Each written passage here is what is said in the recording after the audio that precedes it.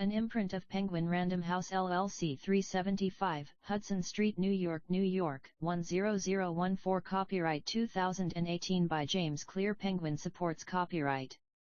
Copyright fuels creativity, encourages diverse voices, promotes free speech, and creates a vibrant culture. Thank you for buying an authorized edition of this book and for complying with copyright laws by not reproducing, scanning, or distributing any part of it in any form without permission. You are supporting writers and allowing Penguin to continue to publish books for every reader. Ebook ISBN 9780735211308. While the author has made every effort to provide accurate internet addresses at the time of publication, neither the publisher nor the author assumes any responsibility for errors, or for changes that occur after publication. Further, the publisher does not have any control over and does not assume any responsibility for author or third-party websites or their content. Version_1 Atom ICT Mic 1. An extremely small amount of a thing, the single irreducible unit of a larger system. 2. The source of immense energy or power. Habit 1. A routine or practice performed regularly, an automatic response to a specific situation. Title page. Copyright epigraph. Introduction. My story contents the fundamentals why tiny changes make a big difference. 1. The surprising power of atomic habits. 2. How your habits shape your identity, and vice versa. 3. How to build better habits in 4 simple steps. 4. The man who didn't look right. 5. The best way to start a new habit. 6. Motivation is overrated. Environment often matters more. 7. The secret to self-control. The first law. Make it obvious. 8. How to make a habit irresistible. 9. The role of family and friends in shaping your habits. 10. How to find and fix the causes of your bad habits. The second law. Make it attractive. 11. Walk slowly, but never backward. 12. The law of least effort. 13. How to stop procrastinating by using the 2-minute rule. 14. How to make good habits inevitable and bad habits impossible. The third law. Make it easy. 15. The cardinal rule of behavior change. 16. How to stick with good habits every day. 17. How an accountability partner can change everything. The fourth law. Make it satisfying. Advanced tactics. How to go from being merely good to being truly great. 18. The truth about talent, when genes matter and when they don't. 19. The Goldilocks rule, how to stay motivated in life and work. 20. The downside of creating good habits. Conclusion, the secret to results that last. What should you read next? Little lessons from the 4 laws. How to apply these ideas to business. How to apply these ideas to parenting. Acknowledgements. Notes. Index about the author. Appendix. Introduction. My story. On the final day of my sophomore year of high school, I was hit in the face with a baseball bat. As my classmate took a full swing, the bat slipped out of his hands and came flying toward me before striking me directly between the eyes. I have no memory of the moment of impact. The bat smashed into my face with such force that it crushed my nose into a distorted U-shape. The collision sent the soft tissue of my brain slamming into the inside of my skull. Immediately, a wave of swelling surged throughout my head. In a fraction of a second, I had a broken nose, multiple skull fractures, and 2 shattered eye sockets. When I opened my eyes, I saw people staring at me and running over to help. I looked down and noticed spots of red on my clothes. One of my classmates took the shirt off his back and handed it to me. I used it to plug the stream of blood rushing from my broken nose. Shocked and confused, I was unaware of how seriously I had been injured. My teacher looped his arm around my shoulder and we began the long walk to the nurse's office, across the field, down the hill, and back into school. Random hands touched my sides, holding me upright. We took our time and walked slowly. Nobody realized that every minute mattered. When we arrived at the nurse's office, she asked me a series of questions. "What year is it?" 1998, I answered. It was actually 2002. "Who is the President of the United States?" "Bill Clinton," I said. The correct answer was George W. Bush. "What is your mom's name?" I stalled. 10 seconds passed. "Patty," I said casually, ignoring the fact that it had taken me 10 seconds to remember my own mother's name. That is the last question I remember. My body was unable to handle the rapid swelling in my brain and I lost consciousness before the ambulance arrived. Minutes later, I was carried out of school and taken to the local hospital. Shortly after arriving, my body began shutting down. I struggled with basic functions like swallowing and breathing. I had my first seizure of the day. Then I stopped breathing entirely. As the doctors hurried to supply me with oxygen, they also decided the local hospital was unequipped to handle the situation and ordered a helicopter to fly me to a larger hospital in Cincinnati. I was rolled out of the emergency room doors and toward the helipad across the street. The stretcher rattled on a bumpy sidewalk as one nurse pushed me along while another pumped each breath into me by hand. My mother, who had arrived at the hospital a few moments before, climbed into the helicopter beside me. I remained unconscious and unable to breathe on my own as she held my hand during the flight. While my mother rode with me in the helicopter, my father went home to check on my brother and sister and break the news to them. He choked back tears as he explained to my sister that he would miss her 8th grade graduation ceremony that night. After passing my siblings off to family and friends, he drove to Cincinnati to meet my mother. When my mom and I landed on the roof of the hospital, a team of nearly 20 doctors and nurses sprinted onto the helipad and wheeled me into the trauma unit. By this time, the swelling in my brain had become so severe that I was having repeated post-traumatic seizures.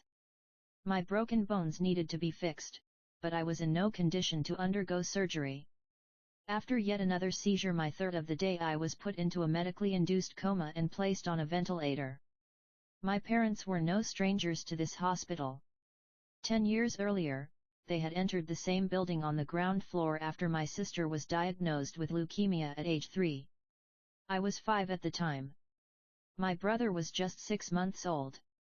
After 2.5 years of chemotherapy treatments, spinal taps, and bone marrow biopsies, my little sister finally walked out of the hospital happy, healthy, and cancer-free. And now, after 10 years of normal life, my parents found themselves back in the same place with a different child. While I slipped into a coma, the hospital sent a priest and a social worker to comfort my parents. It was the same priest who had met with them a decade earlier on the evening they found out my sister had cancer. As day faded into night, a series of machines kept me alive.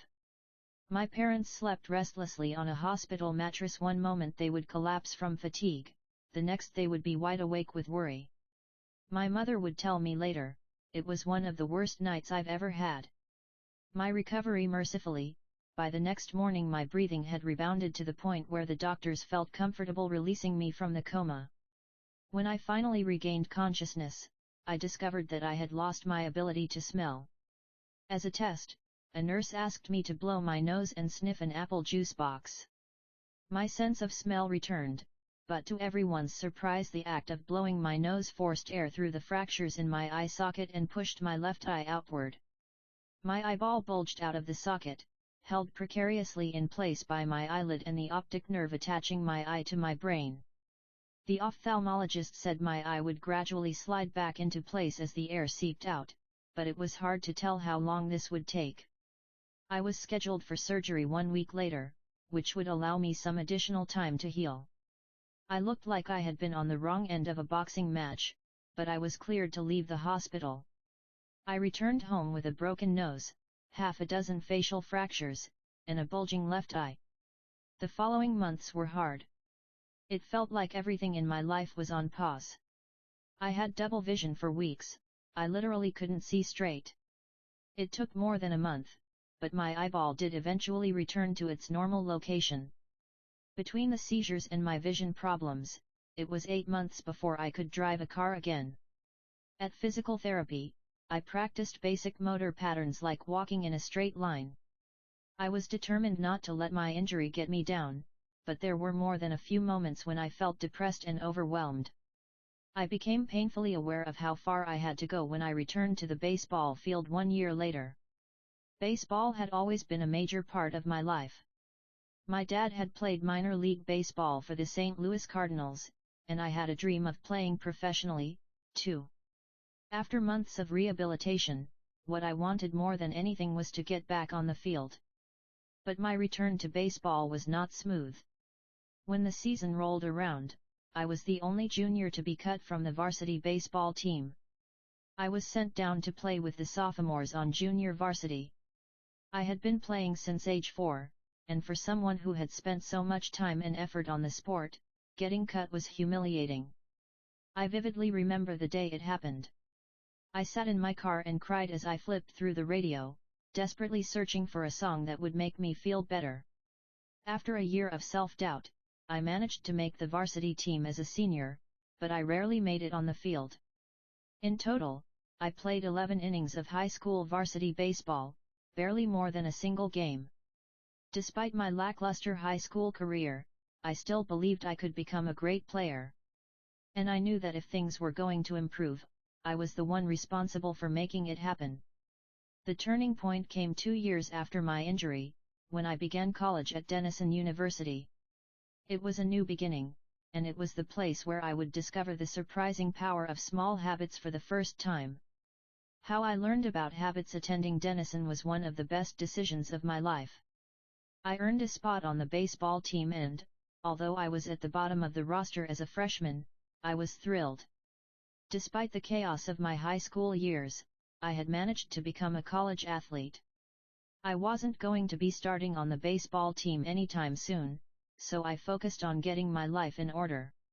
While my peers stayed up late and played video games, I built good sleep habits and went to bed early each night. In the messy world of a college dorm, I made a point to keep my room neat and tidy. These improvements were minor, but they gave me a sense of control over my life. I started to feel confident again. And this growing belief in myself rippled into the classroom as I improved my study habits and managed to earn straight A's during my first year. A habit is a routine or behavior that is performed regularly and, in many cases, automatically. As each semester passed, I accumulated small but consistent habits that ultimately led to results that were unimaginable to me when I started.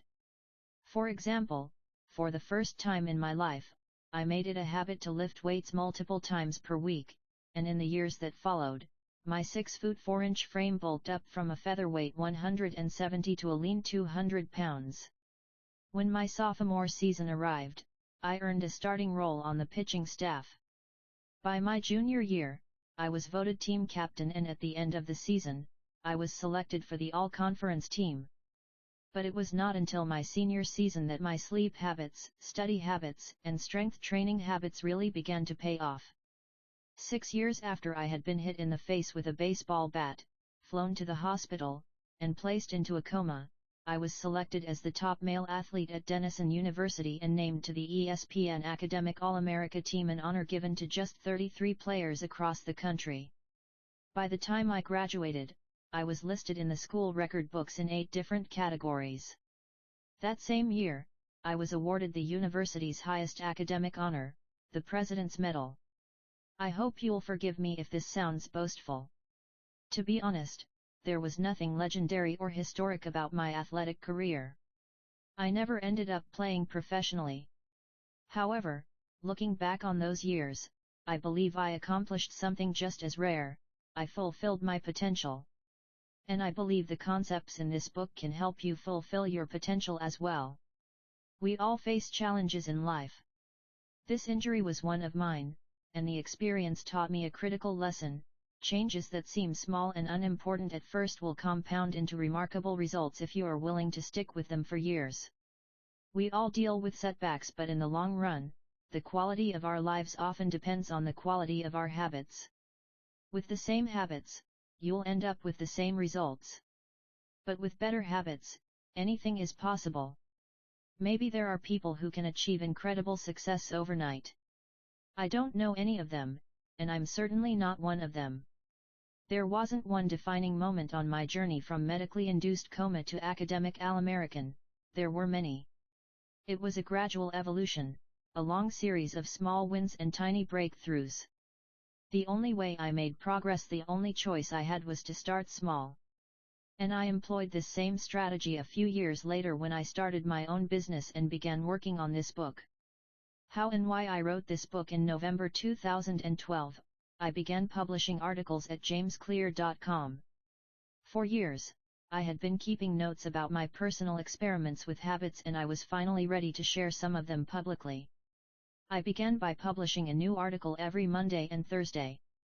Within a few months, this simple writing habit led to my first 1,000 email subscribers, and by the end of 2013 that number had grown to more than 30,000 people.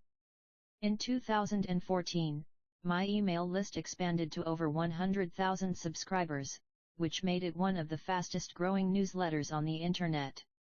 I had felt like an imposter when I began writing 2 years earlier, but now I was becoming known as an expert on habits, a new label that excited me but also felt uncomfortable. I had never considered myself a master of the topic, but rather someone who was experimenting alongside my readers. In 2015, I reached 200,000 email subscribers and signed a book deal with Penguin Random House to begin writing the book you are reading now. As my audience grew, so did my business opportunities. I was increasingly asked to speak at top companies about the science of habit formation, behavior change, and continuous improvement. I found myself delivering keynote speeches at conferences in the United States and Europe. In 2016, my articles began to appear regularly in major publications like Time, Entrepreneur, and Forbes. Incredibly, my writing was read by over 8 million people that year. Coaches in the NFL, NBA, and MLB began reading my work and sharing it with their teams. At the start of 2017, I launched the Habits Academy, which became the premier training platform for organizations and individuals interested in building better habits in life and work. Fortune 500 companies and growing start UPS began to enroll their leaders and train their staff. In total, over 10,000 leaders, managers, coaches, and teachers have graduated from the Habits Academy, and my work with them has taught me an incredible amount about what it takes to make habits work in the real world. As I put the finishing touches on this book in 2018, JamesClear.com is receiving millions of visitors per month and nearly 500,000 people subscribe to my weekly email newsletter, a number that is so far beyond my expectations when I began that I'm not even sure what to think of it. How this book will benefit you. The entrepreneur and investor Naval Ravikant has said, "To write a great book, you must first become the book." I originally learned about the ideas mentioned here because I had to live them. I had to rely on small habits to rebound from my injury, to get stronger in the gym, to perform at a high level on the field, to become a writer, to build a successful business, and simply to develop into a responsible adult. Small habits helped me fulfill my potential, and since you picked up this book, I'm guessing you'd like to fulfill yours as well. In the pages that follow, I will share a step-by-step plan for building better habits, not for days or weeks, but for a lifetime.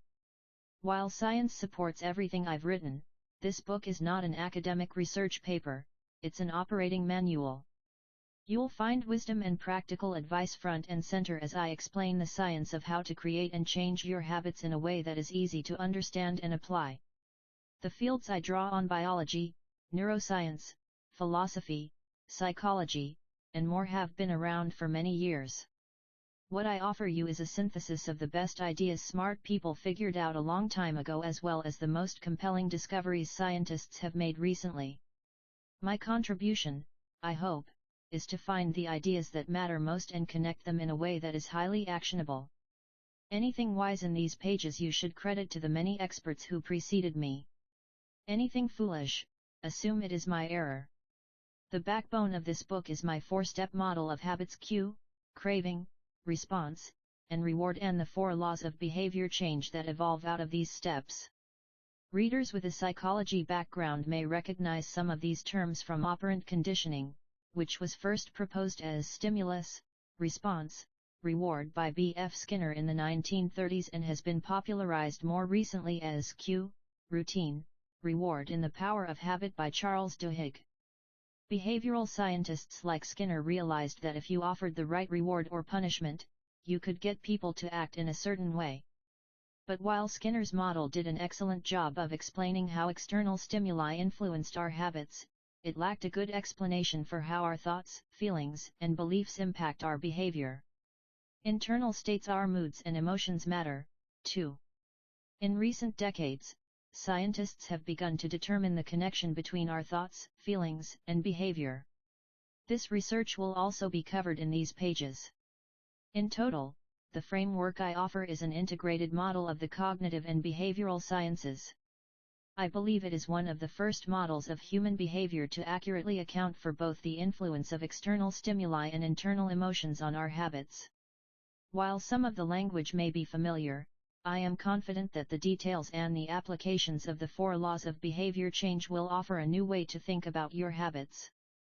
Human behavior is always changing, situation to situation, moment to moment, second to second. But this book is about what doesn't change. It's about the fundamentals of human behavior. The lasting principles you can rely on year after year. The ideas you can build a business around, build a family around, build a life around. There is no one right way to create better habits, but this book describes the best way I know, an approach that will be effective regardless of where you start or what you are trying to change. The strategies I cover will be relevant to anyone looking for a step-by-step system for improvement, whether your goals center on health, money, productivity, relationships, or all of the above. As long as human behavior is involved, this book will be your guide. The Fundamentals: Why Tiny Changes Make a Big Difference. 1. The Surprising Power of Atomic Habits. The fate of British cycling changed one day in 2003. The organization, which was the governing body for professional cycling in Great Britain, had recently hired Dave Brailsford as its new performance director. At the time, professional cyclists in Great Britain had endured nearly 100 years of mediocrity. Since 1908, British riders had won just a single gold medal at the Olympic Games, and they had fared even worse in cycling's biggest race, the Tour de France. In 110 years, no British cyclist had ever won the event. In fact, the performance of British riders had been so underwhelming that one of the top bike manufacturers in Europe refused to sell bikes to the team because they were afraid that it would hurt sales if other professionals saw the Brits using their gear. Brailsford had been hired to put British cycling on a new trajectory. What made him different from previous coaches was his relentless commitment to a strategy that he referred to as the aggregation of marginal gains, which was the philosophy of searching for a tiny margin of improvement in everything you do. Brailsford said, the whole principle came from the idea that if you broke down everything you could think of that goes into riding a bike, and then improve it by 1%, you will get a significant increase when you put them all together. Brailsford and his coaches began by making small adjustments you might expect from a professional cycling team. They redesigned the bike seats to make them more comfortable and rubbed alcohol on the tires for a better grip. They asked riders to wear electrically heated overshorts to maintain ideal muscle temperature while riding, and used biofeedback sensors to monitor how each athlete responded to a particular workout. The team tested various fabrics in a wind tunnel and had their outdoor riders switch to indoor racing suits, which proved to be lighter and more aerodynamic. But they didn't stop there. Brailsford and his team continued to find 1% improvements in overlooked and unexpected areas. They tested different types of massage gels to see which one led to the fastest muscle recovery. They hired a surgeon to teach each rider the best way to wash their hands to reduce the chances of catching a cold. They determined the type of pillow and mattress that led to the best night's sleep for each rider. They even painted the inside of the team truck white, which helped them spot little bits of dust that would normally slip by unnoticed but could degrade the performance of the finely tuned bikes. As these and hundreds of other small improvements accumulated, the results came faster than anyone could have imagined. Just 5 years after Brailsford took over, the British cycling team dominated the road and track cycling events at the 2008 Olympic Games in Beijing, where they won an astounding 60% of the gold medals available.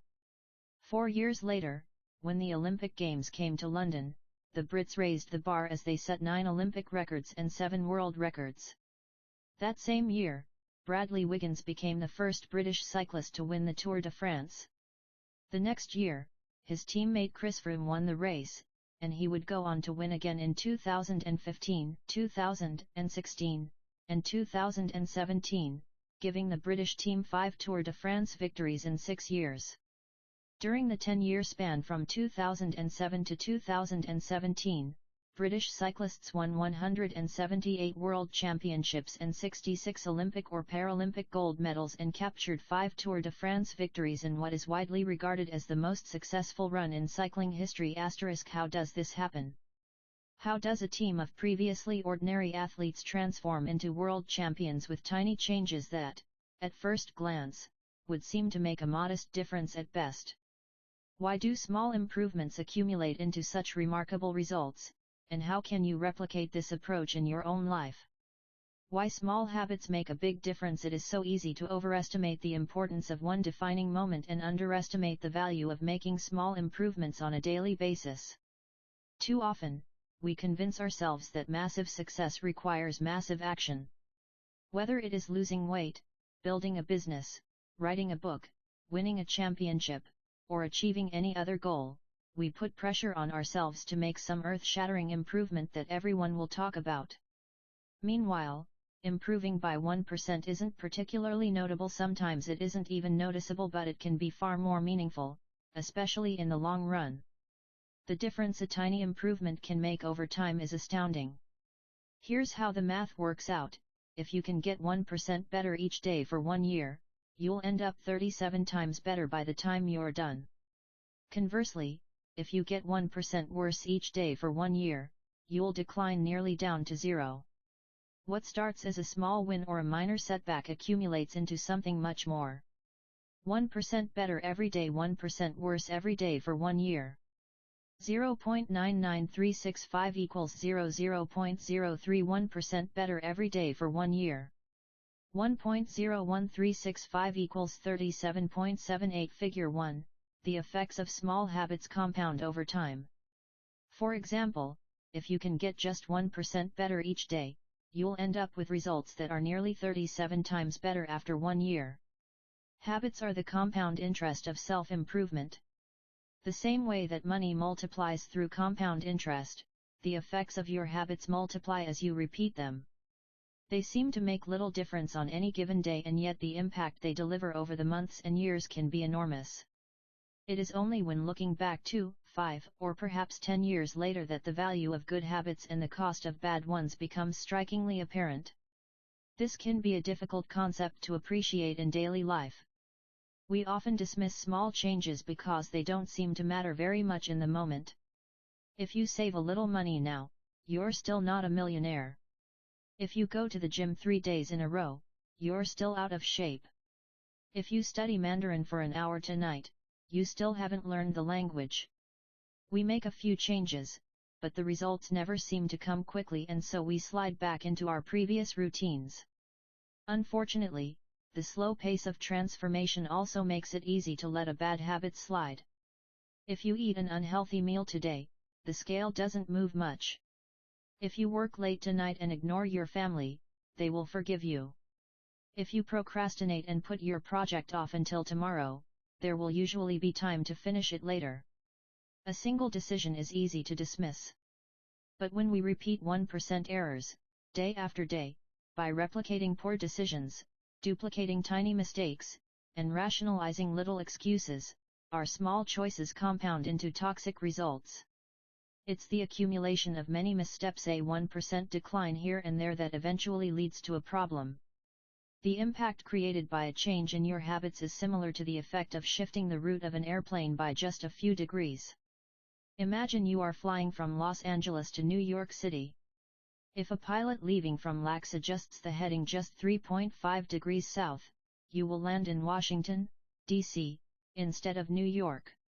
Such a small change is barely noticeable at takeoff. The nose of the airplane moves just a few feet, but when magnified across the entire United States, you end up hundreds of miles apart.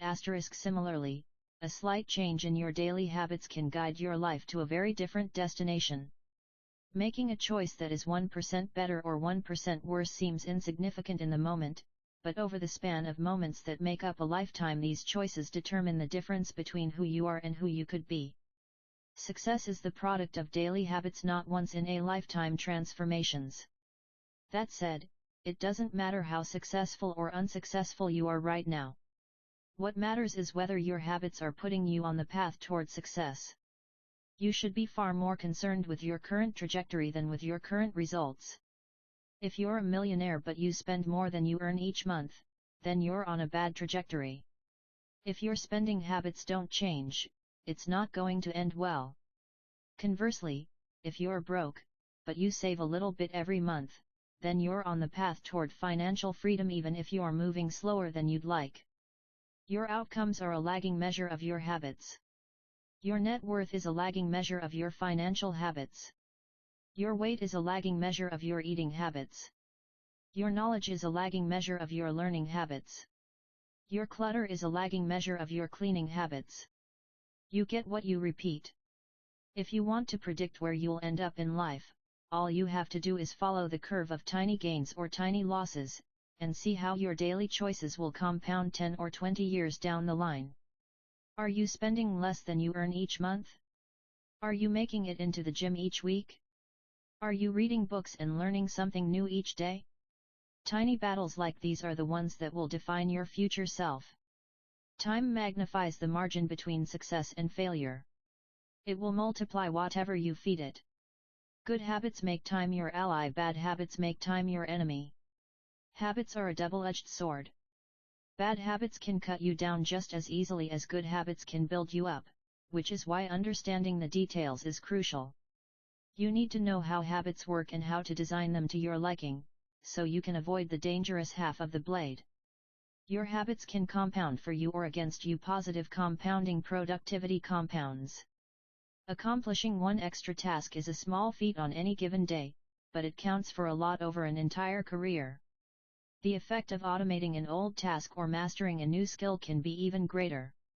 The more tasks you can handle without thinking, the more your brain is free to focus on other areas. Knowledge compounds. Learning one new idea won't make you a genius, but a commitment to lifelong learning can be transformative.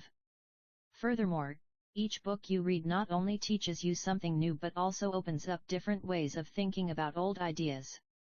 As Warren Buffett says, that's how knowledge works. It builds up, like compound interest. Relationships compound. People reflect your behavior back to you. The more you help others, the more others want to help you. Being a little bit nicer in each interaction can result in a network of broad and strong connections over time. Negative compounding stress compounds. The frustration of a traffic jam. The weight of parenting responsibilities. The worry of making ends meet. The strain of slightly high blood pressure. By themselves, these common causes of stress are manageable. But when they persist for years, little stresses compound into serious health issues. Negative thoughts compound. The more you think of yourself as worthless, stupid, or ugly, the more you condition yourself to interpret life that way. You get trapped in a thought loop. The same is true for how you think about others. Once you fall into the habit of seeing people as angry, unjust, or selfish, you see those kind of people everywhere. Outrage compounds. Riots, protests, and mass movements are rarely the result of a single event. Instead, a long series of microaggressions and daily aggravations slowly multiply until one event tips the scales and outrage spreads like wildfire. What progress is really like? Imagine that you have an ice cube sitting on the table in front of you. The room is cold and you can see your breath. It is currently 25 degrees. Ever so slowly, the room begins to heat up. 26 degrees. 27. 28. The ice cube is still sitting on the table in front of you. 29 degrees. 30. 31. Still, nothing has happened. Then, 32 degrees. The ice begins to melt. A 1-degree shift, seemingly no different from the temperature increases before it, has unlocked a huge change. Breakthrough moments are often the result of many previous actions, which build up the potential required to unleash a major change. This pattern shows up everywhere. Cancer spends 80% of its life undetectable, then takes over the body in months. Bamboo can barely be seen for the first 5 years as it builds extensive root systems underground before exploding 90 feet into the air within 6 weeks.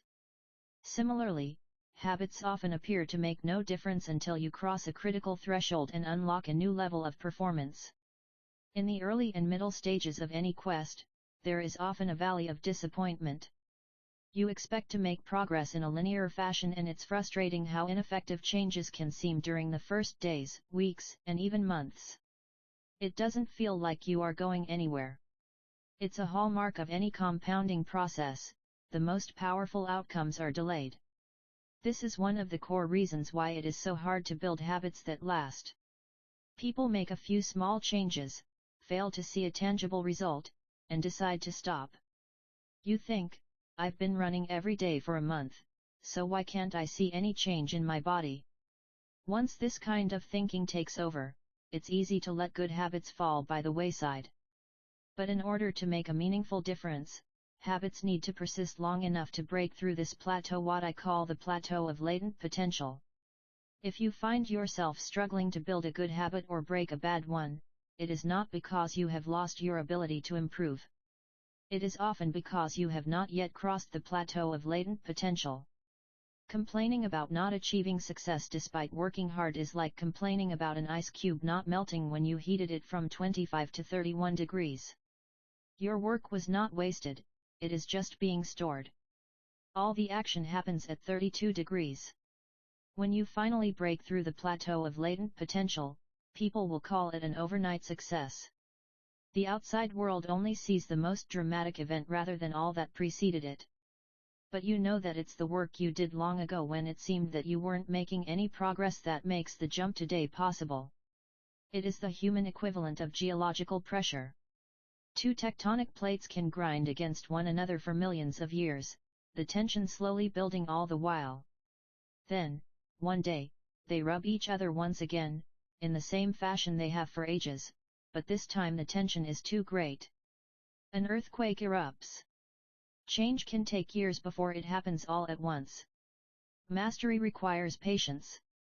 The San Antonio Spurs, one of the most successful teams in NBA history, have a quote from social reformer Jacob Riis hanging in their locker room: "When nothing seems to help, I go and look at a stonecutter hammering away at his rock, perhaps 100 times without as much as a crack showing in it. Yet at the 101st blow it will split in two, and I know it was not that last blow that did it but all that had gone before." The plateau of latent potential. Figure 2, we often expect progress to be linear. At the very least, we hope it will come quickly. In reality, the results of our efforts are often delayed. It is not until months or years later that we realize the true value of the previous work we have done. This can result in a valley of disappointment where people feel discouraged after putting in weeks or months of hard work without experiencing any results. However, this work was not wasted. It was simply being stored. It is not until much later that the full value of previous efforts is revealed. All big things come from small beginnings. The seed of every habit is a single, tiny decision. But as that decision is repeated, a habit sprouts and grows stronger. Roots entrench themselves and branches grow. The task of breaking a bad habit is like uprooting a powerful oak within us. And the task of building a good habit is like cultivating a delicate flower one day at a time. But what determines whether we stick with a habit long enough to survive the plateau of latent potential and break through to the other side? What is it that causes some people to slide into unwanted habits and enables others to enjoy the compounding effects of good ones? Forget about goals, focus on systems instead. Prevailing wisdom claims that the best way to achieve what we want in life, getting into better shape, building a successful business, relaxing more and worrying less, spending more time with friends and family, is to set specific, actionable goals. For many years, this was how I approached my habits, too.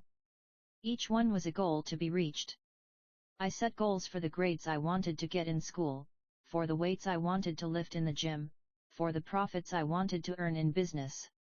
I succeeded at a few, but I failed at a lot of them. Eventually, I began to realize that my results had very little to do with the goals I set and nearly everything to do with the systems I followed. What's the difference between systems and goals?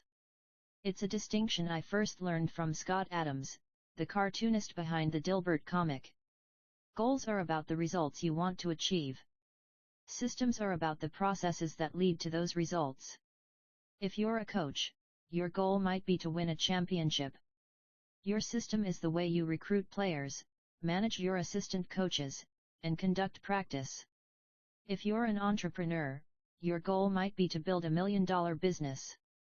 Your system is how you test product ideas, hire employees, and run marketing campaigns. If you're a musician, your goal might be to play a new piece. Your system is how often you practice, how you break down and tackle difficult measures, and your method for receiving feedback from your instructor. Now for the interesting question: if you completely ignored your goals and focused only on your system, would you still succeed? For example, if you were a basketball coach and you ignored your goal to win a championship and focused only on what your team does at practice each day, would you still get results? I think you would.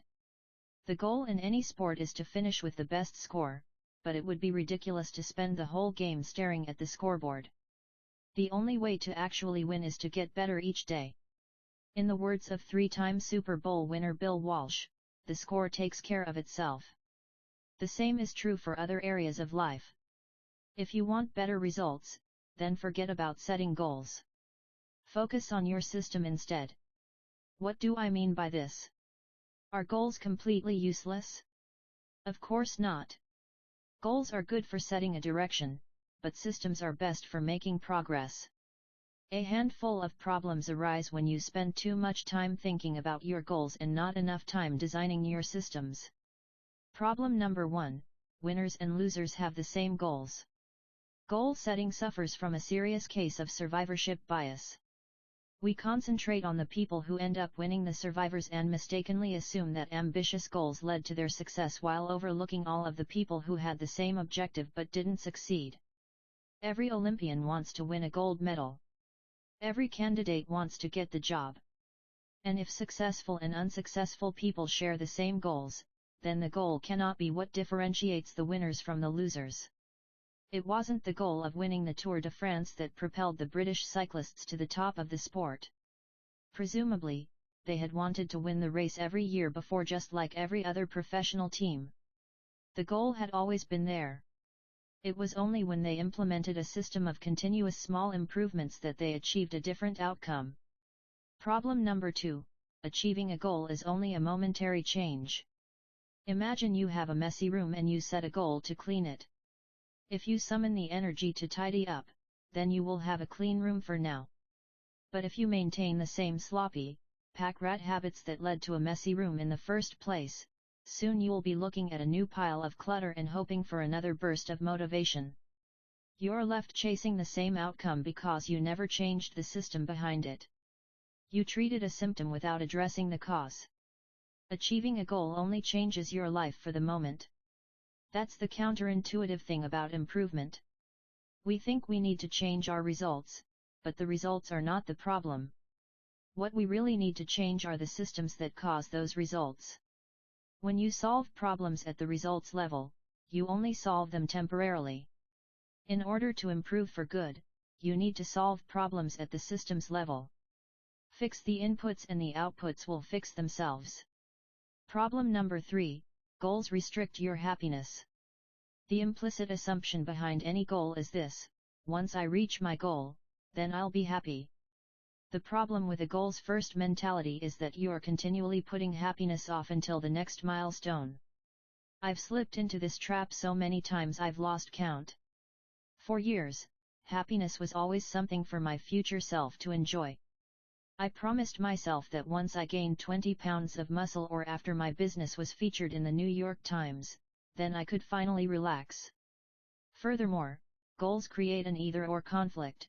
Either you achieve your goal and are successful, or you fail and you are a disappointment.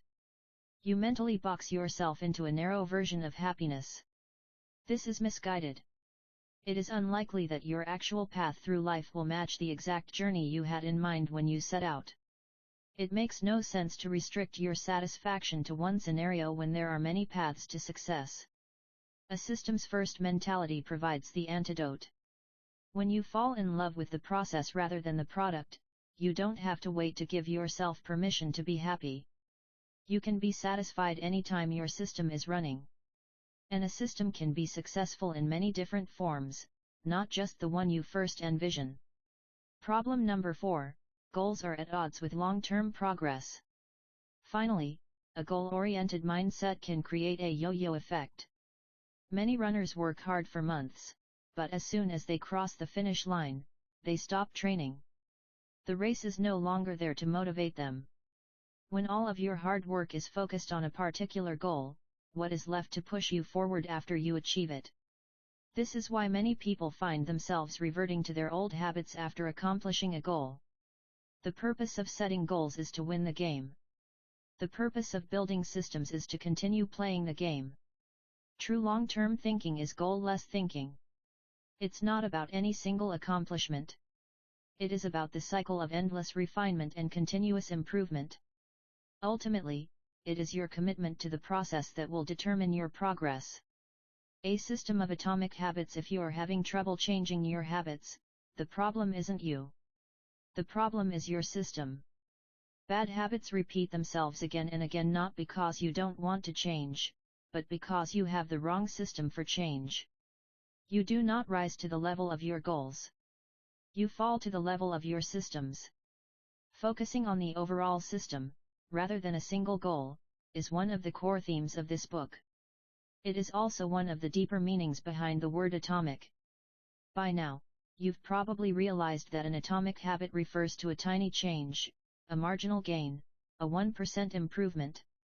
But atomic habits are not just any old habits, however small. They are little habits that are part of a larger system. Just as atoms are the building blocks of molecules, atomic habits are the building blocks of remarkable results. Habits are like the atoms of our lives. Each one is a fundamental unit that contributes to your overall improvement. At first, these tiny routines seem insignificant, but soon they build on each other and fuel bigger wins that multiply to a degree that far outweighs the cost of their initial investment. They are both small and mighty. This is the meaning of the phrase atomic habits, a regular practice or routine that is not only small and easy to do, but also the source of incredible power, a component of the system of compound growth. Chapter summary. Habits are the compound interest of self-improvement. Getting 1% better every day counts for a lot in the long run. Habits are a double-edged sword. They can work for you or against you, which is why understanding the details is essential. Small changes often appear to make no difference until you cross a critical threshold. The most powerful outcomes of any compounding process are delayed. You need to be patient. An atomic habit is a little habit that is part of a larger system. Just as atoms are the building blocks of molecules, atomic habits are the building blocks of remarkable results. If you want better results, then forget about setting goals. Focus on your system instead. You do not rise to the level of your goals. You fall to the level of your systems. 2. How your habits shape your identity, and vice versa. Why is it so easy to repeat bad habits and so hard to form good ones? Few things can have a more powerful impact on your life than improving your daily habits. And yet it is likely that this time next year you'll be doing the same thing rather than something better. It often feels difficult to keep good habits going for more than a few days, even with sincere effort and the occasional burst of motivation.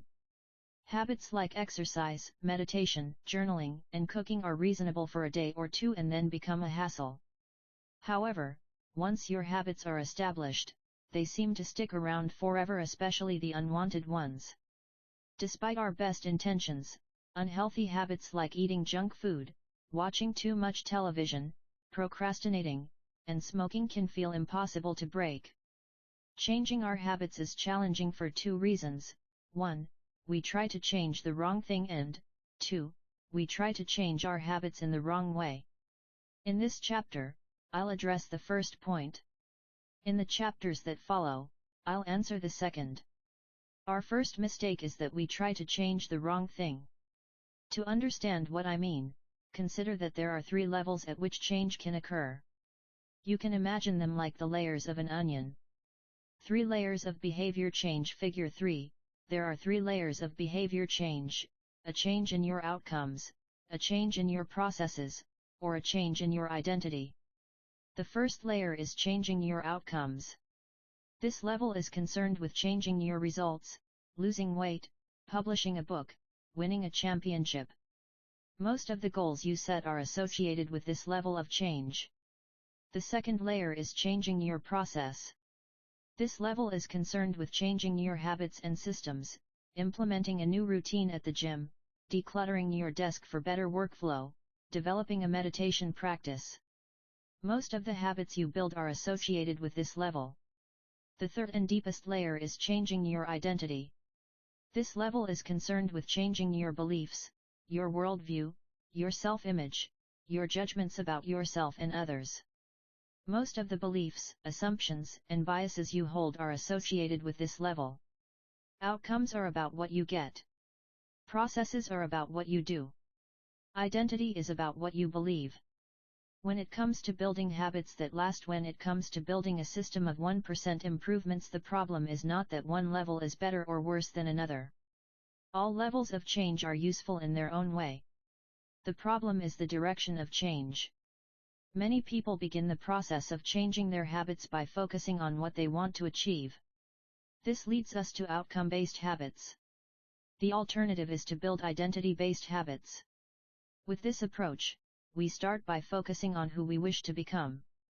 Outcome-based habits, identity-based habits. Figure 4, with outcome-based habits, the focus is on what you want to achieve. With identity-based habits, the focus is on who you wish to become. Imagine two people resisting a cigarette. When offered a smoke, the first person says, "No thanks.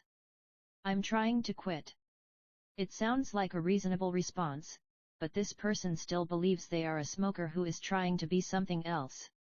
They are hoping their behavior will change while carrying around the same beliefs.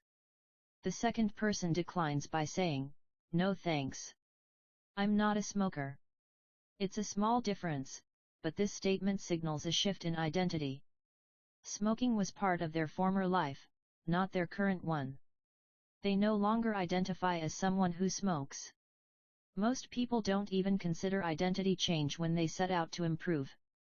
They just think, "I want to be skinny," outcome, "and if I stick to this diet, then I'll be skinny," process. They set goals and determine the actions they should take to achieve those goals without considering the beliefs that drive their actions. They never shift the way they look at themselves, and they don't realize that their old identity can sabotage their new plans for change. Behind every system of actions are a system of beliefs. The system of a democracy is founded on beliefs like freedom, majority rule, and social equality. The system of a dictatorship has a very different set of beliefs like absolute authority and strict obedience. You can imagine many ways to try to get more people to vote in a democracy, but such behavior change would never get off the ground in a dictatorship. That's not the identity of the system. Voting is a behavior that is impossible under a certain set of beliefs. A similar pattern exists whether we are discussing individuals, organizations, or societies. There are a set of beliefs and assumptions that shape the system, an identity behind the habits. Behavior that is incongruent with the self will not last. You may want more money, but if your identity is someone who consumes rather than creates, then you'll continue to be pulled towards spending rather than earning. You may want better health, but if you continue to prioritize comfort over accomplishment, you'll be drawn to relaxing rather than training. It's hard to change your habits if you never change the underlying beliefs that led to your past behavior. You have a new goal and a new plan, but you haven't changed who you are. The story of Brian Clark, an entrepreneur from Boulder, Colorado, provides a good example. "For as long as I can remember, I've chewed my fingernails," Clark told me. "It started as a nervous habit when I was young, and then morphed into an undesirable grooming ritual. One day, I resolved to stop chewing my nails until they grew out a bit. Through mindful willpower alone, I managed to do it. Then, Clark did something surprising. I asked my wife to schedule my first ever manicure," he said. "My thought was that if I started paying to maintain my nails, I wouldn't chew them. And it worked, but not for the monetary reason. What happened was the manicure made my fingers look really nice for the first time. The manicurist even said that other than the chewing I had really healthy, attractive nails. Suddenly, I was proud of my fingernails. And even though that's something I had never aspired to, it made all the difference. I've never chewed my nails since, not even a single close call. And it's because I now take pride in properly caring for them. The ultimate form of intrinsic motivation is when a habit becomes part of your identity. It's one thing to say I'm the type of person who wants this. It's something very different to say I'm the type of person who is this. The more pride you have in a particular aspect of your identity, the more motivated you will be to maintain the habits associated with it. If you're proud of how your hair looks, you'll develop all sorts of habits to care for and maintain it. If you're proud of the size of your biceps, you'll make sure you never skip an upper body workout. If you're proud of the scarves you knit, you'll be more likely to spend hours knitting each week. Once your pride gets involved, you'll fight tooth and nail to maintain your habits. True behavior change is identity change. You might start a habit because of motivation, but the only reason you'll stick with one is that it becomes part of your identity. Anyone can convince themselves to visit the gym or eat healthy once or twice, but if you don't shift the belief behind the behavior, then it is hard to stick with long-term changes. Improvements are only temporary until they become part of who you are. The goal is not to read a book, the goal is to become a reader. The goal is not to run a marathon, the goal is to become a runner. The goal is not to learn an instrument, the goal is to become a musician. Your behaviors are usually a reflection of your identity. What you do is an indication of the type of person you believe that you are, either consciously or non-consciously. Research has shown that once a person believes in a particular aspect of their identity, they are more likely to act in alignment with that belief. For example, people who identified as being a voter were more likely to vote than those who simply claimed voting was an action they wanted to perform. Similarly, the person who incorporates exercise into their identity doesn't have to convince themselves to train. Doing the right thing is easy. After all, when your behavior and your identity are fully aligned, you are no longer pursuing behavior change. You are simply acting like the type of person you already believe yourself to be. Like all aspects of habit formation, this, too, is a double-edged sword. When working for you, identity change can be a powerful force for self-improvement. When working against you, though, identity change can be a curse. Once you have adopted an identity, it can be easy to let your allegiance to it impact your ability to change. Many people walk through life in a cognitive slumber, blindly following the norms attached to their identity. I'm terrible with directions. I'm not a morning person. I'm bad at remembering people's names. I'm always late. I'm not good with technology. I'm horrible at math, and 1,000 other variations. When you have repeated a story to yourself for years, it is easy to slide into these mental grooves and accept them as a fact. In time, you begin to resist certain actions because that's not who I am. There is internal pressure to maintain your self-image and behave in a way that is consistent with your beliefs. You find whatever way you can to avoid contradicting yourself. The more deeply a thought or action is tied to your identity, the more difficult it is to change it. It can feel comfortable to believe what your culture believes, group identity, or to do what upholds your self-image, personal identity, even if it's wrong. The biggest barrier to positive change at any level, individual, team, society, is identity conflict. Good habits can make rational sense, but if they conflict with your identity, you will fail to put them into action. On any given day, you may struggle with your habits because you are too busy or too tired or too overwhelmed, or hundreds of other reasons. Over the long run, however, the real reason you fail to stick with habits is that your self-image gets in the way. This is why you can't get too attached to one version of your identity. Progress requires unlearning. Becoming the best version of yourself requires you to continuously edit your beliefs, and to upgrade and expand your identity. This brings us to an important question: if your beliefs and worldview play such an important role in your behavior, where do they come from in the first place? How, exactly, is your identity formed? And how can you emphasize new aspects of your identity that serve you and gradually erase the pieces that hinder you? The two-step process to changing your identity emerges out of your habits. You are not born with preset beliefs. Every belief, including those about yourself, is learned and conditioned through experience. More precisely, your habits are how you embody your identity. When you make your bed each day, you embody the identity of an organized person. When you write each day, you embody the identity of a creative person. When you train each day, you embody the identity of an athletic person. The more you repeat a behavior, the more you reinforce the identity associated with that behavior. In fact, the word identity was originally derived from the Latin words essentitas, which means being, and ident idem, which means repeatedly. Your identity is literally your repeated beingness. Whatever your identity is right now, you only believe it because you have proof of it. If you go to church every Sunday for 20 years, you have evidence that you are religious. If you study biology for 1 hour every night, you have evidence that you are studious. If you go to the gym even when it's snowing, you have evidence that you are committed to fitness. The more evidence you have for a belief, the more strongly you will believe it.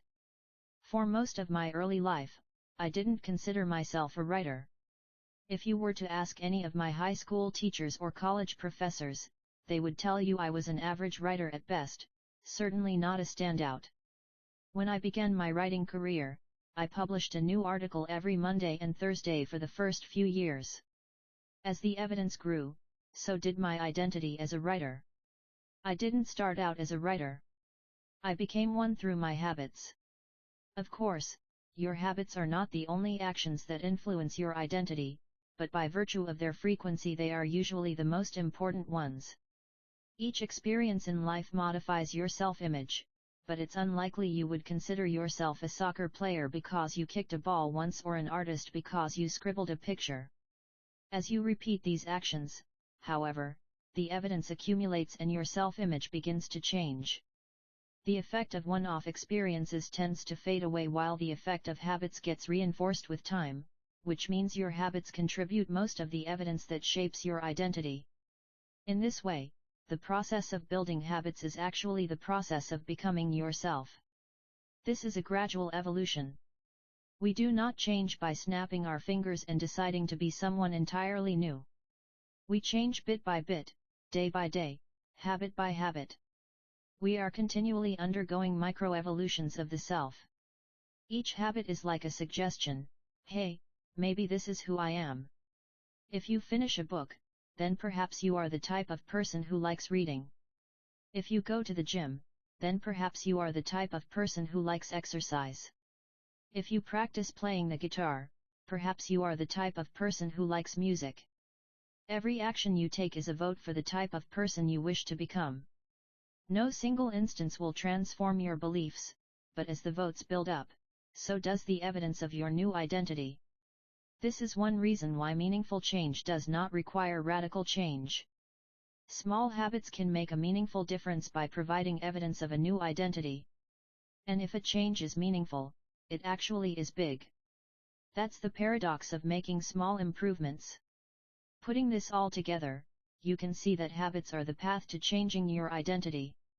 The most practical way to change who you are is to change what you do. Each time you write a page, you are a writer. Each time you practice the violin, you are a musician. Each time you start a workout, you are an athlete. Each time you encourage your employees, you are a leader. Each habit not only gets results but also teaches you something far more important, to trust yourself.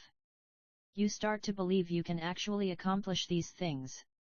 When the votes mount up and the evidence begins to change, the story you tell yourself begins to change as well. Of course, it works the opposite way, too. Every time you choose to perform a bad habit, it's a vote for that identity. The good news is that you don't need to be perfect. In any election, there are going to be votes for both sides.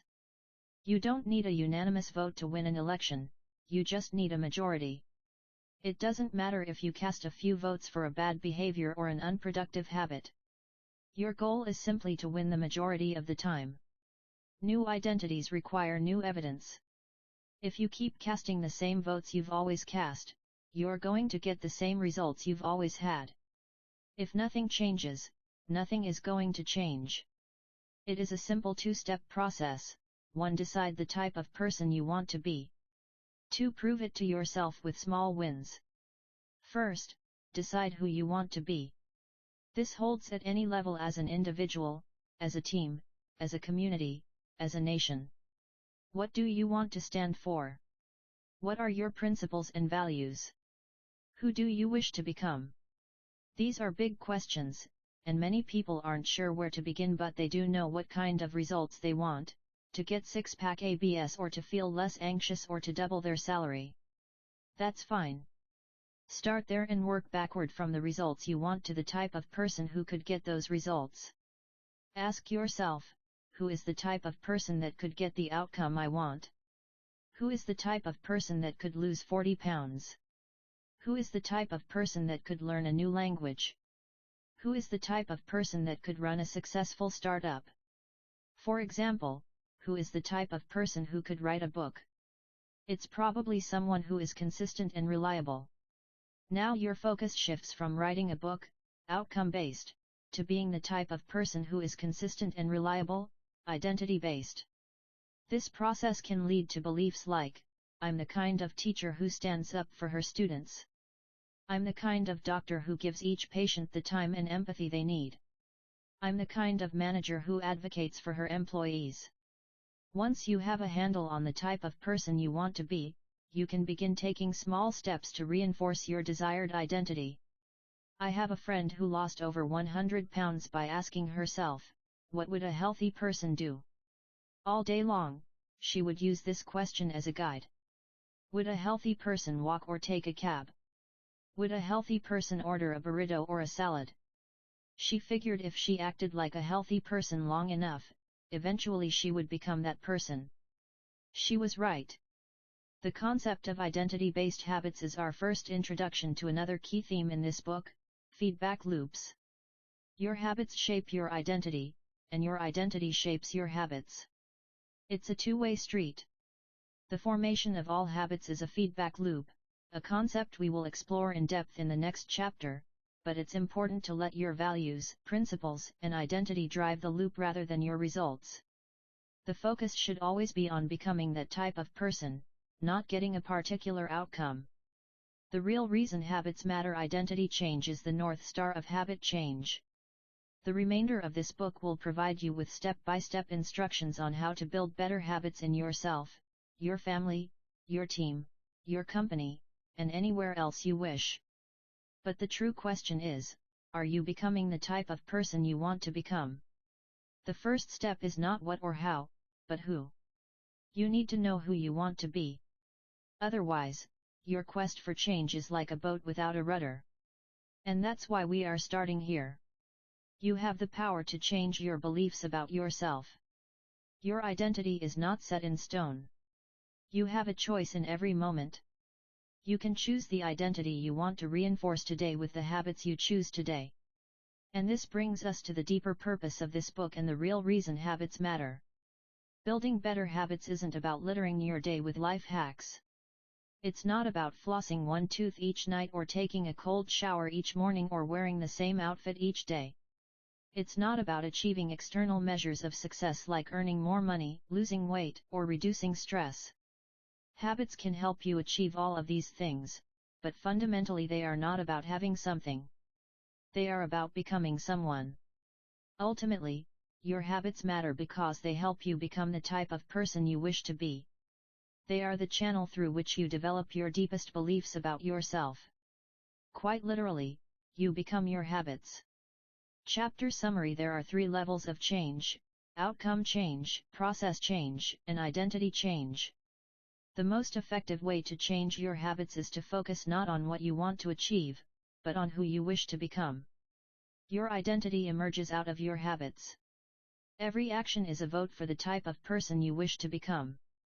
Becoming the best version of yourself requires you to continuously edit your beliefs, and to upgrade and expand your identity. The real reason habits matter is not because they can get you better results, although they can do that, but because they can change your beliefs about yourself. 3. How to build better habits in 4 simple steps. In 1898, a psychologist named Edward Thorndike conducted an experiment that would lay the foundation for our understanding of how habits form and the rules that guide our behavior. Thorndike was interested in studying the behavior of animals, and he started by working with cats. He would place each cat inside a device known as a puzzle box.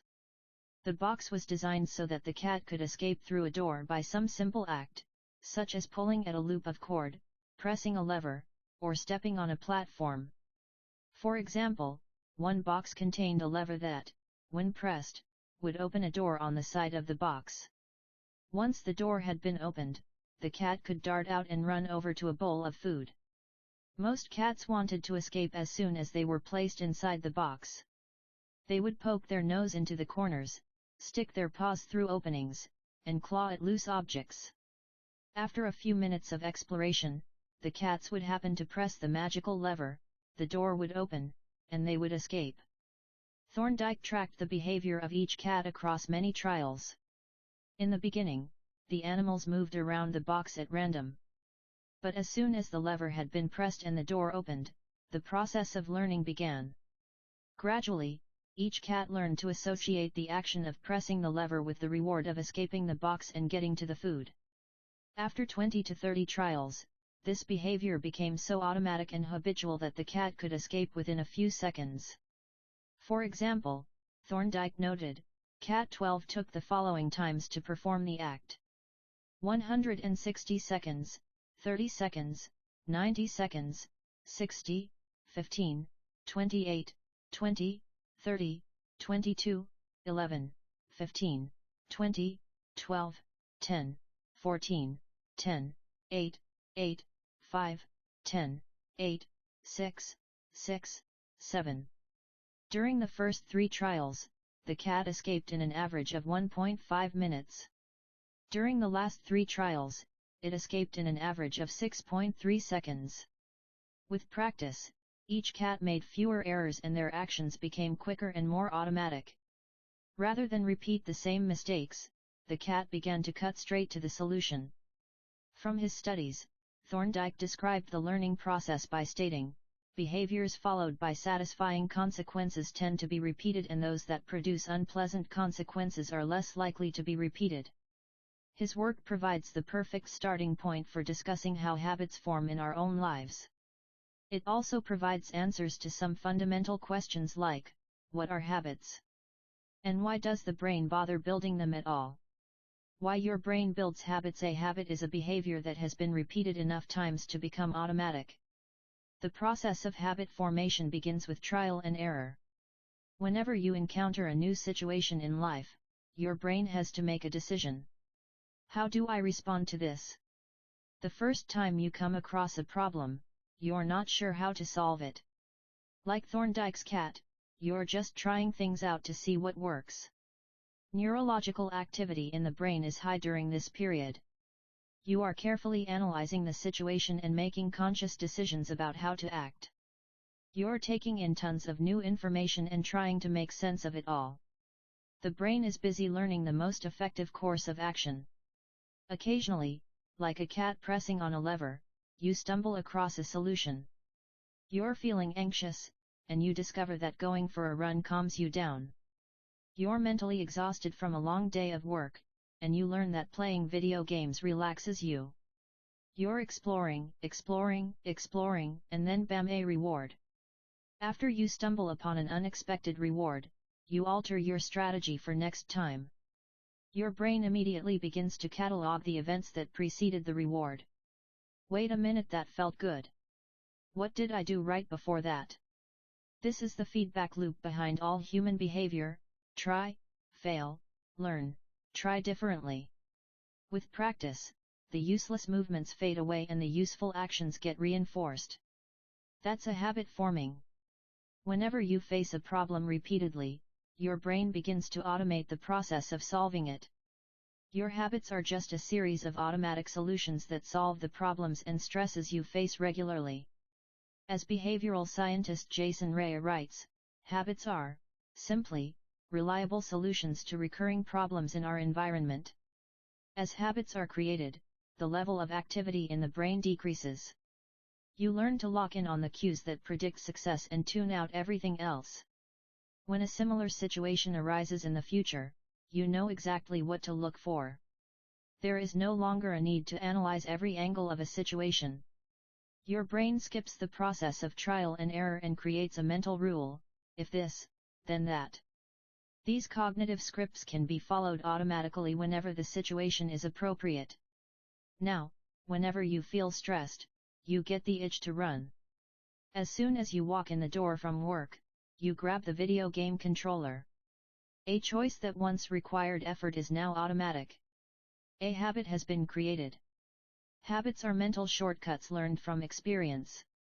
In a sense, a habit is just a memory of the steps you previously followed to solve a problem in the past.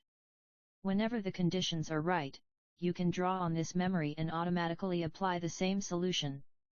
The primary reason the brain remembers the past is to better predict what will work in the future. Habit formation is incredibly useful because the conscious mind is the bottleneck of the brain. It can only pay attention to one problem at a time. As a result, your brain is always working to preserve your conscious attention for whatever task is most essential. Whenever possible, the conscious mind likes to pawn off tasks to the non-conscious mind to do automatically. This is precisely what happens when a habit is formed. Habits reduce cognitive load and free up mental capacity, so you can allocate your attention to other tasks. Despite their efficiency, some people still wonder about the benefits of habits. The argument goes like this: will habits make my life dull? I don't want to pigeonhole myself into a lifestyle I don't enjoy. Doesn't so much routine take away the vibrancy and spontaneity of life? Hardly. Such questions set up a false dichotomy. They make you think that you have to choose between building habits and attaining freedom. In reality, the two complement each other. Habits do not restrict freedom. They create it. In fact, the people who don't have their habits handled are often the ones with the least amount of freedom. Without good financial habits, you will always be struggling for the next dollar. Without good health habits, you will always seem to be short on energy. Without good learning habits, you will always feel like you're behind the curve. If you're always being forced to make decisions about simple tasks: when should I work out, where do I go to write, when do I pay the bills, then you have less time for freedom. It's only by making the fundamentals of life easier that you can create the mental space needed for free thinking and creativity. Conversely, when you have your habits dialed in and the basics of life are handled and done, your mind is free to focus on new challenges and master the next set of problems. Building habits in the present allows you to do more of what you want in the future. The science of how habits work. The process of building a habit can be divided into 4 simple steps: cue, craving, response, and reward. Breaking it down into these fundamental parts can help us understand what a habit is, how it works, and how to improve it. Figure 5. All habits proceed through 4 stages in the same order: cue, craving, response, and reward. This 4-step pattern is the backbone of every habit, and your brain runs through these steps in the same order each time. First, there is the cue. The cue triggers your brain to initiate a behavior. It is a bit of information that predicts a reward. Our prehistoric ancestors were paying attention to cues that signaled the location of primary rewards like food, water, and sex. Today, we spend most of our time learning cues that predict secondary rewards like money and fame, power and status, praise and approval, love and friendship, or a sense of personal satisfaction. Of course, these pursuits also indirectly improve our odds of survival and reproduction, which is the deeper motive behind everything we do. Your mind is continuously analyzing your internal and external environment for hints of where rewards are located. Because the cue is the first indication that we're close to a reward, it naturally leads to a craving. Cravings are the second step, and they are the motivational force behind every habit. Without some level of motivation or desire, without craving a change, we have no reason to act. What you crave is not the habit itself but the change in state it delivers. You do not crave smoking a cigarette, you crave the feeling of relief it provides.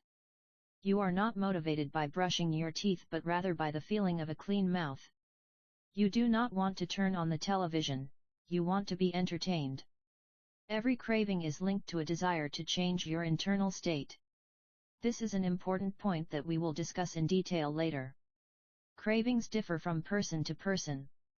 In theory, any piece of information could trigger a craving, but in practice, people are not motivated by the same cues. For a gambler, the sound of slot machines can be a potent trigger that sparks an intense wave of desire. For someone who rarely gambles, the jingles and chimes of the casino are just background noise. Cues are meaningless until they are interpreted. The thoughts, feelings, and emotions of the observer are what transform a cue into a craving. The third step is the response. The response is the actual habit you perform, which can take the form of a thought or an action. Whether a response occurs depends on how motivated you are and how much friction is associated with the behavior. If a particular action requires more physical or mental effort than you are willing to expend, then you won't do it. Your response also depends on your ability. It sounds simple, but a habit can occur only if you are capable of doing it. If you want to dunk a basketball but can't jump high enough to reach the hoop, well, you're out of luck. Finally, the response delivers a reward. Rewards are the end goal of every habit. The cue is about noticing the reward. The craving is about wanting the reward. The response is about obtaining the reward. We chase rewards because they serve two purposes: 1. They satisfy us, and 2. They teach us. The first purpose of rewards is to satisfy your craving. Yes, rewards provide benefits on their own. Food and water deliver the energy you need to survive. Getting a promotion brings more money and respect. Getting in shape improves your health and your dating prospects. But the more immediate benefit is that rewards satisfy your craving to eat or to gain status or to win approval. At least for a moment, rewards deliver contentment and relief from craving. Second, rewards teach us which actions are worth remembering in the future. Your brain is a reward detector. As you go about your life, your sensory nervous system is continuously monitoring which actions satisfy your desires and deliver pleasure. Feelings of pleasure and disappointment are part of the feedback mechanism that helps your brain distinguish useful actions from useless ones. Rewards close the feedback loop and complete the habit cycle. If a behavior is insufficient in any of the 4 stages, it will not become a habit. Eliminate the cue and your habit will never start. Reduce the craving and you won't experience enough motivation to act. Make the behavior difficult and you won't be able to do it. And if the reward fails to satisfy your desire, then you'll have no reason to do it again in the future. Without the first 3 steps, a behavior will not occur. Without all 4, a behavior will not be repeated. The habit loop, figure 6, the 4 stages of habit are best described as a feedback loop. They form an endless cycle that is running every moment you are alive.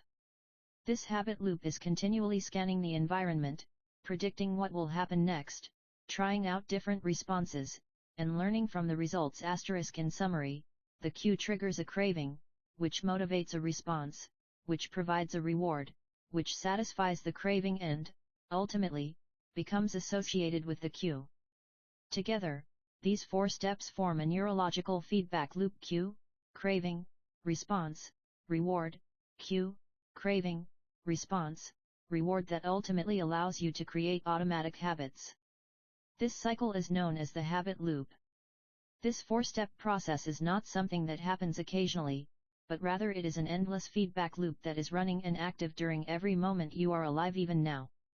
The brain is continually scanning the environment, predicting what will happen next, trying out different responses, and learning from the results. The entire process is completed in a split second, and we use it again and again without realizing everything that has been packed into the previous moment. We can split these 4 steps into 2 phases, the problem phase and the solution phase. The problem phase includes the cue and the craving, and it is when you realize that something needs to change. The solution phase includes the response and the reward, and it is when you take action and achieve the change you desire. 1 Cue 2. Craving 3. Response 4. Reward. Problem phase. Solution phase. All behavior is driven by the desire to solve a problem. Sometimes the problem is that you notice something good and you want to obtain it. Sometimes the problem is that you are experiencing pain and you want to relieve it. Either way, the purpose of every habit is to solve the problems you face. In the table on the following page, you can see a few examples of what this looks like in real life. Imagine walking into a dark room and flipping on the light switch. You have performed this simple habit so many times that it occurs without thinking. You proceed through all 4 stages in the fraction of a second. The urge to act strikes you without thinking. 1 Cue, your phone buzzes with a new text message. 2 Craving, you want to learn the contents of the message. Problem phase. Solution phase 3. Response, you grab your phone and read the text. 4 Reward, you satisfy your craving to read the message. Grabbing your phone becomes associated with your phone buzzing. Problem phase 1. Cue, you are answering emails. 2 Craving, you begin to feel stressed and overwhelmed by work. You want to feel in control. Solution phase 3. Response, you bite your nails. 4 Reward, you satisfy your craving to reduce stress. Biting your nails becomes associated with answering email. 1 Cue, you wake up. 2 Craving, you want to feel alert. Problem phase. Solution phase 3. Response, you drink a cup of coffee. 4 Reward, you satisfy your craving to feel alert. Drinking coffee becomes associated with waking up. Problem phase 1. Cue, you smell a donut shop as you walk down the street near your office. 2 Craving, you begin to crave a donut. Solution phase 3. Response, you buy a donut and eat it. 4 Reward, you satisfy your craving to eat a donut. Buying a donut becomes associated with walking down the street near your office. 1 Cue, you hit a stumbling block on a project at work.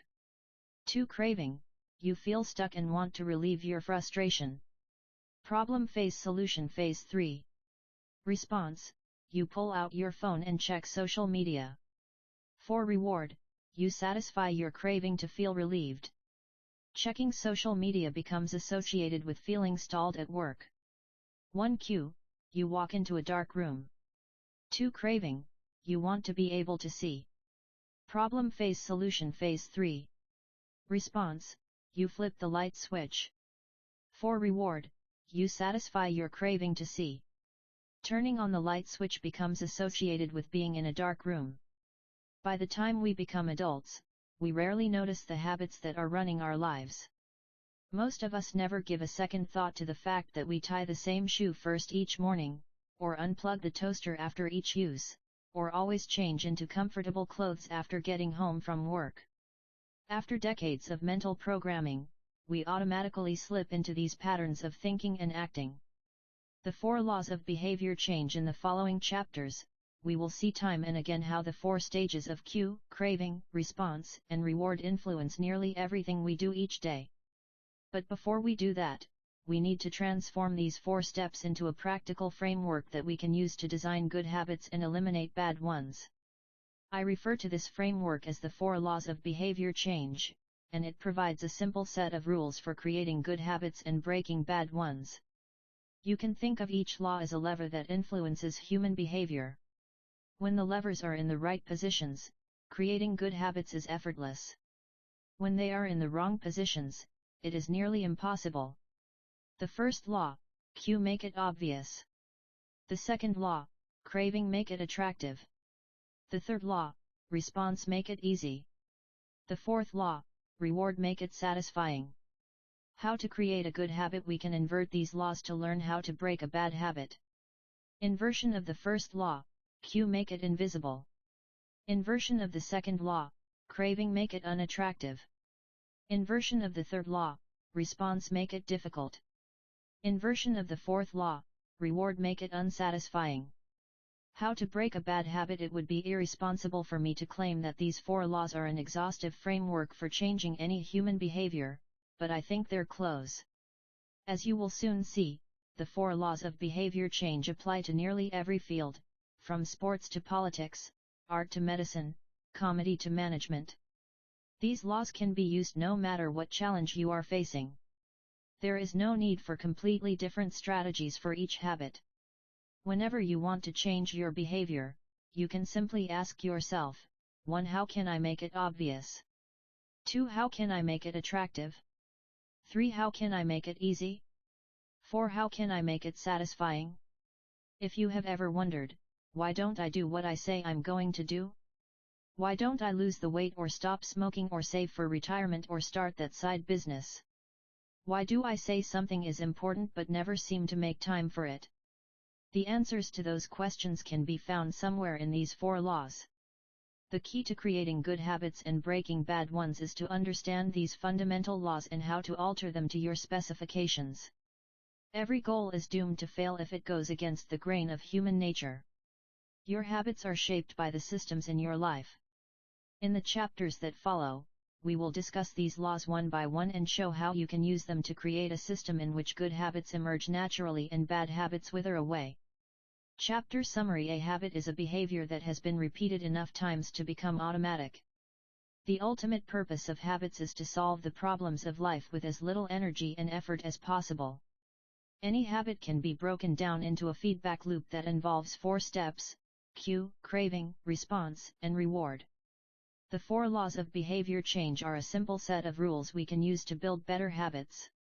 They are: 1. Make it obvious. 2. Make it attractive. 3. Make it easy. And 4. Make it satisfying. The first law: make it obvious. For the man who didn't look right. HTE psychologist Gary Klein once told me a story about a woman who attended a family gathering. She had spent years working as a paramedic and, upon arriving at the event, took one look at her father-in-law and got very concerned. "I don't like the way you look," she said. Her father-in-law, who was feeling perfectly fine, jokingly replied, "Well, I don't like your looks, either." "No," she insisted. "You need to go to the hospital now." A few hours later, the man was undergoing life-saving surgery after an examination had revealed that he had a blockage to a major artery and was at immediate risk of a heart attack. Without his daughter-in-law's intuition, he could have died. What did the paramedic see? How did she predict his impending heart attack? When major arteries are obstructed, the body focuses on sending blood to critical organs and away from peripheral locations near the surface of the skin. The result is a change in the pattern of distribution of blood in the face. After many years of working with people with heart failure, the woman had unknowingly developed the ability to recognize this pattern on sight. She couldn't explain what it was that she noticed in her father-in-law's face, but she knew something was wrong.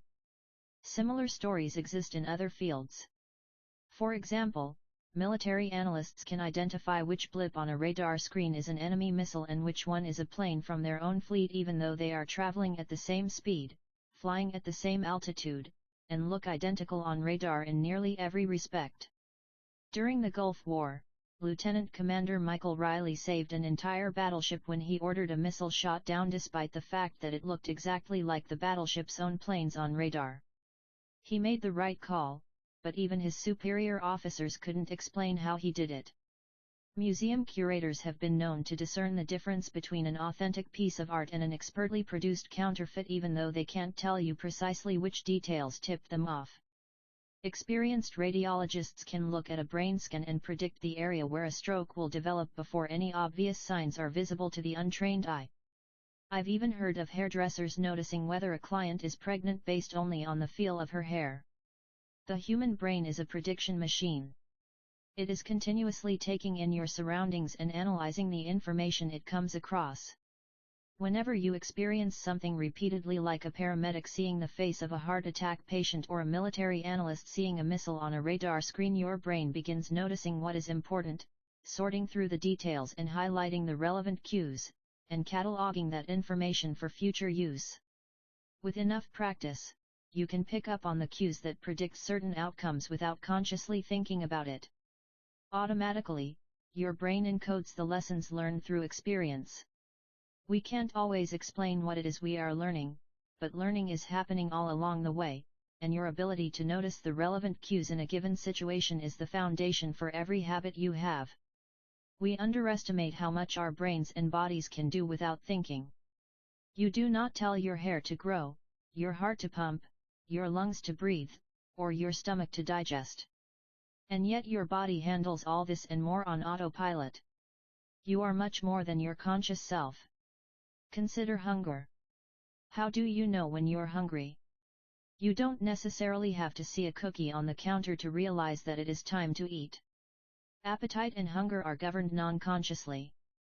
Your body has a variety of feedback loops that gradually alert you when it is time to eat again and that track what is going on around you and within you. Cravings can arise thanks to hormones and chemicals circulating through your body. Suddenly, you're hungry even though you're not quite sure what tipped you off.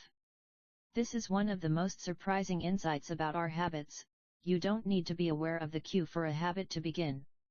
You can notice an opportunity and take action without dedicating conscious attention to it. This is what makes habits useful. It's also what makes them dangerous. As habits form, your actions come under the direction of your automatic and non-conscious mind. You fall into old patterns before you realize what's happening. Unless someone points it out, you may not notice that you cover your mouth with your hand whenever you laugh, that you apologize before asking a question, or that you have a habit of finishing other people's sentences. And the more you repeat these patterns, the less likely you become to question what you're doing and why you're doing it. I once heard of a retail clerk who was instructed to cut up empty gift cards after customers had used up the balance on the card. One day, the clerk cashed out a few customers in a row who purchased with gift cards.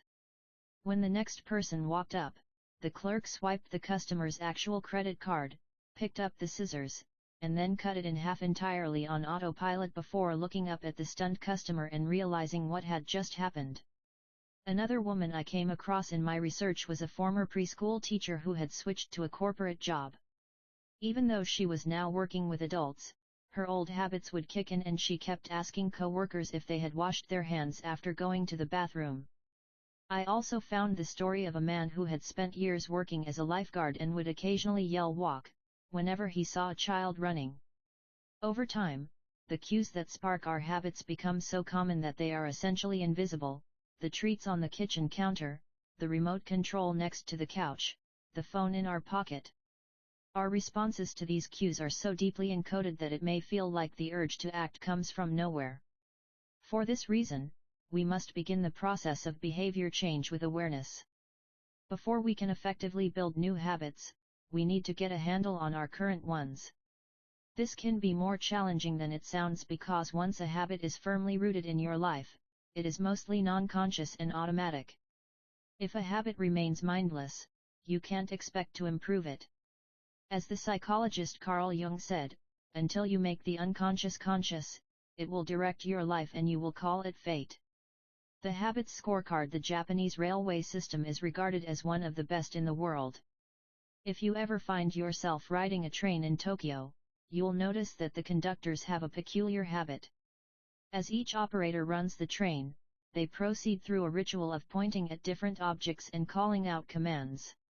When the train approaches a signal, the operator will point at it and say, "Signal is green." As the train pulls into and out of each station, the operator will point at the speedometer and call out the exact speed. When it's time to leave, the operator will point at the timetable and state the time.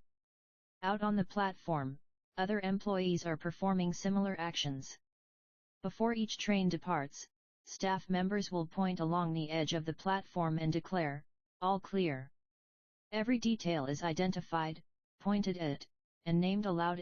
This process, known as pointing and calling, is a safety system designed to reduce mistakes. It seems silly, but it works incredibly well. Pointing and calling reduces errors by up to 85% and cuts accidents by 30%. The MTA subway system in New York City adopted a modified version that is point-only, and within 2 years of implementation, incidents of incorrectly berthed subways fell 57%. Pointing and calling is so effective because it raises the level of awareness from an unconscious habit to a more conscious level. Because the train operators must use their eyes, hands, mouth, and ears, they are more likely to notice problems before something goes wrong. My wife does something similar. Whenever we are preparing to walk out the door for a trip, she verbally calls out the most essential items in her packing list. I've got my keys. I've got my wallet. I've got my glasses. I've got my husband. The more automatic a behavior becomes, the less likely we are to consciously think about it. And when we've done something 1,000 times before, we begin to overlook things. We assume that the next time will be just like the last. We're so used to doing what we've always done that we don't stop to question whether it's the right thing to do at all. Many of our failures in performance are largely attributable to a lack of self-awareness. One of our greatest challenges in changing habits is maintaining awareness of what we are actually doing. This helps explain why the consequences of bad habits can sneak up on us. We need a point-and-call system for our personal lives. That's the origin of the Habits Scorecard, which is a simple exercise you can use to become more aware of your behavior. To create your own, make a list of your daily habits. Here's a sample of where your list might start: wake up, turn off alarm, check my phone, go to the bathroom, weigh myself, take a shower, brush my teeth, floss my teeth, put on deodorant, hang up towel to dry, get dressed, make a cup of tea, and so on. Once you have a full list, look at each behavior, and ask yourself, is this a good habit, a bad habit, or a neutral habit? If it is a good habit, write plus next to it. If it is a bad habit, write dash. If it is a neutral habit, write equals. For example, the list above might look like this: wake up equals turn off alarm equals check my phone, go to the bathroom equals weigh myself plus take a shower plus brush my teeth plus floss my teeth plus put on deodorant plus hang up towel to dry equals get dressed equals make a cup of tea. Plus the marks you give to a particular habit will depend on your situation and your goals.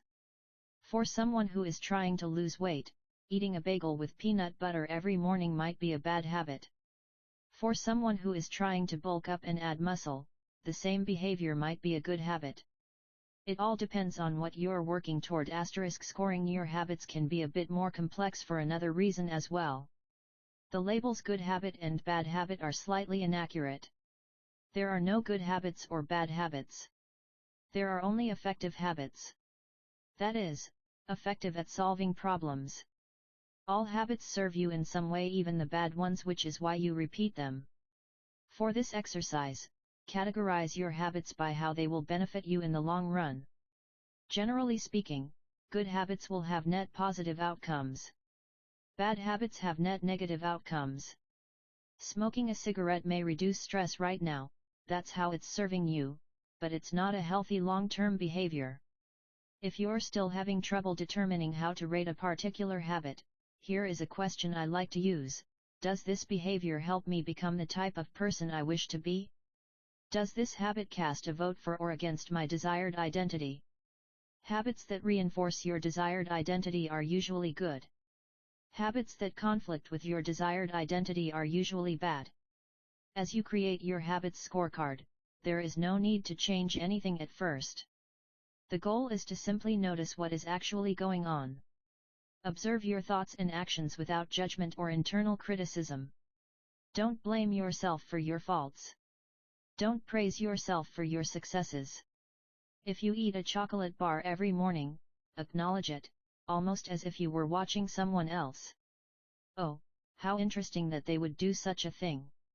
If you binge eat, simply notice that you are eating more calories than you should.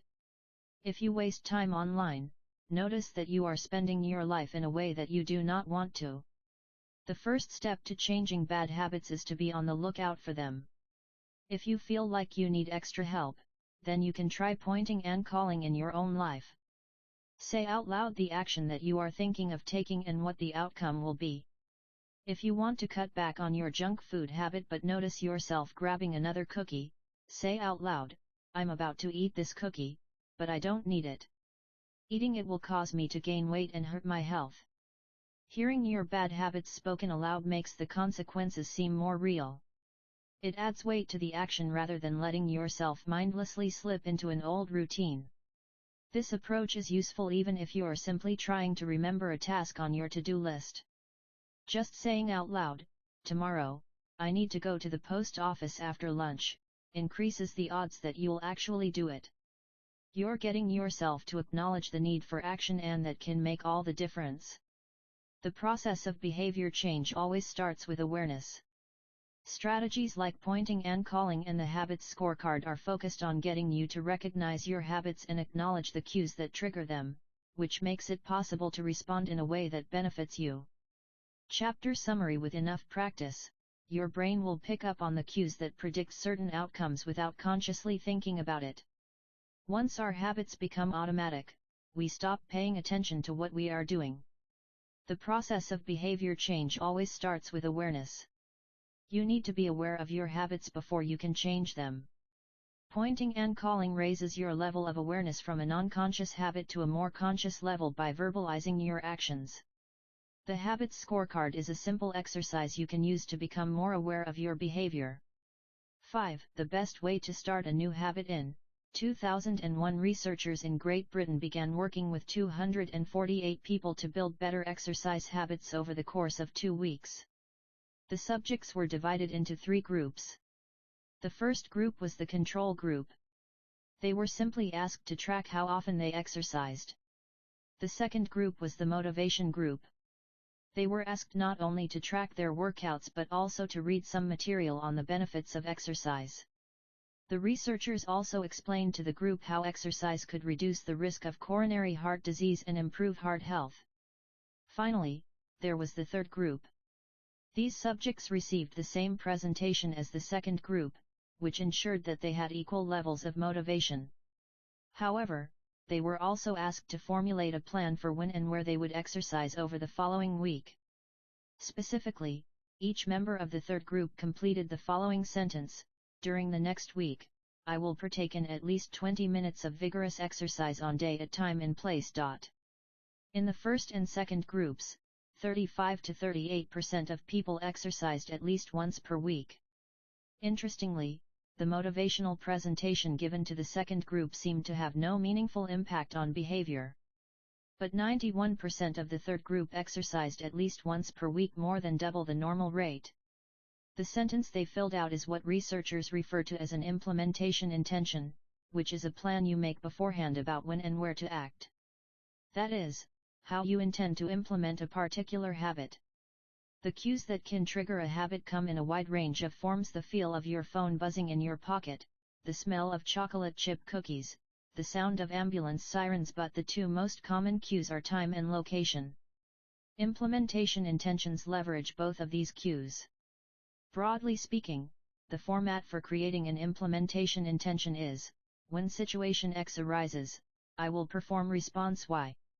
Hundreds of studies have shown that implementation intentions are effective for sticking to our goals, whether it's writing down the exact time and date of when you will get a flu shot or recording the time of your colonoscopy appointment.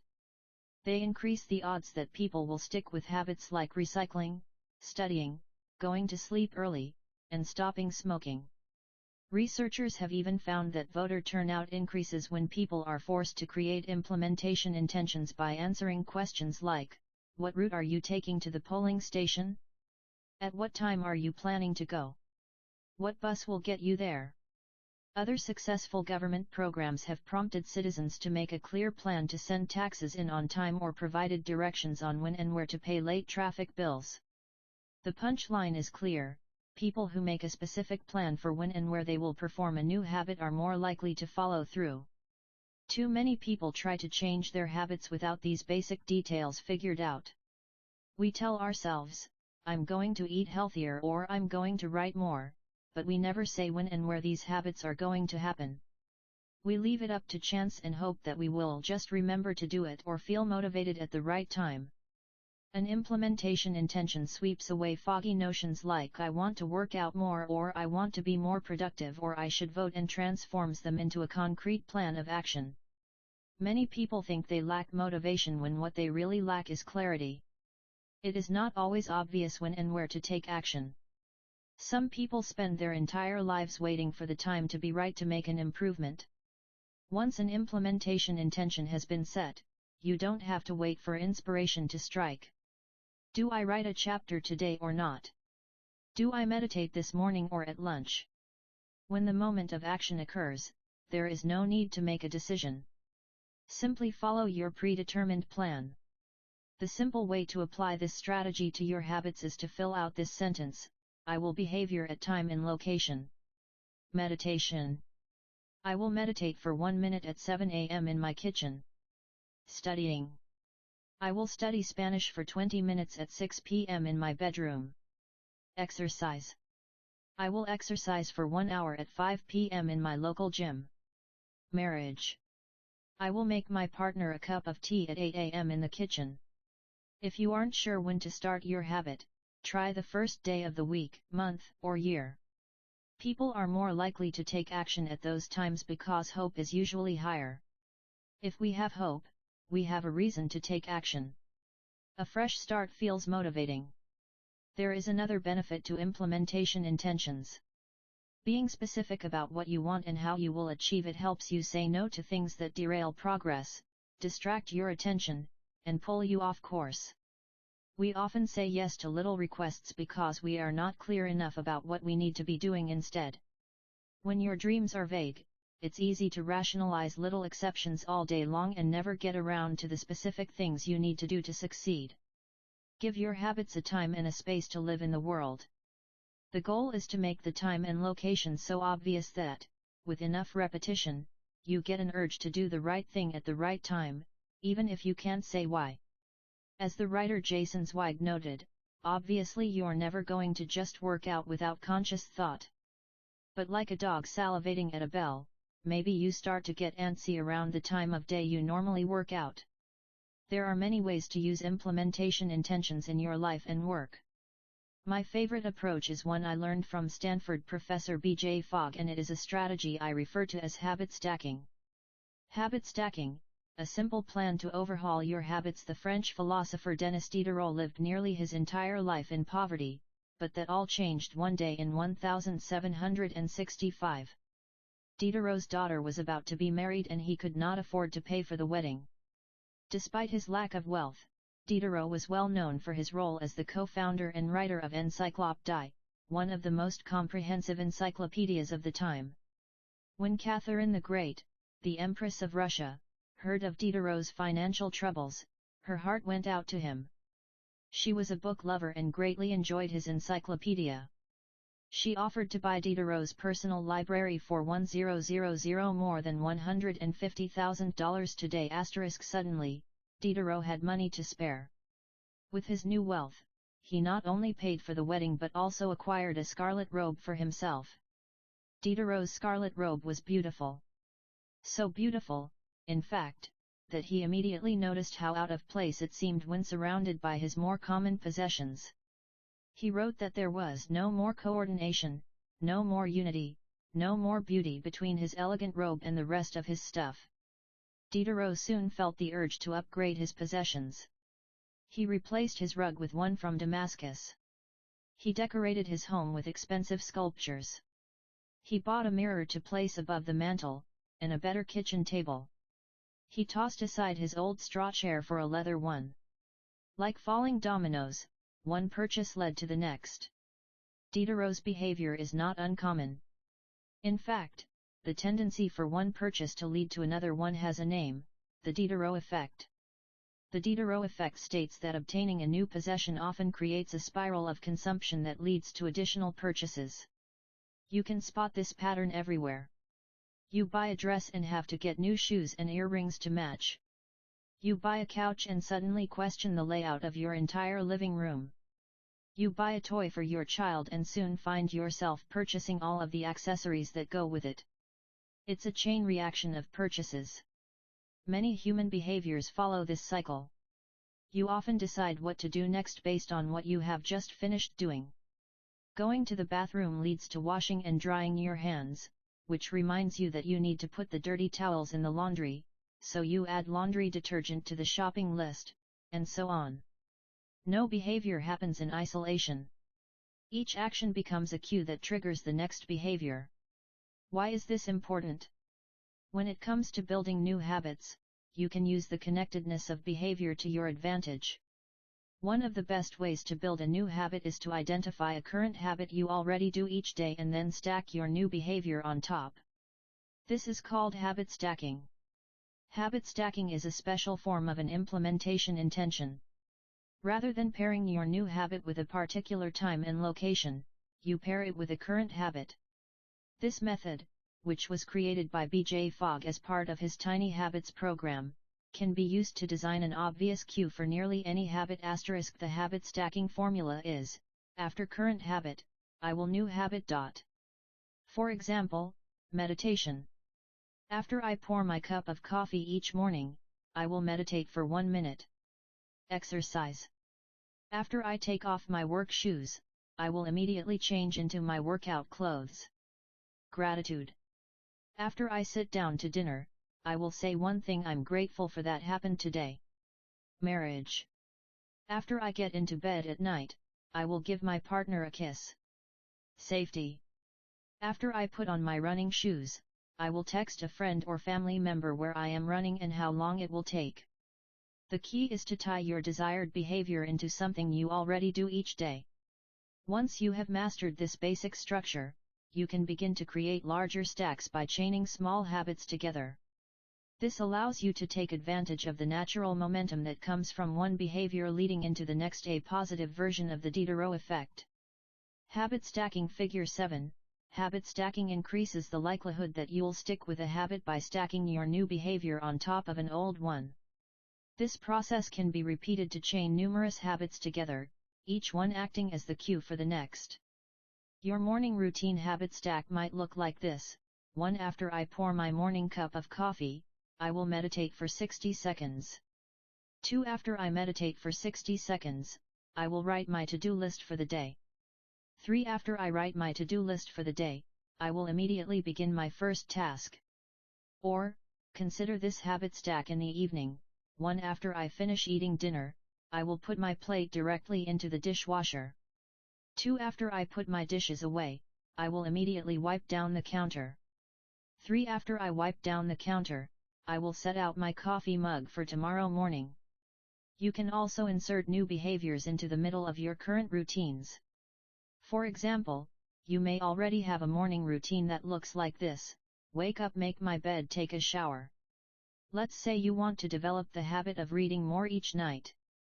You can expand your habit stack and try something like: wake up, make my bed, place a book on my pillow, take a shower.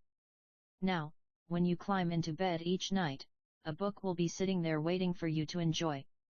Overall, habit stacking allows you to create a set of simple rules that guide your future behavior. It's like you always have a game plan for which action should come next. Once you get comfortable with this approach, you can develop general habit stacks to guide you whenever the situation is appropriate. Exercise. When I see a set of stairs, I will take them instead of using the elevator. Social skills. When I walk into a party, I will introduce myself to someone I don't know yet. Finances. When I want to buy something over $100, I will wait 24 hours before purchasing. Healthy eating.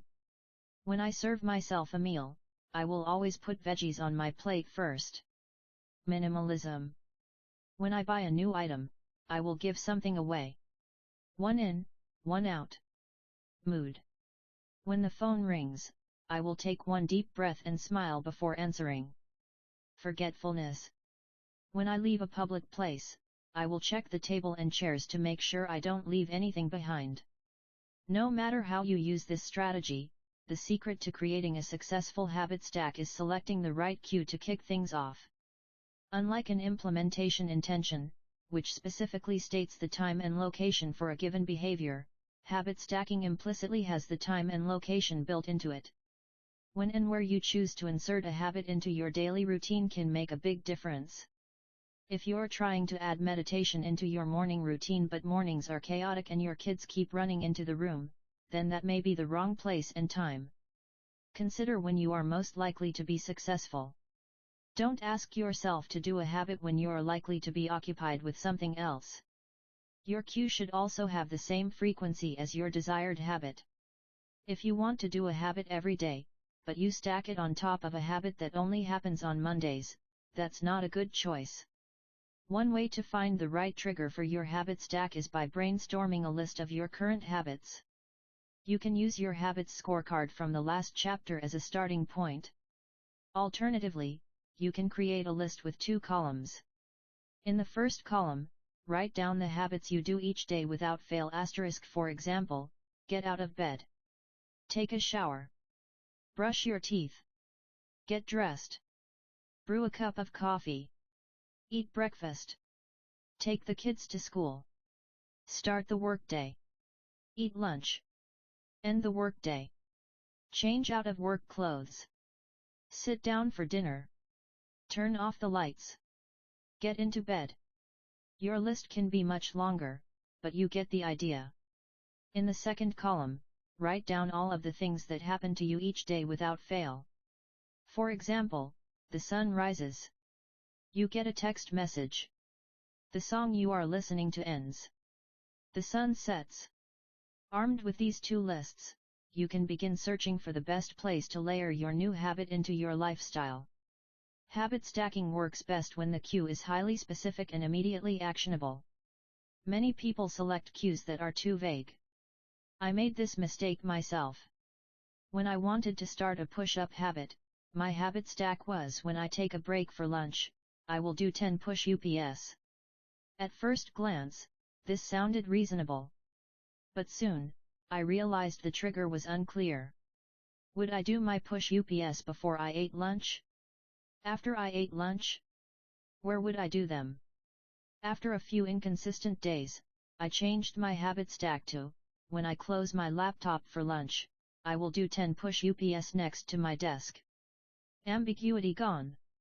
Habits like read more or eat better are worthy causes, but these goals do not provide instruction on how and when to act. Be specific and clear. After I close the door. After I brush my teeth. After I sit down at the table. The specificity is important. The more tightly bound your new habit is to a specific cue, the better the odds are that you will notice when the time comes to act. The first law of behavior change is to make it obvious. Strategies like implementation intentions and habit stacking are among the most practical ways to create obvious cues for your habits and design a clear plan for when and where to take action. Chapter Summary. The first law of behavior change is make it obvious. The 2 most common cues are time and location. Creating an implementation intention is a strategy you can use to pair a new habit with a specific time and location. The implementation intention formula is, I will behavior at time and location. Habit stacking is a strategy you can use to pair a new habit with a current habit. The habit stacking formula is, after current habit, I will new habit. 6. Motivation is overrated. Environment often matters more. NANET. Horndyke, a primary care physician at Massachusetts General Hospital in Boston, had a crazy idea. She believed she could improve the eating habits of thousands of hospital staff and visitors without changing their willpower or motivation in the slightest way. In fact, she didn't plan on talking to them at all. Thorndike and her colleagues designed a 6-month study to alter the choice architecture of the hospital cafeteria. They started by changing how drinks were arranged in the room. Originally, the refrigerators located next to the cash registers in the cafeteria were filled with only soda. The researchers added water as an option to each one. Additionally, they placed baskets of bottled water next to the food stations throughout the room. Soda was still in the primary refrigerators, but water was now available at all drink locations. Over the next 3 months, the number of soda sales at the hospital dropped by 11.4%. Meanwhile, sales of bottled water increased by 25.8%. They made similar adjustments and saw similar results with the food in the cafeteria. Nobody had said a word to anyone eating there. Before-after figure 8, here is a representation of what the cafeteria looked like before the environment design changes were made, left, and after, right. The shaded boxes indicate areas where bottled water was available in each instance. Because the amount of water in the environment was increased, behavior shifted naturally and without additional motivation. People often choose products not because of what they are, but because of where they are. If I walk into the kitchen and see a plate of cookies on the counter, I'll pick up half a dozen and start eating, even if I hadn't been thinking about them beforehand and didn't necessarily feel hungry. If the communal table at the office is always filled with donuts and bagels, it's going to be hard not to grab one every now and then. Your habits change depending on the room you are in and the cues in front of you. Environment is the invisible hand that shapes human behavior. Despite our unique personalities, certain behaviors tend to arise again and again under certain environmental conditions. In church, people tend to talk in whispers. On a dark street, people act wary and guarded. In this way, the most common form of change is not internal, but external. We are changed by the world around us. Every habit is context-dependent. In 1936, psychologist Kurt Lewin wrote a simple equation that makes a powerful statement: behavior is a function of the person in their environment, or B equals F, PE. It didn't take long for Lewin's equation to be tested in business.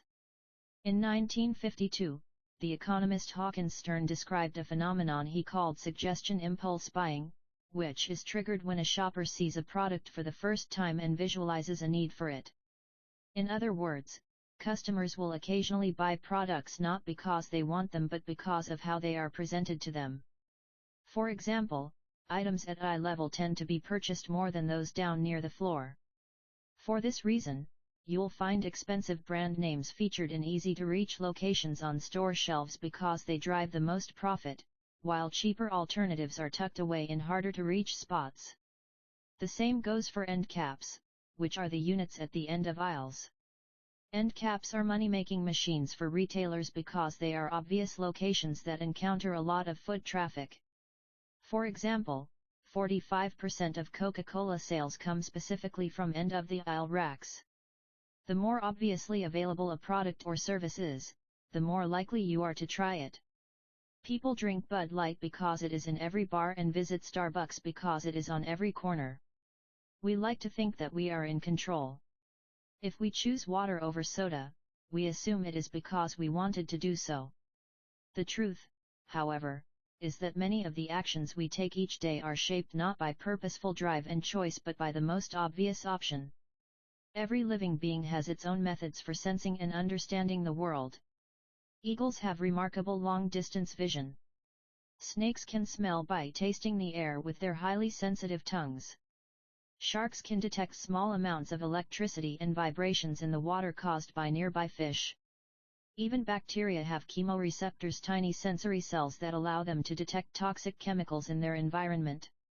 In humans, perception is directed by the sensory nervous system. We perceive the world through sight, sound, smell, touch, and taste.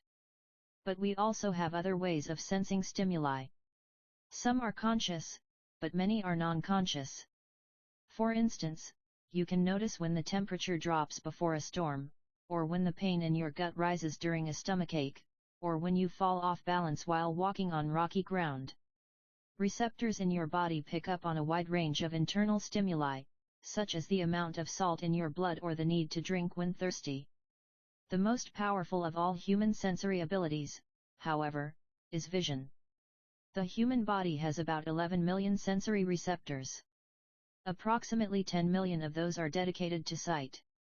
Some experts estimate that half of the brain's resources are used on vision. Given that we are more dependent on vision than on any other sense, it should come as no surprise that visual cues are the greatest catalyst of our behavior. For this reason, a small change in what you see can lead to a big shift in what you do. As a result, you can imagine how important it is to live and work in environments that are filled with productive cues and devoid of unproductive ones. Thankfully, there is good news in this respect. You don't have to be the victim of your environment. You can also be the architect of it. How to design your environment for success during the energy crisis and oil embargo of the 1970s, Dutch researchers began to pay close attention to the country's energy usage. In one suburb near Amsterdam, they found that some homeowners used 30% less energy than their neighbors despite the homes being of similar size and getting electricity for the same price. It turned out the houses in this neighborhood were nearly identical except for one feature, the location of the electrical meter. Some had one in the basement. Others had the electrical meter upstairs in the main hallway. As you may guess, the homes with the meters located in the main hallway used less electricity. When their energy use was obvious and easy to track, people changed their behavior. Every habit is initiated by a cue, and we are more likely to notice cues that stand out. Unfortunately, the environments where we live and work often make it easy not to do certain actions because there is no obvious cue to trigger the behavior. It's easy not to practice the guitar when it's tucked away in the closet. It's easy not to read a book when the bookshelf is in the corner of the guest room. It's easy not to take your vitamins when they are out of sight in the pantry. When the cues that spark a habit are subtle or hidden, they are easy to ignore. By comparison, creating obvious visual cues can draw your attention toward a desired habit. In the early 1990s, the cleaning staff at Schiphol Airport in Amsterdam installed a small sticker that looked like a fly near the center of each urinal. Apparently, when men stepped up to the urinals, they aimed for what they thought was a bug. The stickers improved their aim and significantly reduced spillage around the urinals. Further analysis determined that the stickers cut bathroom cleaning costs by 8% per year. I've experienced the power of obvious cues in my own life. I used to buy apples from the store, put them in the crisper in the bottom of the refrigerator, and forget all about them. By the time I remembered, the apples would have gone bad. I never saw them, so I never ate them. Eventually, I took my own advice and redesigned my environment. I bought a large display bowl and placed it in the middle of the kitchen counter. The next time I bought apples, that was where they went out in the open where I could see them. Almost like magic, I began eating a few apples each day simply because they were obvious rather than out of sight. Here are a few ways you can redesign your environment and make the cues for your preferred habits more obvious. If you want to remember to take your medication each night, put your pill bottle directly next to the faucet on the bathroom counter. If you want to practice guitar more frequently, place your guitar stand in the middle of the living room. If you want to remember to send more thank you notes, keep a stack of stationery on your desk.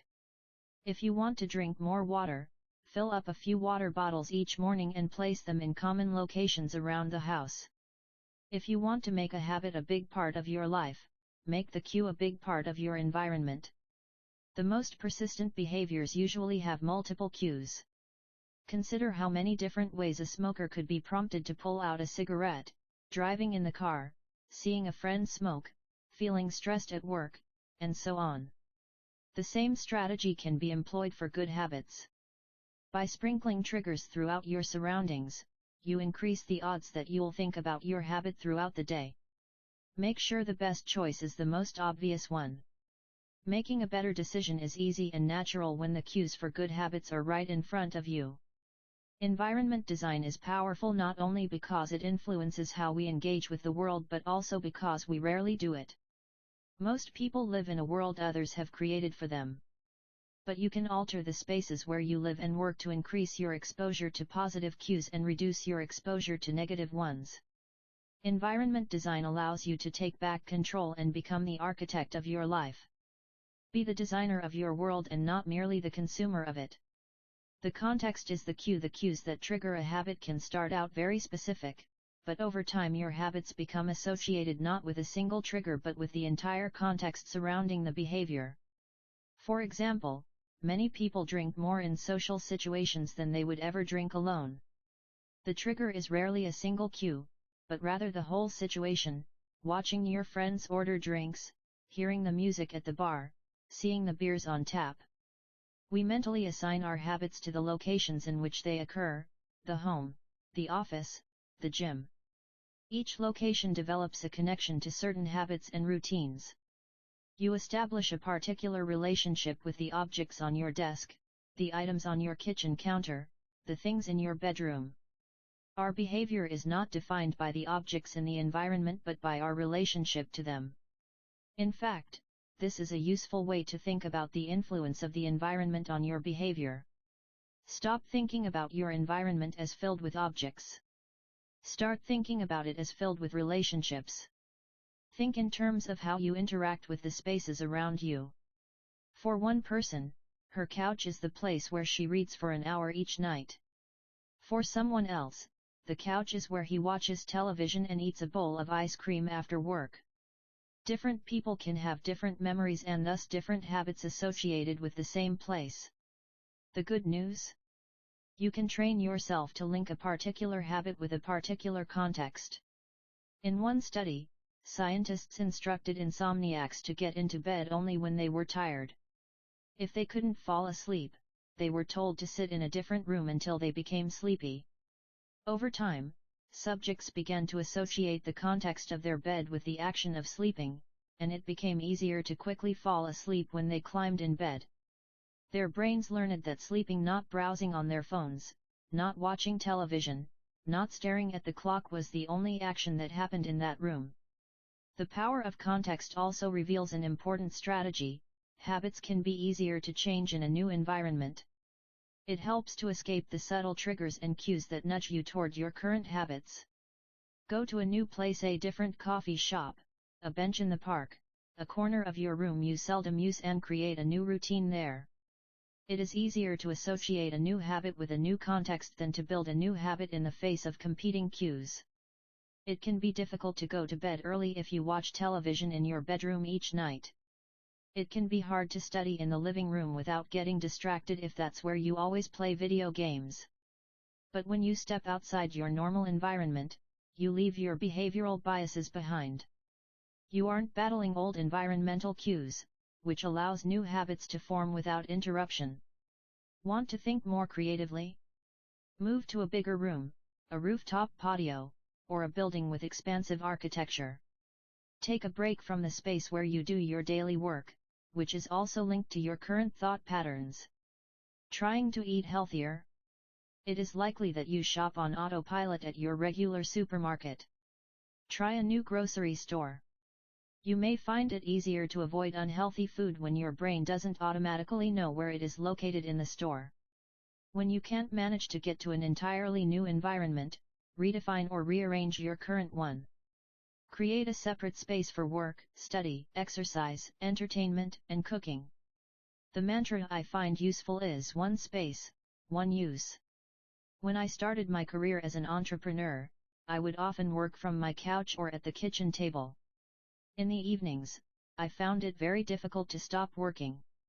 There was no clear division between the end of work time and the beginning of personal time. Was the kitchen table my office or the space where I ate meals? Was the couch where I relaxed or where I sent emails? Everything happened in the same place. A few years later, I could finally afford to move to a home with a separate room for my office. Suddenly, work was something that happened in here and personal life was something that happened out there. It was easier for me to turn off the professional side of my brain when there was a clear dividing line between work life and home life. Each room had one primary use. The kitchen was for cooking. The office was for working. Whenever possible, avoid mixing the context of one habit with another. When you start mixing contexts, you'll start mixing habits and the easier ones will usually win out. This is one reason why the versatility of modern technology is both a strength and a weakness. You can use your phone for all sorts of tasks, which makes it a powerful device. But when you can use your phone to do nearly anything, it becomes hard to associate it with one task. You want to be productive, but you're also conditioned to browse social media, check email, and play video games whenever you open your phone. It's a mishmash of cues. You may be thinking, you don't understand. I live in New York City. My apartment is the size of a smartphone. I need each room to play multiple roles. Fair enough. If your space is limited, divide your room into activity zones: a chair for reading, a desk for writing, a table for eating. You can do the same with your digital spaces. I know a writer who uses his computer only for writing, his tablet only for reading, and his phone only for social media and texting. Every habit should have a home. If you can manage to stick with this strategy, each context will become associated with a particular habit and mode of thought. Habits thrive under predictable circumstances like these. Focus comes automatically when you are sitting at your work desk. Relaxation is easier when you are in a space designed for that purpose. Sleep comes quickly when it is the only thing that happens in your bedroom.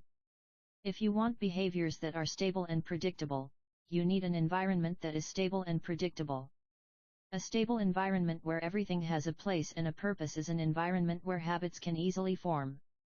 Chapter summary: small changes in context can lead to large changes in behavior over time.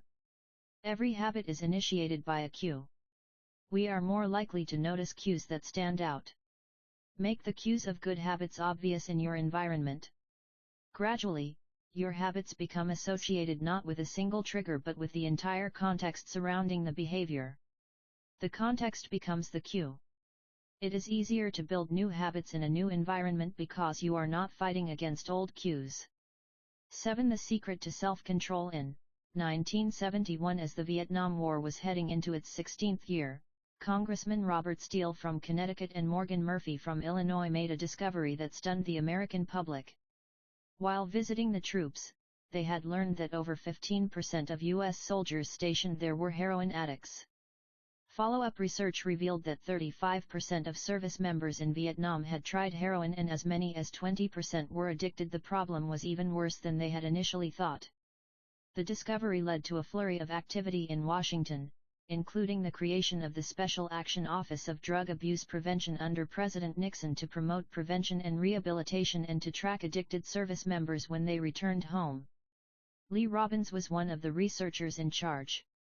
In a finding that completely upended the accepted beliefs about addiction, Robbins found that when soldiers who had been heroin users returned home, only 5% of them became re-addicted within a year, and just 12% relapsed within 3 years.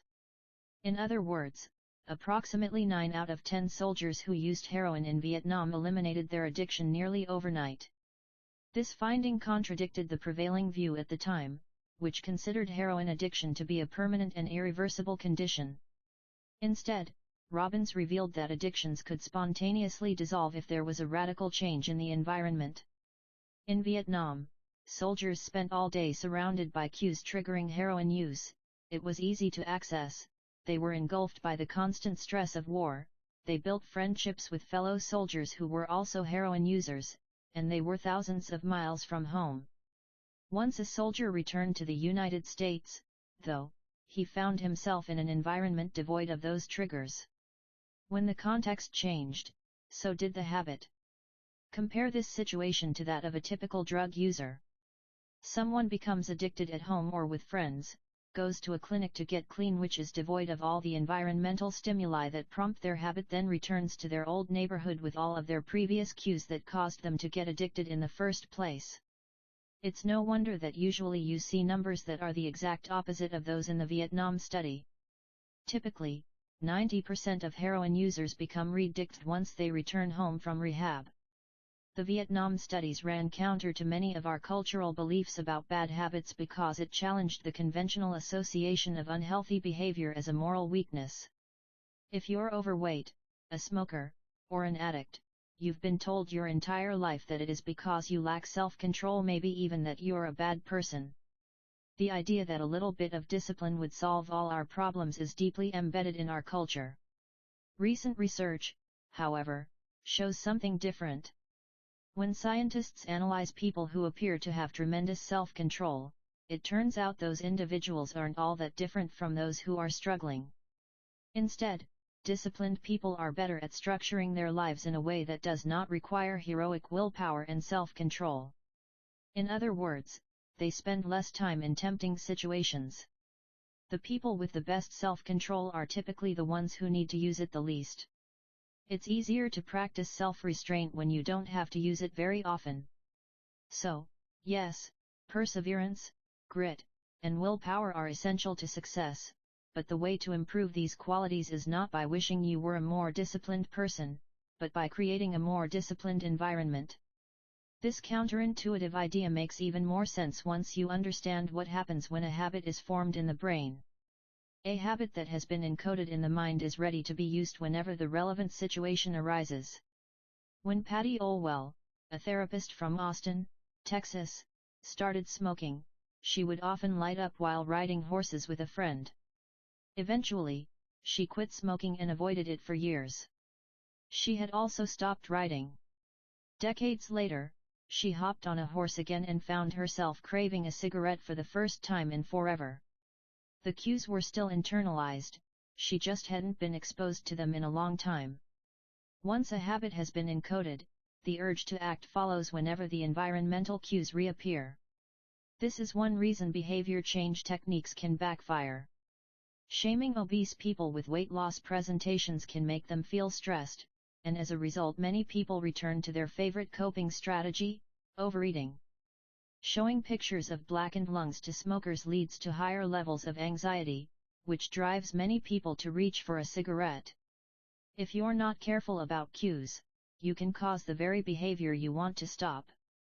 Bad habits are autocatalytic, the process feeds itself.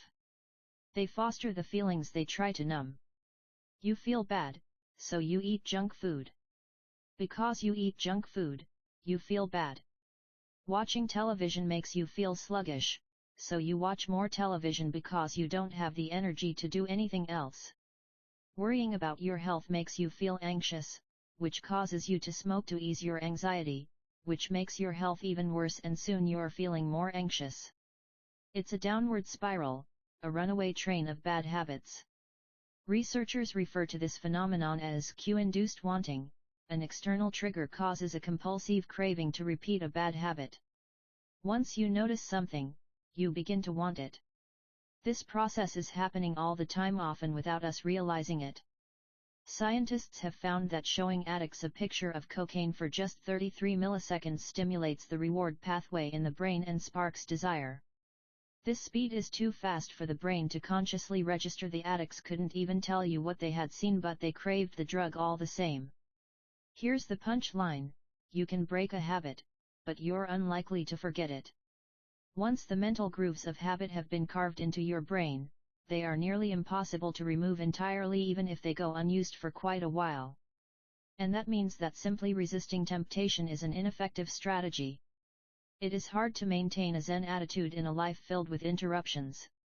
It takes too much energy. In the short run, you can choose to overpower temptation. In the long run, we become a product of the environment that we live in. To put it bluntly, I have never seen someone consistently stick to positive habits in a negative environment. A more reliable approach is to cut bad habits off at the source. One of the most practical ways to eliminate a bad habit is to reduce exposure to the cue that causes it. If you can't seem to get any work done, leave your phone in another room for a few hours. If you're continually feeling like you're not enough, stop following social media accounts that trigger jealousy and envy. If you're wasting too much time watching television, move the TV out of the bedroom. If you're spending too much money on electronics, quit reading reviews of the latest tech gear. If you're playing too many video games, unplug the console and put it in a closet after each use. This practice is an inversion of the first law of behavior change. Rather than make it obvious, you can make it invisible. I'm often surprised by how effective simple changes like these can be. Remove a single cue and the entire habit often fades away. Self-control is a short-term strategy, not a long-term one. You may be able to resist temptation once or twice, but it's unlikely you can muster the willpower to override your desires every time. Instead of summoning a new dose of willpower whenever you want to do the right thing, your energy would be better spent optimizing your environment. This is the secret to self-control. Make the cues of your good habits obvious and the cues of your bad habits invisible. Chapter Summary: The inversion of the first law of behavior change is make it invisible. Once a habit is formed, it is unlikely to be forgotten. People with high self-control tend to spend less time in tempting situations. It's easier to avoid temptation than resist it. One of the most practical ways to eliminate a bad habit is to reduce exposure to the cue that causes it. Self-control is a short-term strategy, not a long-term one. How to create a good habit. The first law, make it obvious. 1.1, fill out the habits scorecard. Write down your current habits to become aware of them. 1.2, use implementation intentions, I will behavior at time in location. 1.3, use habit stacking, after current habit, I will new habit. 1.4, design your environment. Make the cues of good habits obvious and visible. The second law, make it attractive. The third law, make it easy. The fourth law, make it satisfying. How to break a bad habit. Inversion of the first law, make it invisible. 1.5, reduce exposure. Remove the cues of your bad habits from your environment. Inversion of the second law, make it unattractive. Inversion of the third law, make it difficult. Inversion of the fourth law, make it unsatisfying. You can download a printable version of this habits cheat sheet at atomichabits.com/cheats. The second law, make it attractive. 8. How to make a habit irresistible. In the 1940s, a Dutch scientist named Nico Tinbergen performed a series of experiments that transformed our understanding of what motivates us. Tinbergen, who eventually won a Nobel Prize for his work, was investigating herring gulls, the gray and white birds often seen flying along the seashores of North America. Adult herring gulls have a small red dot on their beak, and Tinbergen noticed that newly hatched chicks would peck this spot whenever they wanted food. To begin one experiment, he created a collection of fake cardboard beaks, just a head without a body. When the parents had flown away, he went over to the nest and offered these dummy beaks to the chicks. The beaks were obvious fakes, and he assumed the baby birds would reject them altogether. However, when the tiny gulls saw the red spot on the cardboard beak, they pecked away just as if it were attached to their own mother. They had a clear preference for those red spots, as if they had been genetically programmed at birth. Soon Tinbergen discovered that the bigger the red spot, the faster the chicks pecked. Eventually, he created a beak with 3 large red dots on it. When he placed it over the nest, the baby birds went crazy with delight. They pecked at the little red patches as if it was the greatest beak they had ever seen. Tinbergen and his colleagues discovered similar behavior in other animals. For example, the gray-lag goose is a ground nesting bird. Occasionally, as the mother moves around on the nest, one of the eggs will roll out and settle on the grass nearby. Whenever this happens, the goose will waddle over to the egg and use its beak and neck to pull it back into the nest. Tinbergen discovered that the goose will pull any nearby round object, such as a billiard ball or a light bulb, back into the nest. The bigger the object, the greater their response. One goose even made a tremendous effort to roll a volleyball back and sit on top. Like the baby gulls automatically pecking at red dots, the gray-lag goose was following an instinctive rule: when I see a round object nearby, I must roll it back into the nest. The bigger the round object, the harder I should try to get it. It's like the brain of each animal is preloaded with certain rules for behavior, and when it comes across an exaggerated version of that rule, it lights up like a Christmas tree. Scientists refer to these exaggerated cues as supernormal stimuli.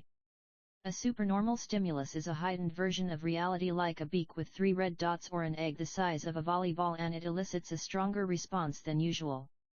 Humans are also prone to fall for exaggerated versions of reality. Junk food, for example, drives our reward systems into a frenzy. After spending hundreds of thousands of years hunting and foraging for food in the wild, the human brain has evolved to place a high value on salt, sugar, and fat.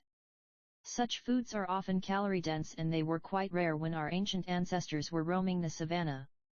When you don't know where your next meal is coming from, eating as much as possible is an excellent strategy for survival.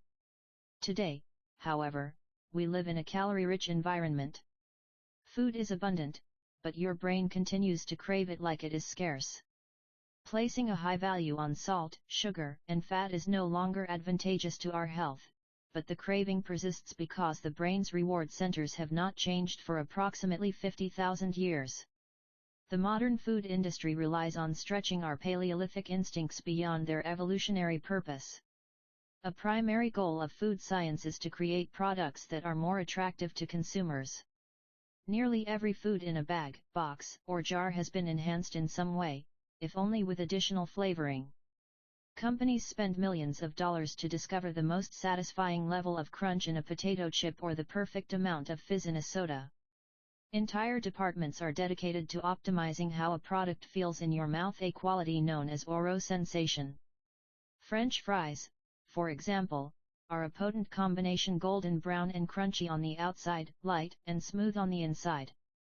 Other processed foods enhance dynamic contrast, which refers to items with a combination of sensations, like crunchy and creamy.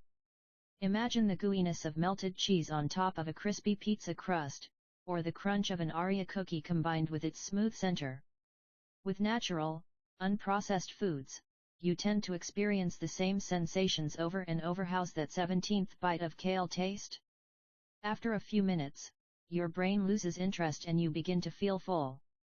But foods that are high in dynamic contrast keep the experience novel and interesting, encouraging you to eat more.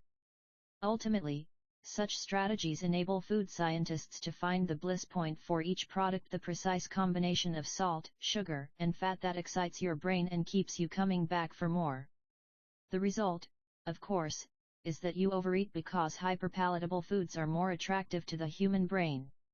As Stefan Guyanet, a neuroscientist who specializes in eating behavior and obesity, says, "We've gotten too good at pushing our own buttons."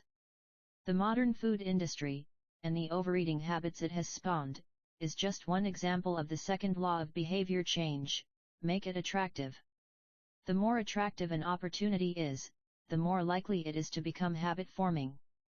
Look around. Society is filled with highly engineered versions of reality that are more attractive than the world our ancestors evolved in. Stores feature mannequins with exaggerated hips and breasts to sell clothes. Social media delivers more likes and praise in a few minutes than we could ever get in the office or at home. Online porn splices together stimulating scenes at a rate that would be impossible to replicate in real life.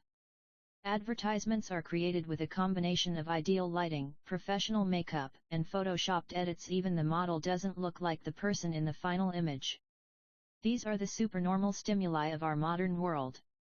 They exaggerate features that are naturally attractive to us, and our instincts go wild as a result, driving us into excessive shopping habits, social media habits, porn habits, eating habits, and many others. If history serves as a guide, the opportunities of the future will be more attractive than those of today. The trend is for rewards to become more concentrated and stimuli to become more enticing. Junk food is a more concentrated form of calories than natural foods. Hard liquor is a more concentrated form of alcohol than beer. Video games are a more concentrated form of play than board games. Compared to nature, these pleasure-packed experiences are hard to resist. We have the brains of our ancestors but temptations they never had to face. If you want to increase the odds that a behavior will occur, then you need to make it attractive.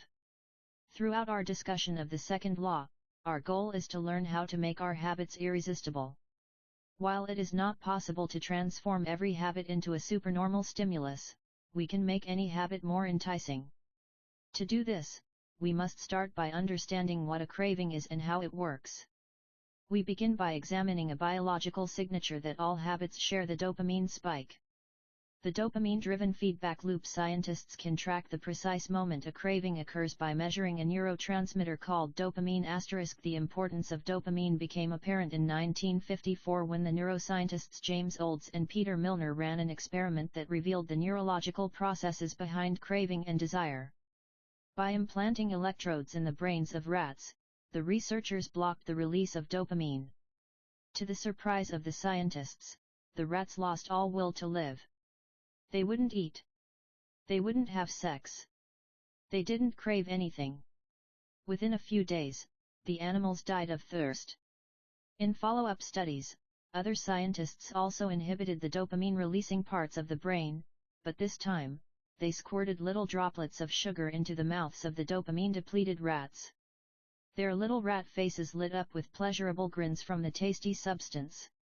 Even though dopamine was blocked, they liked the sugar just as much as before, they just didn't want it anymore. The ability to experience pleasure remained, but without dopamine, desire died. And without desire, action stopped. When other researchers reversed this process and flooded the reward system of the brain with dopamine, animals performed habits at breakneck speed. In one study, mice received a powerful hit of dopamine each time they poked their nose in a box. Within minutes, the mice developed a craving so strong they began poking their nose into the box 800 times per hour.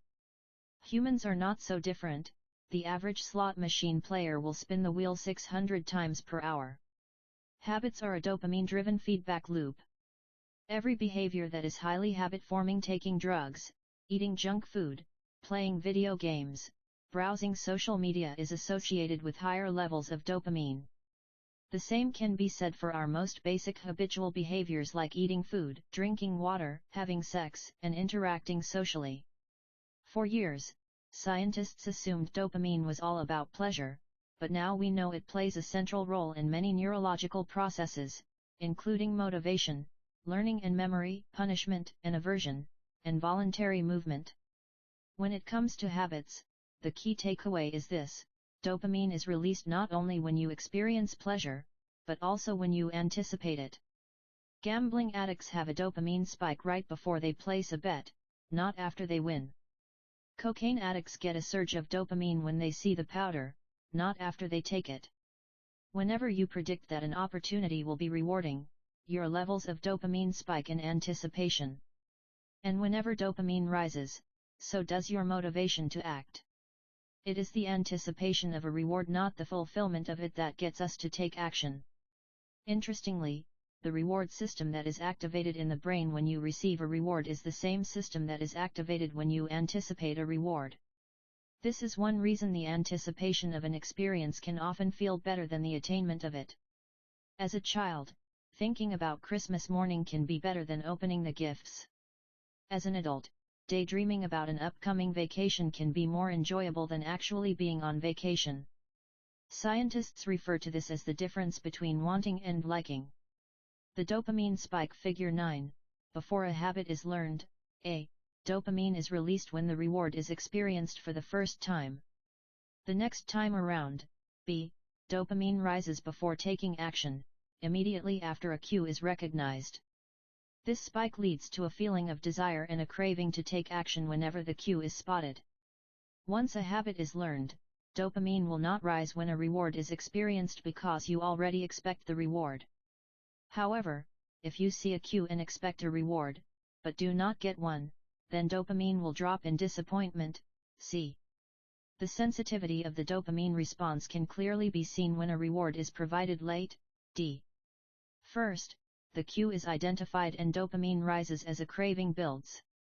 Next, a response is taken but the reward does not come as quickly as expected and dopamine begins to drop. Finally, when the reward comes a little later than you had hoped, dopamine spikes again.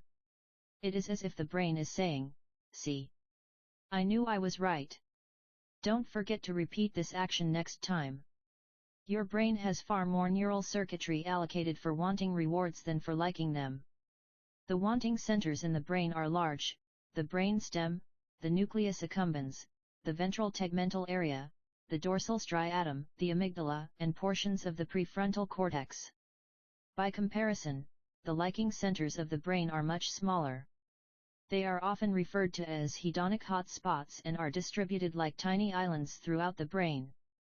For instance, researchers have found that 100% of the nucleus accumbens is activated during wanting. Meanwhile, only 10% of the structure is activated during liking.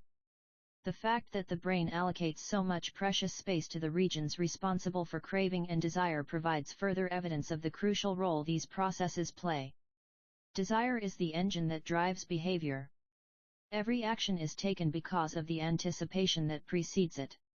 It is the craving that leads to the response. These insights reveal the importance of the second law of behavior change. We need to make our habits attractive because it is the expectation of a rewarding experience that motivates us to act in the first place. This is where a strategy known as temptation bundling comes into play. How to use temptation bundling to make your habits more attractive. Ronan Byrne, an electrical engineering student in Dublin, Ireland, enjoyed watching Netflix, but he also knew that he should exercise more often than he did. Putting his engineering skills to use, Byrne hacked his stationary bike and connected it to his laptop and television. Then he wrote a computer program that would allow Netflix to run only if he was cycling at a certain speed. If he slowed down for too long, whatever show he was watching would pause until he started pedaling again. He was, in the words of one fan, eliminating obesity one Netflix binge at a time. He was also employing temptation bundling to make his exercise habit more attractive. Temptation bundling works by linking an action you want to do with an action you need to do. In Byrne's case, he bundled watching Netflix, the thing he wanted to do, with riding his stationary bike, the thing he needed to do. Businesses are masters at temptation bundling. For instance, when the American Broadcasting Company, more commonly known as ABC, launched its Thursday night television lineup for the 2014 to 2015 season, they promoted temptation bundling on a massive scale. Every Thursday, the company would air 3 shows created by screenwriters Shonda Rhimes: Grey's Anatomy, Scandal, and How to Get Away with Murder. They branded it as TGIT on ABC. TGIT stands for Thank God It's Thursday. In addition to promoting the shows, ABC encouraged viewers to make popcorn, drink red wine, and enjoy the evening. Andrew Kubitz, head of scheduling for ABC, described the idea behind the campaign. We see Thursday night as a viewership opportunity, with either couples or women by themselves who want to sit down and escape and have fun and drink their red wine and have some popcorn. The brilliance of this strategy is that ABC was associating the thing they needed viewers to do, watch their shows, with activities their viewers already wanted to do, relax, drink wine, and eat popcorn. Over time, people began to connect watching ABC with feeling relaxed and entertained. If you drink red wine and eat popcorn at 8 p.m. every Thursday, then eventually 8 p.m. on Thursday means relaxation and entertainment. The reward gets associated with the cue, and the habit of turning on the television becomes more attractive. You're more likely to find a behavior attractive if you get to do one of your favorite things at the same time. Perhaps you want to hear about the latest celebrity gossip, but you need to get in shape. Using temptation bundling, you could only read the tabloids and watch reality shows at the gym. Maybe you want to get a pedicure, but you need to clean out your email inbox. Solution: only get a pedicure while processing overdue work emails. Temptation bundling is one way to apply a psychology theory known as Premack's principle. Named after the work of Professor David Premack, the principle states that more probable behaviors will reinforce less probable behaviors. In other words, even if you don't really want to process overdue work emails, you'll become conditioned to do it if it means you get to do something you really want to do along the way. You can even combine temptation bundling with the habit stacking strategy we discussed in Chapter 5 to create a set of rules to guide your behavior. The habit stacking and temptation bundling formula is: 1 after current habit, I will habit I need. 2 after habit I need, I will habit I want. If you want to read the news, but you need to express more gratitude, 1 after I get my morning coffee, I will say one thing I'm grateful for that happened yesterday, need. 2 after I say one thing I'm grateful for, I will read the news, want. If you want to watch sports, but you need to make sales calls, 1 after I get back from my lunch break, I will call 3 potential clients, need. 2 after I call 3 potential clients, I will check ESPN, want. If you want to check Facebook, but you need to exercise more, 1 after I pull out my phone, I will do 10 burpees, need. 2 after I do 10 burpees, I will check Facebook, want. The hope is that eventually you'll look forward to calling 3 clients or doing 10 burpees because it means you get to read the latest sports news or check Facebook. Doing the thing you need to do means you get to do the thing you want to do. We began this chapter by discussing supernormal stimuli, which are heightened versions of reality that increase our desire to take action. Temptation bundling is one way to create a heightened version of any habit by connecting it with something you already want. Engineering a truly irresistible habit is a hard task, but this simple strategy can be employed to make nearly any habit more attractive than it would be otherwise. Chapter Summary: The second law of behavior change is make it attractive. The more attractive an opportunity is, the more likely it is to become habit-forming. Habits are a dopamine-driven feedback loop. When dopamine rises, so does our motivation to act. It is the anticipation of a reward, not the fulfillment of it, that gets us to take action. The greater the anticipation, the greater the dopamine spike. Temptation bundling is one way to make your habits more attractive. The strategy is to pair an action you want to do with an action you need to do. 9. The role of family and friends in shaping your habits. In 1965, a Hungarian man named Laszlo Polgar wrote a series of strange letters to a woman named Clara. Laszlo was a firm believer in hard work. In fact, it was all he believed in. He completely rejected the idea of innate talent. He claimed that with deliberate practice and the development of good habits, a child could become a genius in any field. His mantra was, "A genius is not born, but is educated and trained." Laszlo believed in this idea so strongly that he wanted to test it with his own children, and he was writing to Clara because he needed a wife willing to jump on board.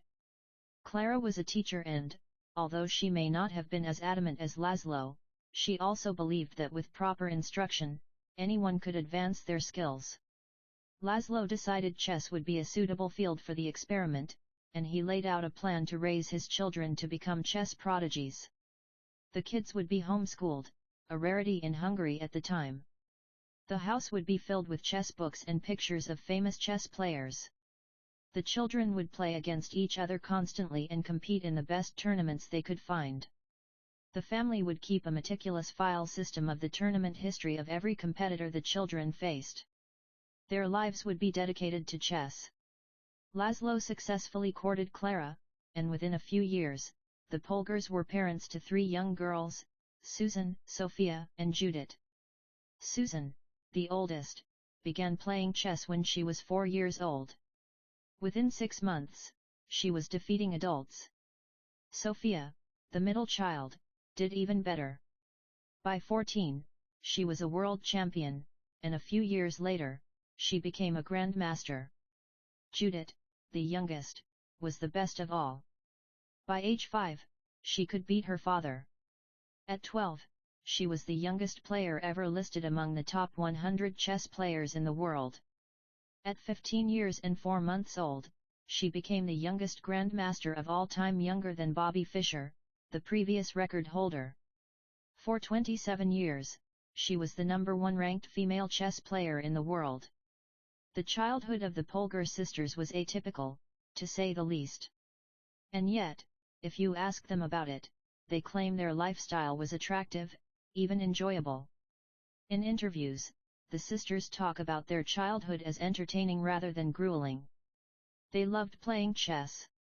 They couldn't get enough of it. Once, Laszlo reportedly found Sophia playing chess in the bathroom in the middle of the night. Encouraging her to go back to sleep, he said, "Sophia, leave the pieces alone." To which she replied, "Daddy, they won't leave me alone." The Polgar sisters grew up in a culture that prioritized chess above all else, praised them for it, rewarded them for it. In their world, an obsession with chess was normal. And as we are about to see, whatever habits are normal in your culture are among the most attractive behaviors you'll find. The seductive pull of social norms. Humans are herd animals. We want to fit in, to bond with others, and to earn the respect and approval of our peers. Such inclinations are essential to our survival. For most of our evolutionary history, our ancestors lived in tribes. Becoming separated from the tribe, or worse, being cast out, was a death sentence. The lone wolf dies, but the pack survives. Meanwhile, those who collaborated and bonded with others enjoyed increased safety, mating opportunities, and access to resources. As Charles Darwin noted, in the long history of humankind, those who learn to collaborate and improvise most effectively have prevailed. As a result, one of the deepest human desires is to belong. And this ancient preference exerts a powerful influence on our modern behavior. We don't choose our earliest habits, we imitate them. We follow the script handed down by our friends and family, our church or school, our local community and society at large. Each of these cultures and groups comes with its own set of expectations and standards when and whether to get married, how many children to have, which holidays to celebrate, how much money to spend on your child's birthday party. In many ways, these social norms are the invisible rules that guide your behavior each day. You're always keeping them in mind, even if they are at the not top of your mind. Often, you follow the habits of your culture without thinking, without questioning, and sometimes without remembering. As the French philosopher Michel de Montaigne wrote, the customs and practices of life in society sweep us along. Most of the time, going along with the group does not feel like a burden. Everyone wants to belong. If you grow up in a family that rewards you for your chess skills, playing chess will seem like a very attractive thing to do. If you work in a job where everyone wears expensive suits, then you'll be inclined to splurge on one as well. If all of your friends are sharing an inside joke or using a new phrase, you'll want to do it, too, so they know that you get it. Behaviors are attractive when they help us fit in. We imitate the habits of three groups in particular: 1. The close. 2. The many. 3. The powerful. Each group offers an opportunity to leverage the second law of behavior change and make our habits more attractive. 1. Imitating the close proximity has a powerful effect on our behavior. This is true of the physical environment, as we discussed in Chapter 6, but it is also true of the social environment. We pick up habits from the people around us. We copy the way our parents handle arguments, the way our peers flirt with one another, the way our co-workers get results. When your friends smoke pot, you give it a try, too. When your wife has a habit of double-checking that the door is locked before going to bed, you pick it up as well. I find that I often imitate the behavior of those around me without realizing it. In conversation, I'll automatically assume the body posture of the other person. In college, I began to talk like my roommates. When traveling to other countries, I unconsciously imitate the local accent despite reminding myself to stop. As a general rule, the closer we are to someone, the more likely we are to imitate some of their habits. One groundbreaking study tracked 12,000 people for 32 years and found that a person's chances of becoming obese increased by 57% if he or she had a friend who became obese. It works the other way, too. Another study found that if one person in a relationship lost weight, the other partner would also slim down about 1/3 of the time. Our friends and family provide a sort of invisible peer pressure that pulls us in their direction. Of course, peer pressure is bad only if you are surrounded by bad influences. When astronaut Mike Massimino was a graduate student at MIT, he took a small robotics class. Of the 10 people in the class, 4 became astronauts. If your goal was to make it into space, then that room was about the best culture you could ask for. Similarly, one study found that the higher your best friend's IQ at age 11 or 12, the higher your IQ would be at age 15, even after controlling for natural levels of intelligence. We soak up the qualities and practices of those around us. One of the most effective things you can do to build better habits is to join a culture where your desired behavior is the normal behavior. New habits seem achievable when you see others doing them every day. If you are surrounded by fit people, you're more likely to consider working out to be a common habit. If you're surrounded by jazz lovers, you're more likely to believe it's reasonable to play jazz every day. Your culture sets your expectation for what is normal. Surround yourself with people who have the habits you want to have yourself. You'll rise together. To make your habits even more attractive, you can take this strategy one step further. Join a culture where, 1. Your desired behavior is the normal behavior and, 2. You already have something in common with the group. Steve Kamb, an entrepreneur in New York City, runs a company called Nerd Fitness, which helps nerds, misfits, and mutants lose weight, get strong, and get healthy. His clients include video game lovers, movie fanatics, and average Joes who want to get in shape. Many people feel out of place the first time they go to the gym or try to change their diet, but if you are already similar to the other members of the group in some way, say, your mutual love of Star Wars, change becomes more appealing because it feels like something people like you already do. Nothing sustains motivation better than belonging to the tribe. It transforms a personal quest into a shared one. Previously, you were on your own. Your identity was singular. You are a reader. You are a musician. You are an athlete. When you join a book club or a band or a cycling group, your identity becomes linked to those around you. Growth and change is no longer an individual pursuit. We are readers. We are musicians. We are cyclists. The shared identity begins to reinforce your personal identity. This is why remaining part of a group after achieving a goal is crucial to maintaining your habits. It's friendship and community that embed a new identity and help behaviors last over the long run. Imitating the many. In the 1950s, psychologist Solomon Asch conducted a series of experiments that are now taught to legions of undergrads each year. To begin each experiment, the subject entered the room with a group of strangers. Unbeknownst to them, the other participants were actors planted by the researcher and instructed to deliver scripted answers to certain questions.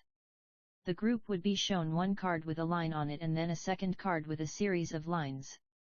Each person was asked to select the line on the second card that was similar in length to the line on the first card. It was a very simple task. Here is an example of two cards used in the experiment, conforming to social norms. Figure 10.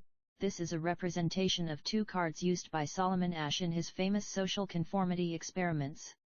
The length of the line on the first card, left, is obviously the same as line C, but when a group of actors claimed it was a different length, the research subjects would often change their minds and go with the crowd rather than believe their own eyes. The experiment always began the same. First, there would be some easy trials where everyone agreed on the correct line. After a few rounds, the participants were shown a test that was just as obvious as the previous ones, except the actors in the room would select an intentionally incorrect answer. For example, they would respond A to the comparison shown in Figure 10. Everyone would agree that the lines were the same even though they were clearly different. The subject, who was unaware of the ruse, would immediately become bewildered. Their eyes would open wide.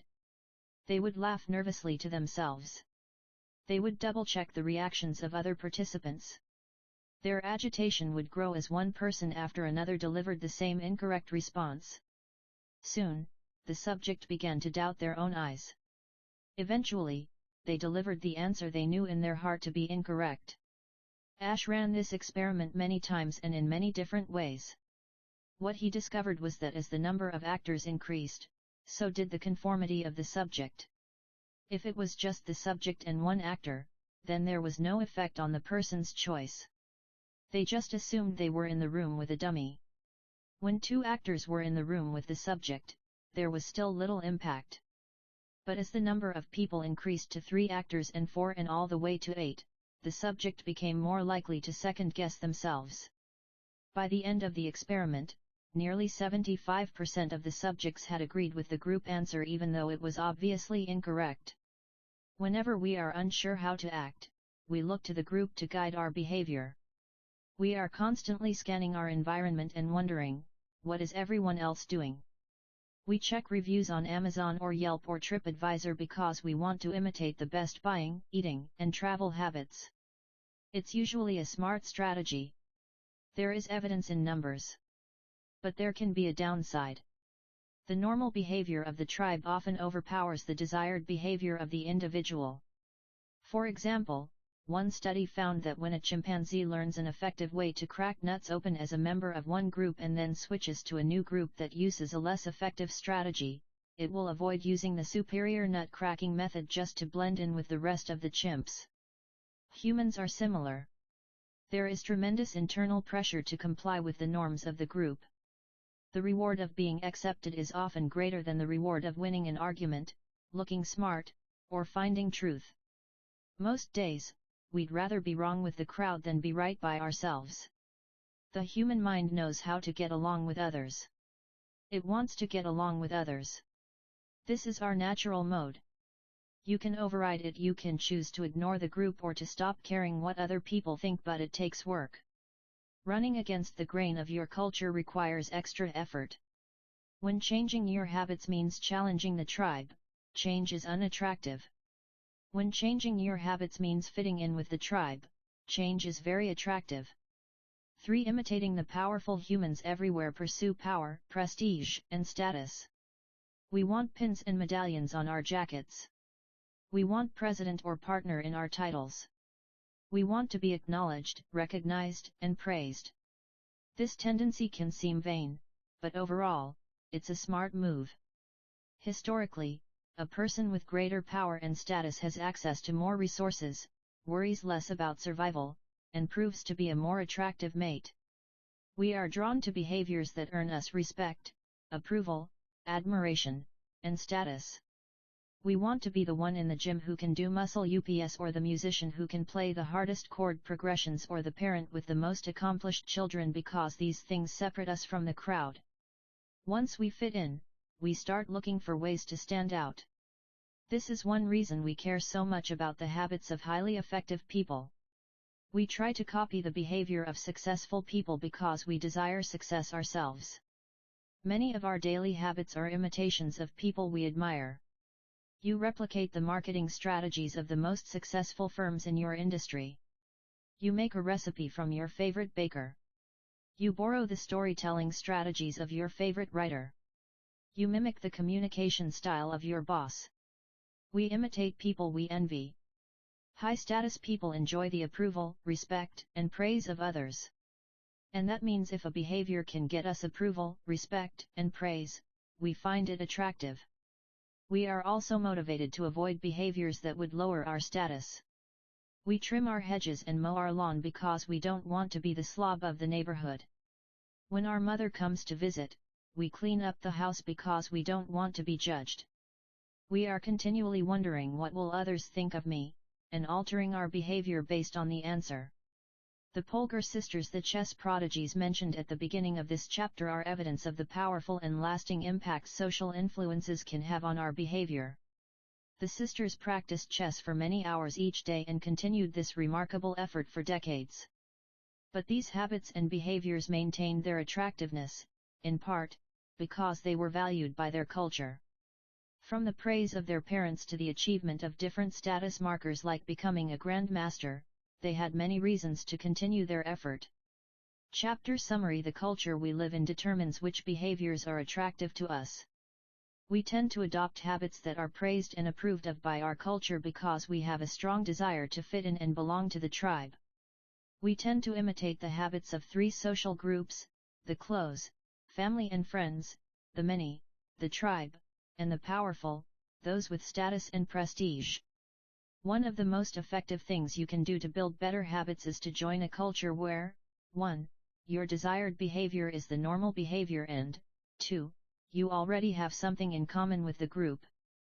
The normal behavior of the tribe often overpowers the desired behavior of the individual. Most days, we'd rather be wrong with the crowd than be right by ourselves. If a behavior can get us approval, respect, and praise, we find it attractive. 10. How to find and fix the causes of your bad habits. In late 2012, I was sitting in an old apartment just a few blocks from Istanbul's most famous street, İstiklal Caddesi. I was in the middle of a 4-day trip to Turkey and my guide, Mike, was relaxing in a worn-out armchair a few feet away. Mike wasn't really a guide. He was just a guy from Maine who had been living in Turkey for 5 years, but he offered to show me around while I was visiting the country and I took him up on it. On this particular night, I had been invited to dinner with him and a handful of his Turkish friends.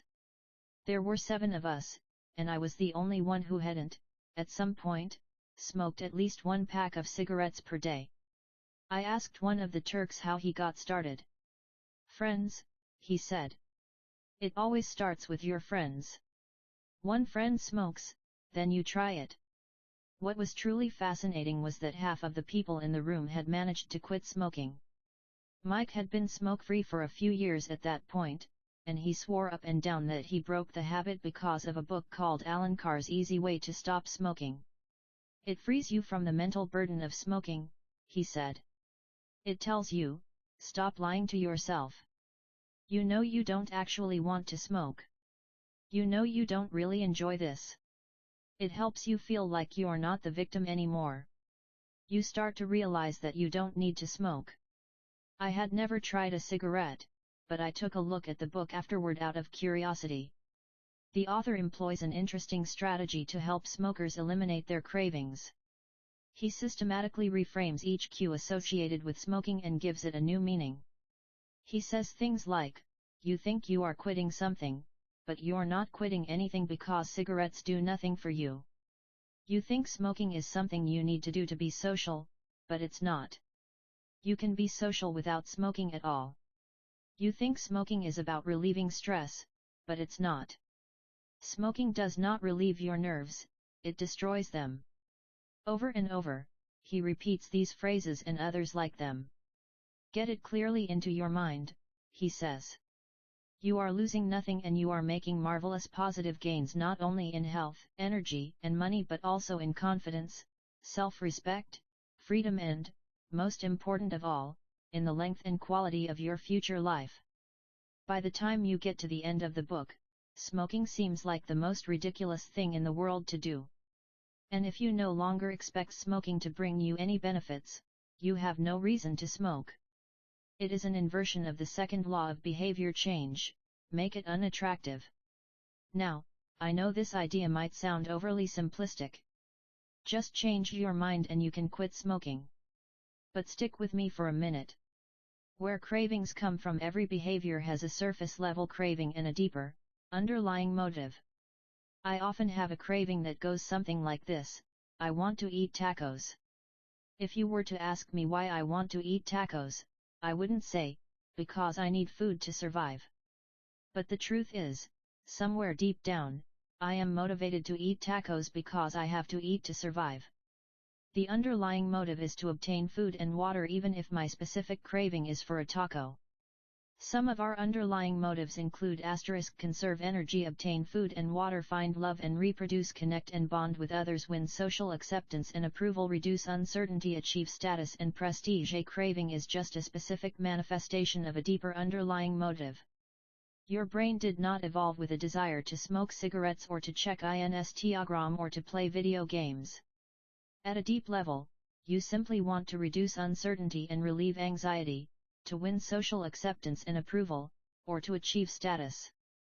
Look at nearly any product that is habit-forming and you'll see that it does not create a new motivation, but rather latches onto the underlying motives of human nature. Find love and reproduce equals using Tinder, connect and bond with others equals browsing Facebook, win social acceptance and approval equals posting on Instagram, reduce uncertainty equals searching on Google, achieve status and prestige equals playing video games. Your habits are modern-day solutions to ancient desires. New versions of old vices. The underlying motives behind human behavior remain the same. The specific habits we perform differ based on the period of history. Here's the powerful part: there are many different ways to address the same underlying motive. One person might learn to reduce stress by smoking a cigarette. Another person learns to ease their anxiety by going for a run. Your current habits are not necessarily the best way to solve the problems you face, they are just the methods you learn to use. Once you associate a solution with the problem you need to solve, you keep coming back to it. Habits are all about associations. These associations determine whether we predict a habit to be worth repeating or not. As we covered in our discussion of the first law, your brain is continually absorbing information and noticing cues in the environment. Every time you perceive a cue, your brain runs a simulation and makes a prediction about what to do in the next moment. Cue: you notice that the stove is hot. Prediction: if I touch it I'll get burned, so I should avoid touching it. Cue: you see that the traffic light turned green. Prediction: if I step on the gas, I'll make it safely through the intersection and get closer to my destination, so I should step on the gas. You see a cue, categorize it based on past experience, and determine the appropriate response. This all happens in an instant, but it plays a crucial role in your habits because every action is preceded by a prediction. Life feels reactive, but it is actually predictive. All day long, you are making your best guess of how to act given what you've just seen and what has worked for you in the past. You are endlessly predicting what will happen in the next moment. Our behavior is heavily dependent on these predictions. Put another way, our behavior is heavily dependent on how we interpret the events that happen to us, not necessarily the objective reality of the events themselves. Two people can look at the same cigarette, and one feels the urge to smoke while the other is repulsed by the smell. The same cue can spark a good habit or a bad habit depending on your prediction. The cause of your habits is actually the prediction that precedes them. These predictions lead to feelings, which is how we typically describe a craving: a feeling, a desire, an urge. Feelings and emotions transform the cues we perceive and the predictions we make into a signal that we can apply. They help explain what we are currently sensing. For instance, whether or not you realize it, you are noticing how warm or cold you feel right now. If the temperature drops by 1 degree, you probably won't do anything. If the temperature drops 10 degrees, however, you'll feel cold and put on another layer of clothing. Feeling cold was the signal that prompted you to act. You have been sensing the cues the entire time, but it is only when you predict that you would be better off in a different state that you take action. A craving is the sense that something is missing. It is the desire to change your internal state. When the temperature falls, there is a gap between what your body is currently sensing and what it wants to be sensing. This gap between your current state and your desired state provides a reason to act. Desire is the difference between where you are now and where you want to be in the future. Even the tiniest action is tinged with the motivation to feel differently than you do in the moment. When you binge eat or light up or browse social media, what you really want is not a potato chip or a cigarette or a bunch of likes. What you really want is to feel different. Our feelings and emotions tell us whether to hold steady in our current state or to make a change. They help us decide the best course of action. Neurologists have discovered that when emotions and feelings are impaired, we actually lose the ability to make decisions. We have no signal of what to pursue and what to avoid. As the neuroscientist Antonio Damasio explains, it is emotion that allows you to mark things as good, bad, or indifferent. To summarize, the specific cravings you feel and habits you perform are really an attempt to address your fundamental underlying motives. Whenever a habit successfully addresses a motive, you develop a craving to do it again. In time, you learn to predict that checking social media will help you feel loved or that watching YouTube will allow you to forget your fears. Habits are attractive when we associate them with positive feelings, and we can use this insight to our advantage rather than to our detriment. How to reprogram your brain to enjoy hard habits. You can make hard habits more attractive if you can learn to associate them with a positive experience. Sometimes, all you need is a slight mindset shift. For instance, we often talk about everything we have to do in a given day. You have to wake up early for work. You have to make another sales call for your business. You have to cook dinner for your family. Now, imagine changing just one word: you don't have to. You get to. You get to wake up early for work. You get to make another sales call for your business. You get to cook dinner for your family. By simply changing one word, you shift the way you view each event. You transition from seeing these behaviors as burdens and turn them into opportunities. The key point is that both versions of reality are true. You have to do those things, and you also get to do them. We can find evidence for whatever mindset we choose. I once heard a story about a man who uses a wheelchair. When asked if it was difficult being confined, he responded, "I'm not confined to my wheelchair, I am liberated by it. If it wasn't for my wheelchair, I would be bedbound and never able to leave my house." This shift in perspective completely transformed how he lived each day. Reframing your habits to highlight their benefits rather than their drawbacks is a fast and lightweight way to reprogram your mind and make a habit seem more attractive. Exercise. Many people associate exercise with being a challenging task that drains energy and wears you down. You can just as easily view it as a way to develop skills and build you up. Instead of telling yourself I need to go run in the morning, say it's time to build endurance and get fast. Finance. Saving money is often associated with sacrifice. However, you can associate it with freedom rather than limitation if you realize one simple truth: living below your current means increases your future means. The money you save this month increases your purchasing power next month. Meditation. Anyone who has tried meditation for more than 3 seconds knows how frustrating it can be when the next distraction inevitably pops into your mind. You can transform frustration into delight when you realize that each interruption gives you a chance to practice returning to your breath. Distraction is a good thing because you need distractions to practice meditation. Pre-game jitters. Many people feel anxious before delivering a big presentation or competing in an important event. They experience quicker breathing, a faster heart rate, heightened arousal. If we interpret these feelings negatively, then we feel threatened and tense up. If we interpret these feelings positively, then we can respond with fluidity and grace. You can reframe "I am nervous" to "I am excited and I'm getting an adrenaline rush to help me concentrate." These little mindset shifts aren't magic, but they can help change the feelings you associate with a particular habit or situation. If you want to take it a step further, you can create a motivation ritual.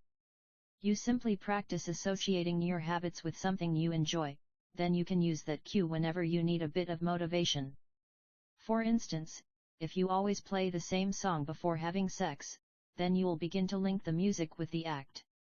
Whenever you want to get in the mood, just press play. Ed Lattimore, a boxer and writer from Pittsburgh, benefited from a similar strategy without knowing it. "Odd realization," he wrote. "My focus and concentration goes up just by putting my headphones on while writing. I don't even have to play any music." Without realizing it, he was conditioning himself. In the beginning, he put his headphones on, played some music he enjoyed, and did focused work. After doing it 5, 10, 20 times, putting his headphones on became a cue that he automatically associated with increased focus. The craving followed naturally. Athletes use similar strategies to get themselves in the mindset to perform.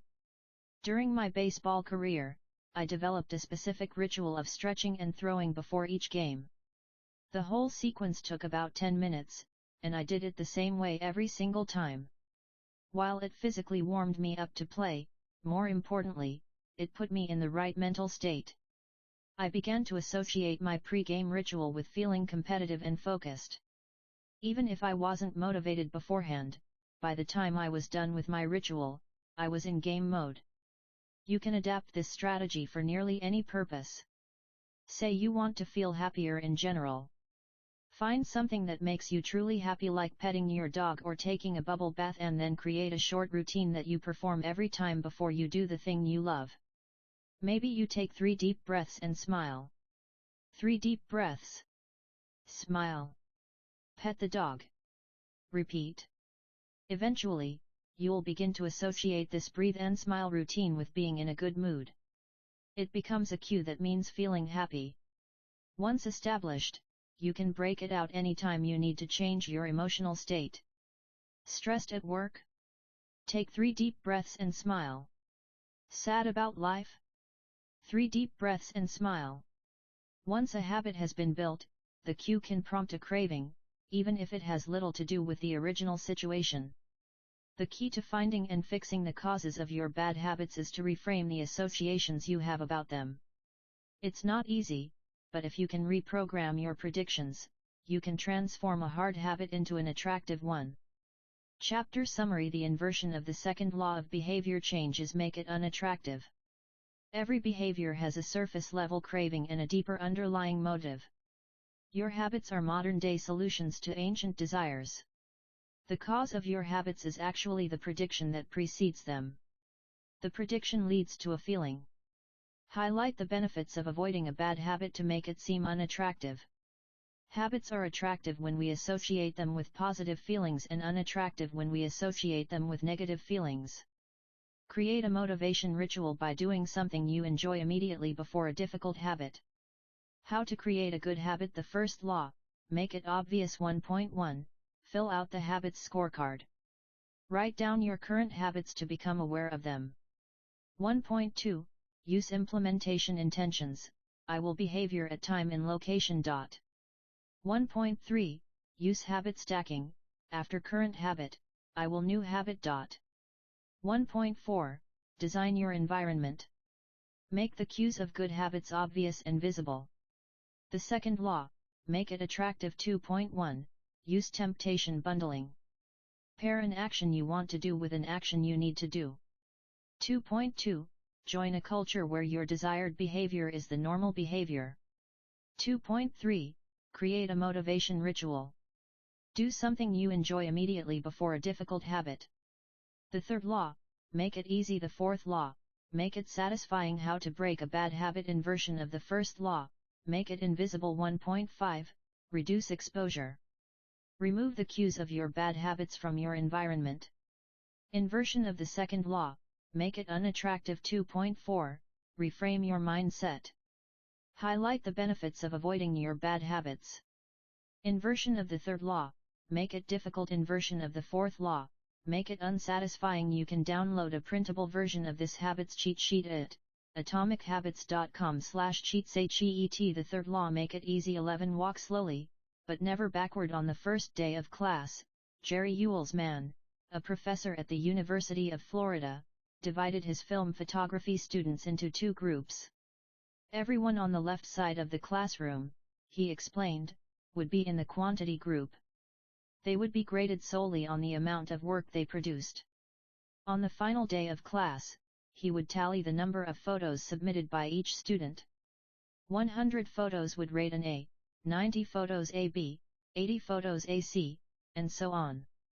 Meanwhile, everyone on the right side of the room would be in the quality group. They would be graded only on the excellence of their work. They would only need to produce one photo during the semester, but to get an A, it had to be a nearly perfect image. At the end of the term, he was surprised to find that all the best photos were produced by the quantity group.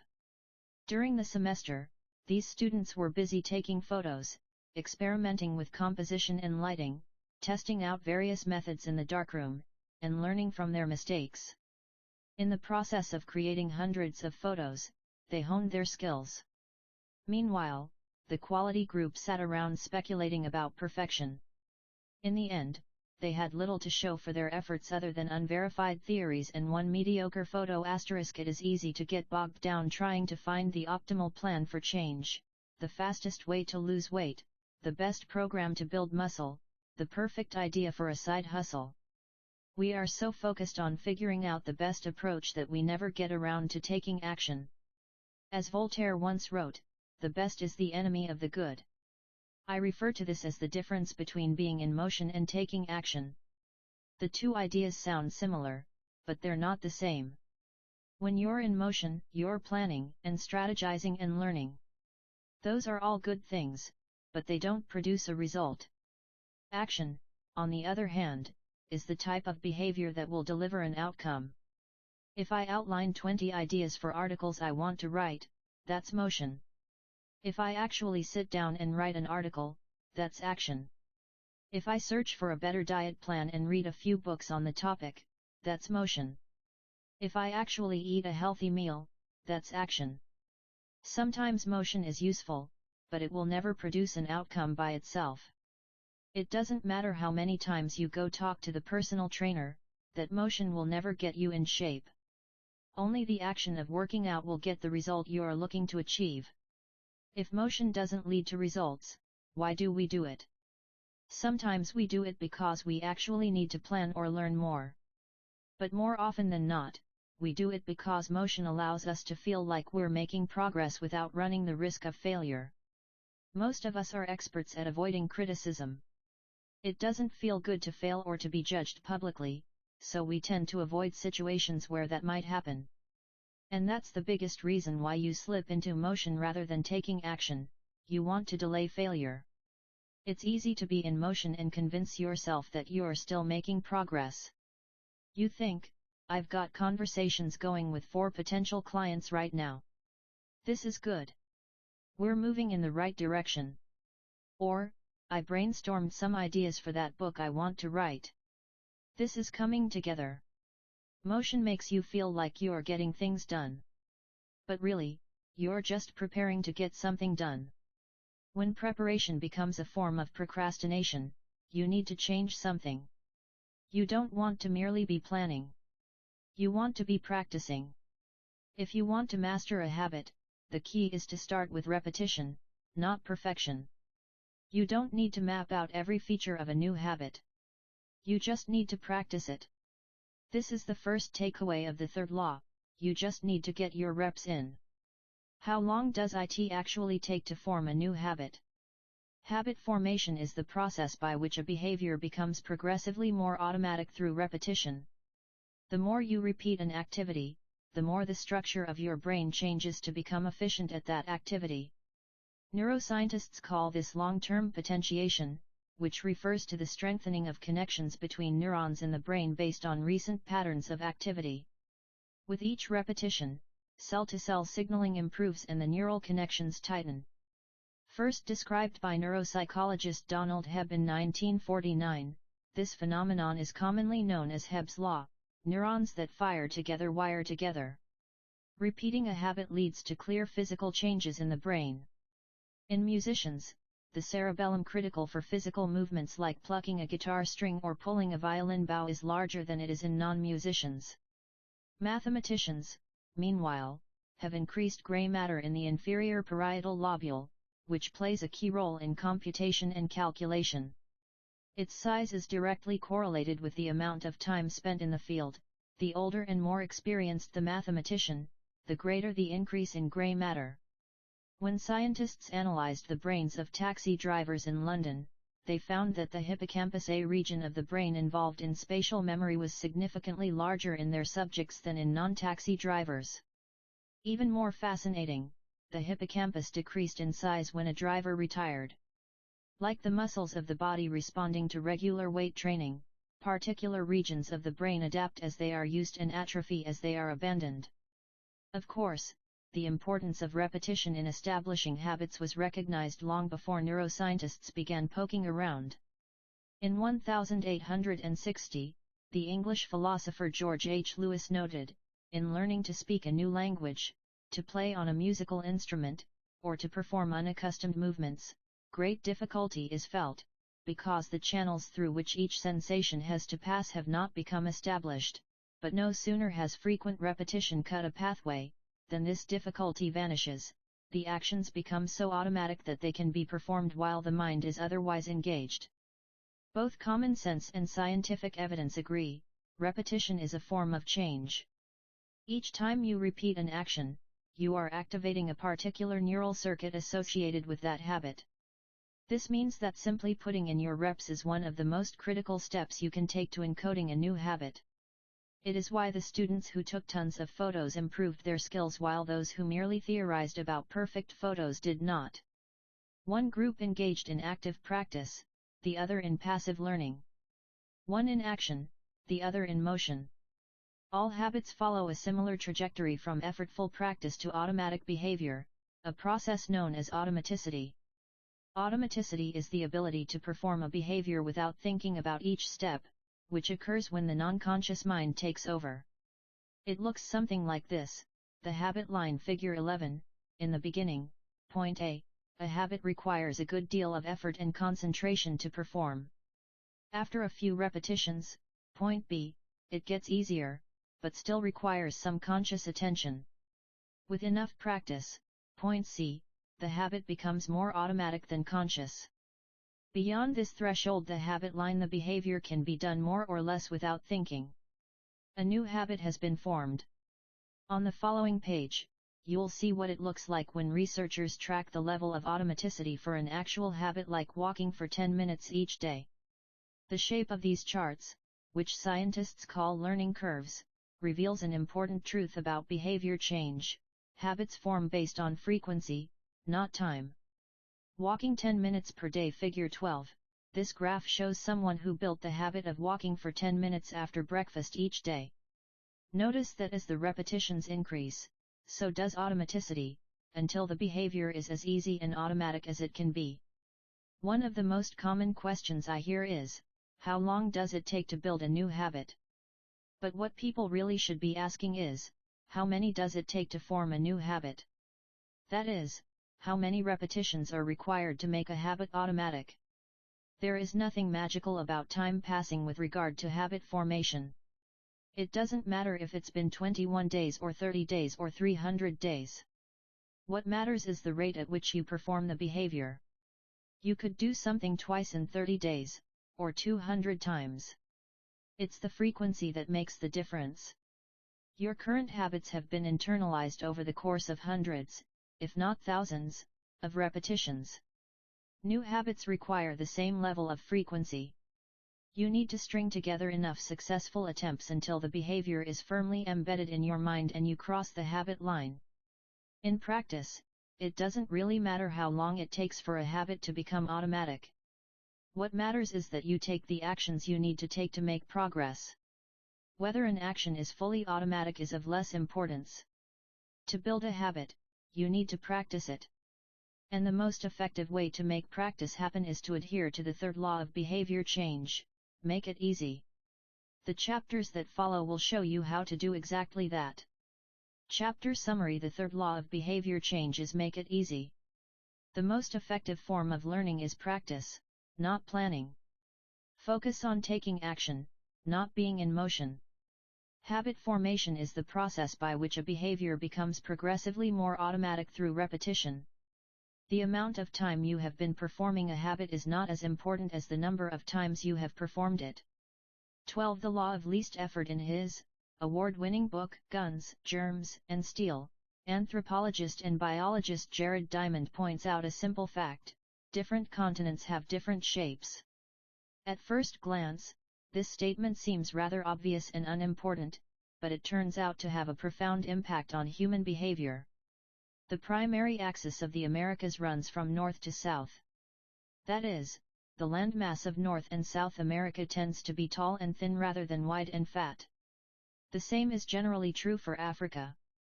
Meanwhile, the landmass that makes up Europe, Asia, and the Middle East is the opposite. This massive stretch of land tends to be more east-west in shape. According to Diamond, this difference in shape played a significant role in the spread of agriculture over the centuries. When agriculture began to spread around the globe, farmers had an easier time expanding along east-west routes than along north-south ones. This is because locations along the same latitude generally share similar climates, amounts of sunlight and rainfall, and changes in season. These factors allowed farmers in Europe and Asia to domesticate a few crops and grow them along the entire stretch of land from France to China. The shape of human behavior. Figure 13. The primary axis of Europe and Asia is east-west. The primary axis of the Americas and Africa is north-south. This leads to a wider range of climates up and down the Americas than across Europe and Asia. As a result, agriculture spread nearly twice as fast across Europe and Asia than it did elsewhere. The behavior of farmers even across hundreds or thousands of years was constrained by the amount of friction in the environment. By comparison, the climate varies greatly when traveling from north to south. Just imagine how different the weather is in Florida compared to Canada. You can be the most talented farmer in the world, but it won't help you grow Florida oranges in the Canadian winter. Snow is a poor substitute for soil. In order to spread crops along north-south routes, farmers would need to find and domesticate new plants whenever the climate changed. As a result, agriculture spread 2 to 3 times faster across Asia and Europe than it did up and down the Americas. Over the span of centuries, this small difference had a very big impact. Increased food production allowed for more rapid population growth. With more people, these cultures were able to build stronger armies and were better equipped to develop new technologies. The changes started out small: a crop that spread slightly farther, a population that grew slightly faster but compounded into substantial differences over time. The spread of agriculture provides an example of the third law of behavior change on a global scale. Conventional wisdom holds that motivation is the key to habit change. Maybe if you really wanted it, you'd actually do it. But the truth is, our real motivation is to be lazy and to do what is convenient. And despite what the latest productivity bestseller will tell you, this is a smart strategy, not a dumb one. Energy is precious, and the brain is wired to conserve it whenever possible. It is human nature to follow the law of least effort, which states that when deciding between two similar options, people will naturally gravitate toward the option that requires the least amount of work. For example, expanding your farm to the east where you can grow the same crops rather than heading north where the climate is different. Out of all the possible actions we could take, the one that is realized is the one that delivers the most value for the least effort. We are motivated to do what is easy.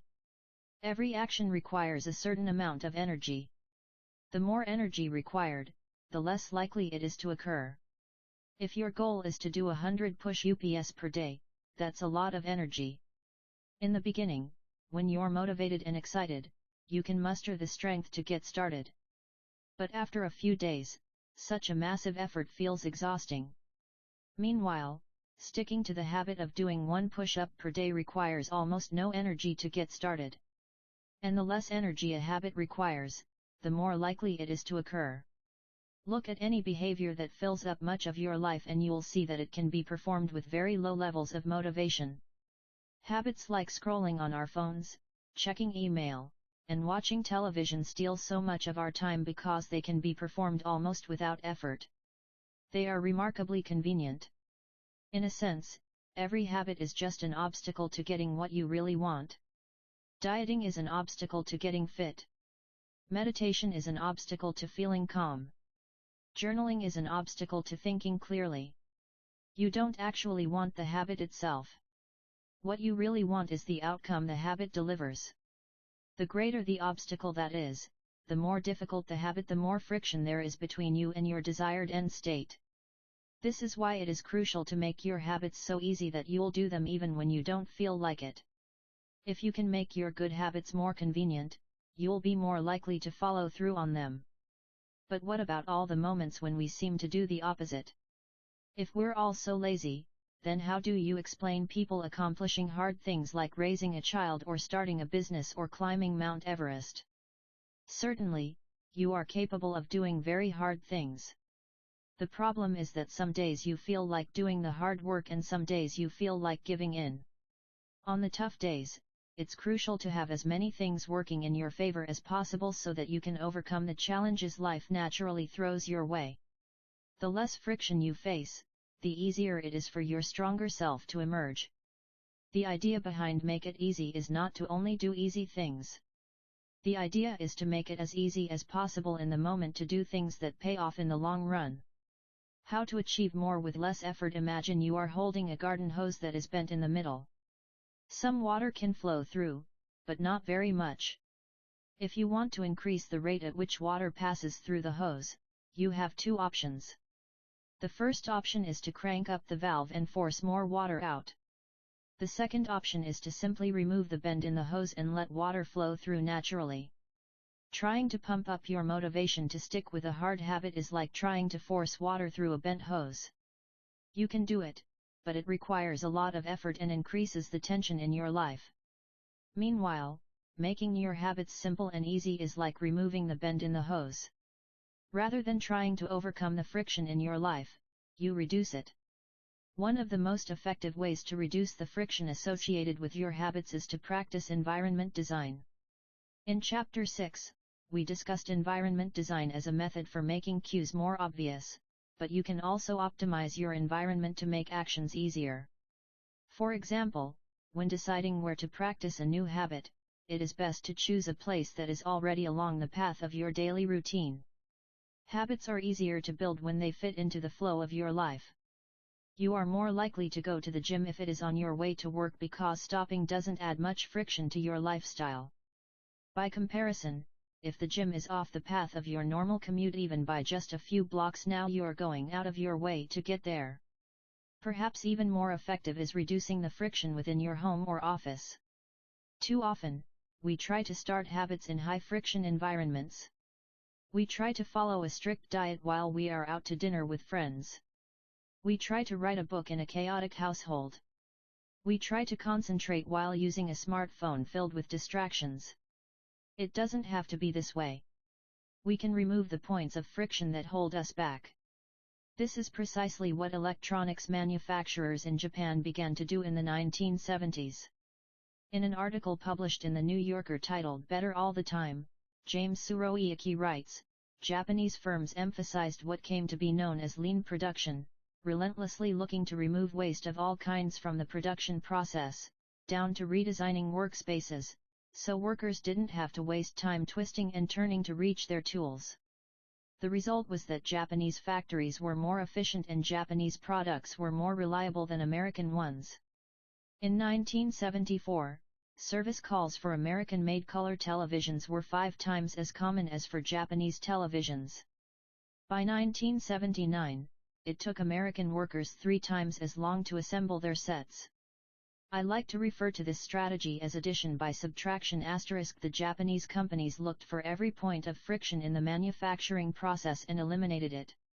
As they subtracted wasted effort, they added customers and revenue.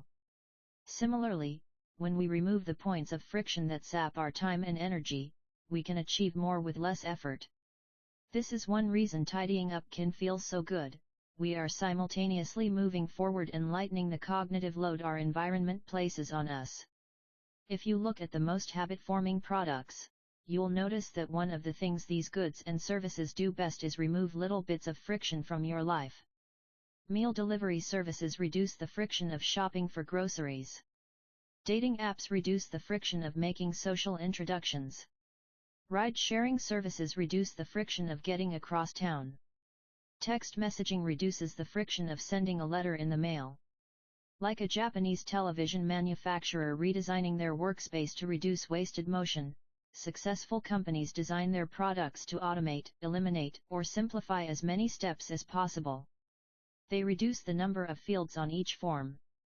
They pare down the number of clicks required to create an account. They deliver their products with easy-to-understand directions or ask their customers to make fewer choices. When the first voice-activated speakers were released, products like Google Home, Amazon Echo, and Apple HomePod, I asked a friend what he liked about the product he had purchased. He said it was just easier to say play some country music than to pull out his phone, open the music app, and pick a playlist. Of course, just a few years earlier, having unlimited access to music in your pocket was a remarkably frictionless behavior compared to driving to the store and buying a CD. Business is a never-ending quest to deliver the same result in an easier fashion. Similar strategies have been used effectively by governments. When the British government wanted to increase tax collection rates, they switched from sending citizens to a web page where the tax form could be downloaded to linking directly to the form. Reducing that one step in the process increased the response rate from 19.2% to 23.4%. For a country like the United Kingdom, those percentage points represent millions in tax revenue. The central idea is to create an environment where doing the right thing is as easy as possible. Much of the battle of building better habits comes down to finding ways to reduce the friction associated with our good habits and increase the friction associated with our bad ones. Prime the environment for future use. Oswald Nucles is an IT developer from Natchez, Mississippi. He is also someone who understands the power of priming his environment. Nucles dialed in his cleaning habits by following a strategy he refers to as resetting the room. For instance, when he finishes watching television, he places the remote back on the TV stand, arranges the pillows on the couch, and folds the blanket. When he leaves his car, he throws any trash away. Whenever he takes a shower, he wipes down the toilet while the shower is warming up.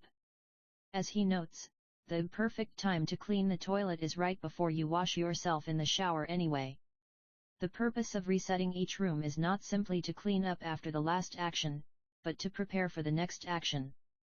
When I walk into a room everything is in its right place, Nucles wrote. Because I do this every day in every room, stuff always stays in good shape. People think I work hard but I'm actually really lazy. I'm just proactively lazy. It gives you so much time back. Whenever you organize a space for its intended purpose, you are priming it to make the next action easy. For instance, my wife keeps a box of greeting cards that are pre-sorted by occasion: birthday, sympathy, wedding, graduation, and more. Whenever necessary, she grabs an appropriate card and sends it off. She is incredibly good at remembering to send cards because she has reduced the friction of doing so. For years, I was the opposite. Someone would have a baby and I would think, I should send a card.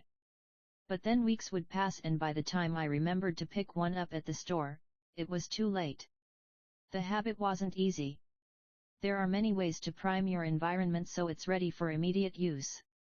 If you want to cook a healthy breakfast, place the skillet on the stove, set the cooking spray on the counter, and lay out any plates and utensils you'll need the night before. When you wake up, making breakfast will be easy. Want to draw more? Put your pencils, pens, notebooks, and drawing tools on top of your desk, within easy reach. Want to exercise? Set out your workout clothes, shoes, gym bag, and water bottle ahead of time. Want to improve your diet? Chop up a ton of fruits and vegetables on weekends and pack them in containers, so you have easy access to healthy, ready-to-eat options during the week. These are simple ways to make the good habit the path of least resistance. You can also invert this principle and prime the environment to make bad behaviors difficult. If you find yourself watching too much television, for example, then unplug it after each use. Only plug it back in if you can say out loud the name of the show you want to watch. This setup creates just enough friction to prevent mindless viewing. If that doesn't do it, you can take it a step further. Unplug the television and take the batteries out of the remote after each use, so it takes an extra 10 seconds to turn it back on. And if you're really hardcore, move the television out of the living room and into a closet after each use. You can be sure you'll only take it out when you really want to watch something. The greater the friction, the less likely the habit. Whenever possible, I leave my phone in a different room until lunch. When it's right next to me, I'll check it all morning for no reason at all. But when it is in another room, I rarely think about it. And the friction is high enough that I won't go get it without a reason. As a result, I get 3 to 4 hours each morning when I can work without interruption. If sticking your phone in another room doesn't seem like enough, tell a friend or family member to hide it from you for a few hours. Ask a coworker to keep it at their desk in the morning and give it back to you at lunch. It is remarkable how little friction is required to prevent unwanted behavior. When I hide beer in the back of the fridge where I can't see it, I drink less. When I delete social media apps from my phone, it can be weeks before I download them again and log in. These tricks are unlikely to curb a true addiction, but for many of us, a little bit of friction can be the difference between sticking with a good habit or sliding into a bad one. Imagine the cumulative impact of making dozens of these changes and living in an environment designed to make the good behaviors easier and the bad behaviors harder. Whether we are approaching behavior change as an individual, a parent, a coach, or a leader, we should ask ourselves the same question: how can we design a world where it's easy to do what's right? Redesign your life so the actions that matter most are also the actions that are easiest to do. Chapter Summary: Human behavior follows the law of least effort. We will naturally gravitate toward the option that requires the least amount of work. Create an environment where doing the right thing is as easy as possible. Reduce the friction associated with good behaviors. When friction is low, habits are easy. Increase the friction associated with bad behaviors. When friction is high, habits are difficult. Prime your environment to make future actions easier. 13. How to stop procrastinating by using the 2-minute rule. Twyla Tharp is widely regarded as one of the greatest dancers and choreographers of the modern era.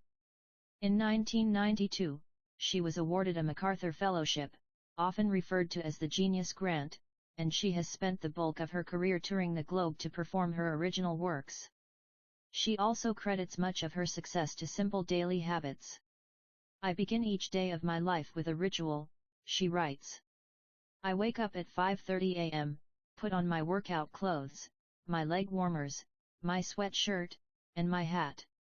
I walk outside my Manhattan home, hail a taxi, and tell the driver to take me to the Pumping Iron Gym at 91st Street and 1st Avenue, where I work out for 2 hours. The ritual is not the stretching and weight training I put my body through each morning at the gym, the ritual is the cab. The moment I tell the driver where to go, I have completed the ritual. It's a simple act, but doing it the same way each morning habitualizes it, makes it repeatable, easy to do. It reduces the chance that I would skip it or do it differently. It is one more item in my arsenal of routines, and one less thing to think about. Hailing a cab each morning may be a tiny action, but it is a splendid example of the third law of behavior change. Researchers estimate that 40 to 50% of our actions on any given day are done out of habit. This is already a substantial percentage, but the true influence of your habits is even greater than these numbers suggest. Habits are automatic choices that influence the conscious decisions that follow. Yes, a habit can be completed in just a few seconds, but it can also shape the actions that you take for minutes or hours afterward. Habits are like the entrance ramp to a highway. They lead you down a path and, before you know it, you're speeding toward the next behavior. It seems to be easier to continue what you are already doing than to start doing something different. You sit through a bad movie for 2 hours. You keep snacking even when you're already full. You check your phone for just a second and soon you have spent 20 minutes staring at the screen. In this way, the habits you follow without thinking often determine the choices you make when you are thinking. Each evening, there is a tiny moment, usually around 5:15 p.m., that shapes the rest of my night. My wife walks in the door from work and either we change into our workout clothes and head to the gym or we crash onto the couch, order Indian food, and watch The Office. Similar to Twyla Tharp hailing the cab, the ritual is changing into my workout clothes. If I change clothes, I know the workout will happen. Everything that follows driving to the gym, deciding which exercises to do, stepping under the bar is easy once I've taken the first step. Every day, there are a handful of moments that deliver an outsized impact. I refer to these little choices as decisive moments. The moment you decide between ordering takeout or cooking dinner. The moment you choose between driving your car or riding your bike. The moment you decide between starting your homework or grabbing the video game controller. These choices are a fork in the road. Decisive moments. Figure 14. The difference between a good day and a bad day is often a few productive and healthy choices made at decisive moments. Each one is like a fork in the road, and these choices stack up throughout the day and can ultimately lead to very different outcomes. Decisive moments set the options available to your future self. For instance, walking into a restaurant is a decisive moment because it determines what you'll be eating for lunch. Technically, you are in control of what you order, but in a larger sense, you can only order an item if it is on the menu. If you walk into a steakhouse, you can get a sirloin or a ribeye, but not sushi. Your options are constrained by what's available. They are shaped by the first choice. We are limited by where our habits lead us. This is why mastering the decisive moments throughout your day is so important. Each day is made up of many moments, but it is really a few habitual choices that determine the path you take. These little choices stack up, each one setting the trajectory for how you spend the next chunk of time. Habits are the entry point, not the end point. They are the cab, not the gym. The 2-minute rule. Even when you know you should start small, it's easy to start too big. When you dream about making a change, excitement inevitably takes over and you end up trying to do too much too soon. The most effective way I know to counteract this tendency is to use the 2-minute rule, which states, when you start a new habit, it should take less than 2 minutes to do. You'll find that nearly any habit can be scaled down into a 2-minute version. Read before bed each night becomes read one page. Do 30 minutes of yoga becomes take out my yoga mat. Study for class becomes open my notes. Fold the laundry becomes fold one pair of socks. Run 3 miles becomes tie my running shoes. The idea is to make your habits as easy as possible to start. Anyone can meditate for 1 minute, read 1 page, or put 1 item of clothing away. And, as we have just discussed, this is a powerful strategy because once you've started doing the right thing, it is much easier to continue doing it. A new habit should not feel like a challenge. The actions that follow can be challenging, but the first 2 minutes should be easy. What you want is a gateway habit that naturally leads you down a more productive path. You can usually figure out the gateway habits that will lead to your desired outcome by mapping out your goals on a scale from very easy to very hard. For instance, running a marathon is very hard. Running a 5K is hard. Walking 10,000 steps is moderately difficult. Walking 10 minutes is easy. And putting on your running shoes is very easy. Your goal might be to run a marathon, but your gateway habit is to put on your running shoes. That's how you follow the 2-minute rule. Very easy. Put on your running shoes. Write 1 sentence. Open your notes. Easy. Walk 10 minutes. Write 1 paragraph. Study for 10 minutes. Moderate. Walk 10,000 steps. Write 1,000 words. Study for 3 hours. Hard. Run a 5K. Write a 5,000 word article. Get straight A's. Very hard. Run a marathon. Write a book. Earn a PhD. People often think it's weird to get hyped about reading 1 page or meditating for 1 minute or making 1 sales call. But the point is not to do one thing. The point is to master the habit of showing up. The truth is, a habit must be established before it can be improved. If you can't learn the basic skill of showing up, then you have little hope of mastering the finer details. Instead of trying to engineer a perfect habit from the start, do the easy thing on a more consistent basis. You have to standardize before you can optimize. As you master the art of showing up, the first 2 minutes simply become a ritual at the beginning of a larger routine. This is not merely a hack to make habits easier but actually the ideal way to master a difficult skill. The more you ritualize the beginning of a process, the more likely it becomes that you can slip into the state of deep focus that is required to do great things. By doing the same warm-up before every workout, you make it easier to get into a state of peak performance. By following the same creative ritual, you make it easier to get into the hard work of creating. By developing a consistent power-down habit, you make it easier to get to bed at a reasonable time each night. You may not be able to automate the whole process, but you can make the first action mindless. Make it easy to start and the rest will follow. The 2-minute rule can seem like a trick to some people. You know that the real goal is to do more than just 2 minutes, so it may feel like you're trying to fool yourself. Nobody is actually aspiring to read 1 page or do 1 push-up or open their notes. And if you know it's a mental trick, why would you fall for it? If the 2-minute rule feels forced, try this: do it for 2 minutes and then stop. Go for a run, but you must stop after 2 minutes. Start meditating, but you must stop after 2 minutes. Study Arabic, but you must stop after 2 minutes.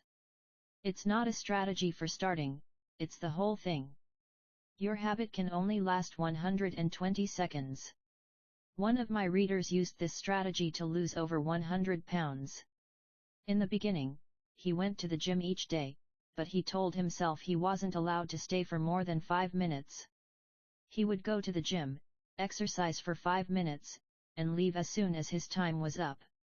After a few weeks, he looked around and thought, well, I'm always coming here anyway. I might as well start staying a little longer. A few years later, the weight was gone. Journaling provides another example. Nearly everyone can benefit from getting their thoughts out of their head and onto paper, but most people give up after a few days or avoid it entirely because journaling feels like a chore. The secret is to always stay below the point where it feels like work. Greg McKeown, a leadership consultant from the United Kingdom, built a daily journaling habit by specifically writing less than he felt like. He always stopped journaling before it seemed like a hassle. Ernest Hemingway believed in similar advice for any kind of writing. The best way is to always stop when you are going good, he said.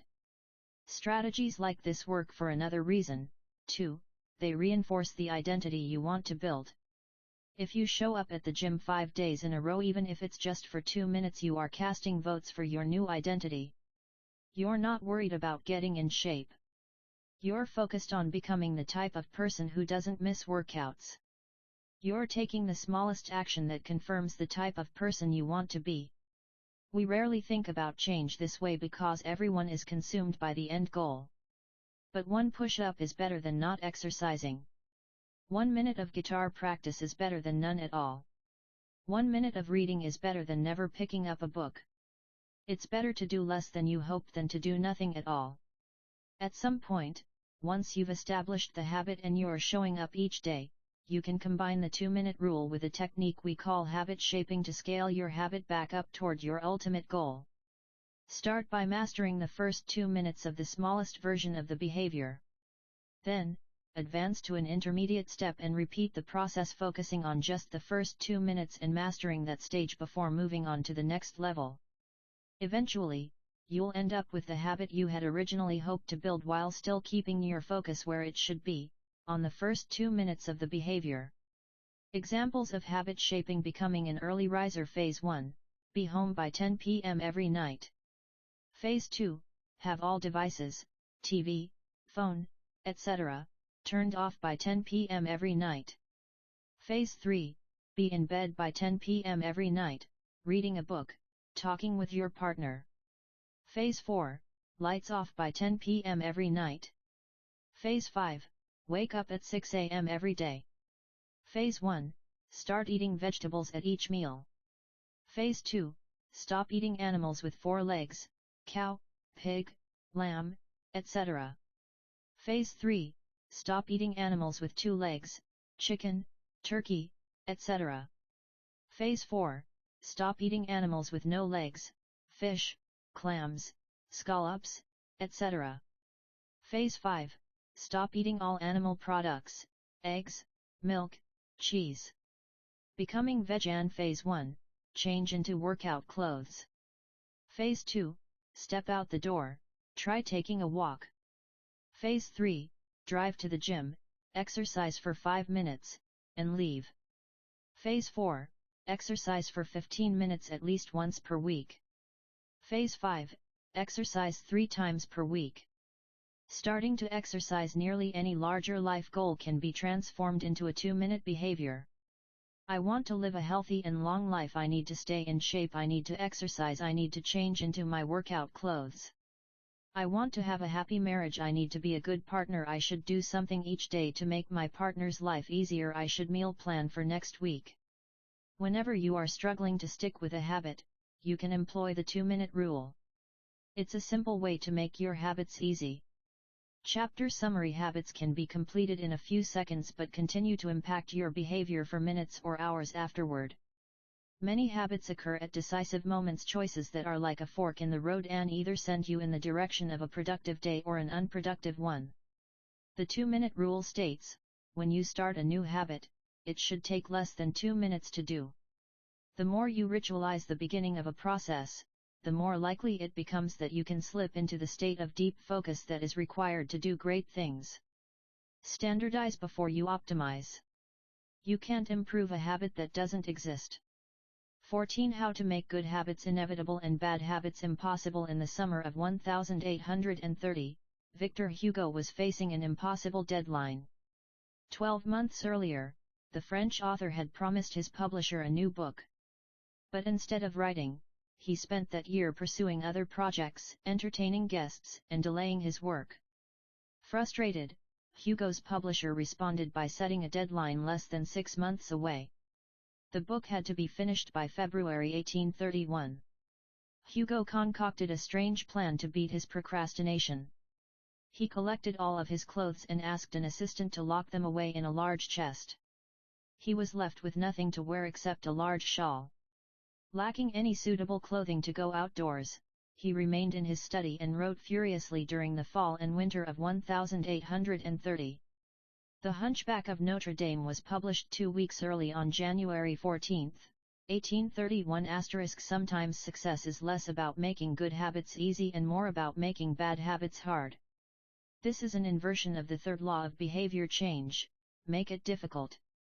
If you find yourself continually struggling to follow through on your plans, then you can take a page from Victor Hugo and make your bad habits more difficult by creating what psychologists call a commitment device. A commitment device is a choice you make in the present that controls your actions in the future. It is a way to lock in future behavior, bind you to good habits, and restrict you from bad ones.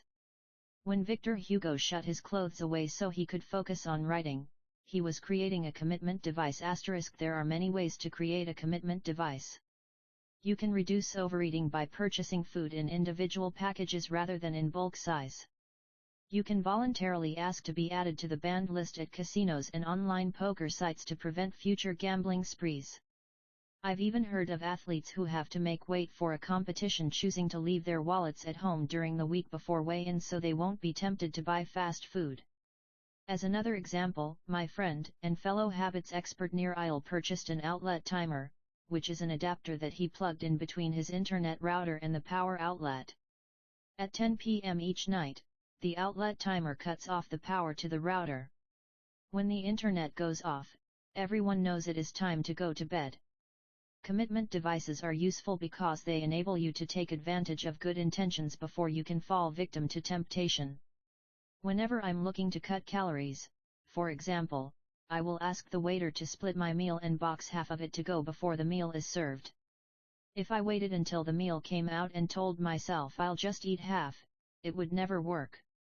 The key is to change the task such that it requires more work to get out of the good habit than to get started on it. If you're feeling motivated to get in shape, schedule a yoga session and pay ahead of time. If you're excited about the business you want to start, email an entrepreneur you respect and set up a consulting call. When the time comes to act, the only way to bail is to cancel the meeting, which requires effort and may cost money. Commitment devices increase the odds that you'll do the right thing in the future by making bad habits difficult in the present. However, we can do even better. We can make good habits inevitable and bad habits impossible. How to automate a habit and never think about it again. John Henry Patterson was born in Dayton, Ohio, in 1844. He spent his childhood doing chores on the family farm and working shifts at his father's sawmill. After attending college at Dartmouth, Patterson returned to Ohio and opened a small supply store for coal miners. It seemed like a good opportunity. The store faced little competition and enjoyed a steady stream of customers, but still struggled to make money. That was when Patterson discovered his employees were stealing from him.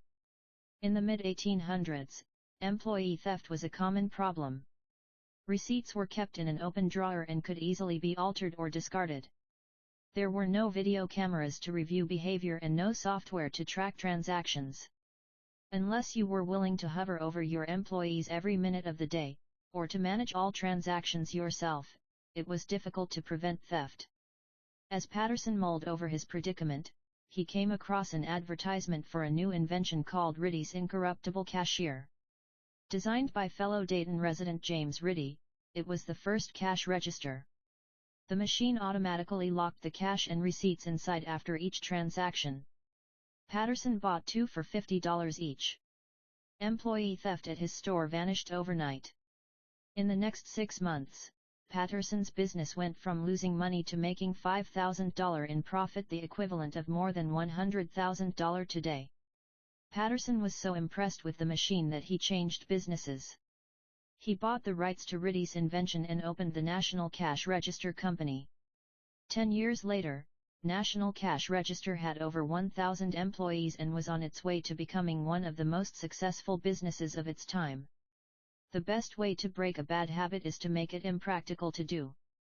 Increase the friction until you don't even have the option to act.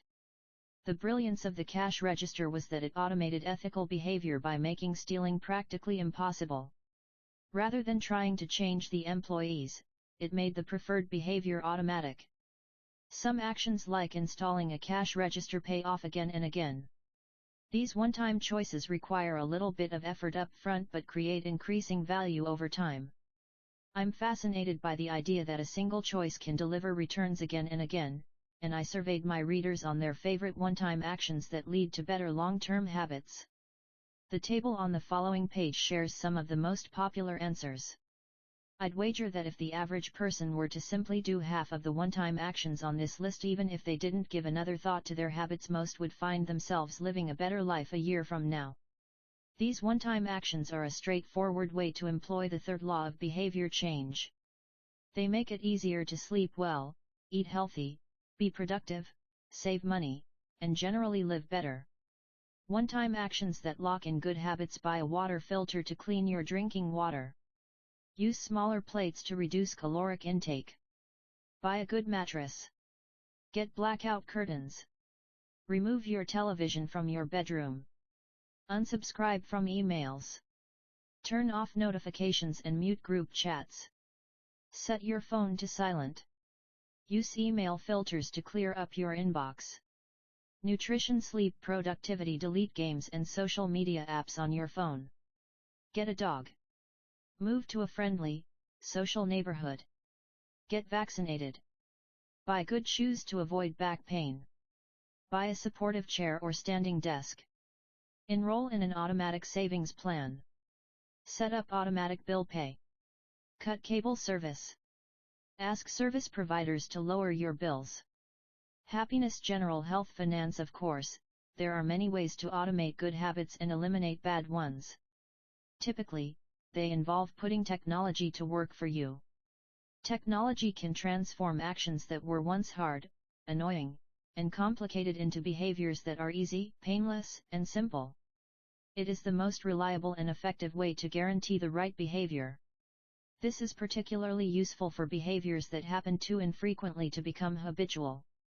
Things you have to do monthly or yearly, like rebalancing your investment portfolio, are never repeated frequently enough to become a habit, so they benefit in particular from technology remembering to do them for you. Other examples include medicine. Prescriptions can be automatically refilled. Personal finance. Employees can save for retirement with an automatic wage deduction. Cooking. Meal delivery services can do your grocery shopping. Productivity. Social media browsing can be cut off with a website blocker. When you automate as much of your life as possible, you can spend your effort on the tasks machines cannot do yet. Each habit that we hand over to the authority of technology frees up time and energy to pour into the next stage of growth. As mathematician and philosopher Alfred North Whitehead wrote, civilization advances by extending the number of operations we can perform without thinking about them. Of course, the power of technology can work against us as well. Binge watching becomes a habit because you have to put more effort in to stop looking at the screen than to continue doing so. Instead of pressing a button to advance to the next episode, Netflix or YouTube will autoplay it for you. All you have to do is keep your eyes open. Technology creates a level of convenience that enables you to act on your smallest whims and desires. At the mere suggestion of hunger, you can have food delivered to your door. At the slightest hint of boredom, you can get lost in the vast expanse of social media. When the effort required to act on your desires becomes effectively zero, you can find yourself slipping into whatever impulse arises at the moment. The downside of automation is that we can find ourselves jumping from easy task to easy task without making time for more difficult, but ultimately more rewarding, work. I often find myself gravitating towards social media during any downtime. If I feel bored for just a fraction of a second, I reach for my phone. It's easy to write off these minor distractions as just taking a break, but over time they can accumulate into a serious issue. The constant tug of just one more minute can prevent me from doing anything of consequence. I'm not the only one. The average person spends over 2 hours per day on social media. What could you do with an extra 600 hours per year? During the year I was writing this book, I experimented with a new time management strategy. Every Monday, my assistant would reset the passwords on all my social media accounts, which logged me out on each device. All week I worked without distraction. On Friday, she would send me the new passwords. I had the entire weekend to enjoy what social media had to offer until Monday morning when she would do it again. If you don't have an assistant, team up with a friend or family member and reset each other's passwords each week. One of the biggest surprises was how quickly I adapted. Within the first week of locking myself out of social media, I realized that I didn't need to check it nearly as often as I had been, and I certainly didn't need it each day. It had simply been so easy that it had become the default. Once my bad habit became impossible, I discovered that I did actually have the motivation to work on more meaningful tasks. After I removed the mental candy from my environment, it became much easier to eat the healthy stuff. When working in your favor, automation can make your good habits inevitable and your bad habits impossible. It is the ultimate way to lock in future behavior rather than relying on willpower in the moment. By utilizing commitment devices, strategic one-time decisions, and technology, you can create an environment of inevitability, a space where good habits are not just an outcome you hope for but an outcome that is virtually guaranteed. Chapter Summary: The inversion of the third law of behavior change is make it difficult. A commitment device is a choice you make in the present that locks in better behavior in the future. The ultimate way to lock in future behavior is to automate your habits. One-time choices like buying a better mattress or enrolling in an automatic savings plan are single actions that automate your future habits and deliver increasing returns over time. Using technology to automate your habits is the most reliable and effective way to guarantee the right behavior. How to create a good habit: the first law, make it obvious. 1.1, fill out the habits scorecard. Write down your current habits to become aware of them. 1.2, use implementation intentions. I will behavior at time and location. 1.3, use habit stacking. After current habit, I will new habit. 1.4, design your environment. Make the cues of good habits obvious and visible. The second law, make it attractive. 2.1, use temptation bundling. Pair an action you want to do with an action you need to do. 2.2, join a culture where your desired behavior is the normal behavior. 2.3, create a motivation ritual. Do something you enjoy immediately before a difficult habit. The third law, make it easy. 3.1, reduce friction. Decrease the number of steps between you and your good habits. 3.2, prime the environment. Prepare your environment to make future actions easier. 3.3, master the decisive moment. Optimize the small choices that deliver outsized impact. 3.4, use the 2-minute rule. Downscale your habits until they can be done in 2 minutes or less. 3.5, automate your habits. Invest in technology and one-time purchases that lock in future behavior. The fourth law, make it satisfying. How to break a bad habit: inversion of the first law, make it invisible. 1.5, reduce exposure. Remove the cues of your bad habits from your environment. Inversion of the second law, make it unattractive. 2.4, reframe your mindset. Highlight the benefits of avoiding your bad habits. Inversion of the third law, make it difficult. 3.6, increase friction. Increase the number of steps between you and your bad habits. 3.7, use a commitment device. Restrict your future choices to the ones that benefit you. Inversion of the fourth law, make it unsatisfying. You can download a printable version of this habits cheat sheet at atomichabits.com/cheats. The fourth law, make it satisfying. 15, the cardinal rule of behavior change. In the late 1990s, a public health worker named Stephen Luby left his hometown of Omaha, Nebraska, and bought a one-way ticket to Karachi, Pakistan. Karachi was one of the most populous cities in the world. By 1998, over 9 million people called it home. It was the economic center of Pakistan and a transportation hub, with some of the most active airports and seaports in the region. In the commercial parts of town, you could find all of the standard urban amenities and bustling downtown streets. But Karachi was also one of the least livable cities in the world. Over 60% of Karachi's residents lived in squatter settlements and slums. These densely packed neighborhoods were filled with makeshift houses cobbled together from old boards, cinder blocks, and other discarded materials. There was no waste removal system, no electricity grid, no clean water supply. When dry, the streets were a combination of dust and trash. When wet, they became a muddy pit of sewage. Mosquito colonies thrived in pools of stagnant water, and children played among the garbage. The unsanitary conditions lead to widespread illness and disease. Contaminated water sources caused epidemics of diarrhea, vomiting, and abdominal pain. Nearly 1/3 of the children living there were malnourished.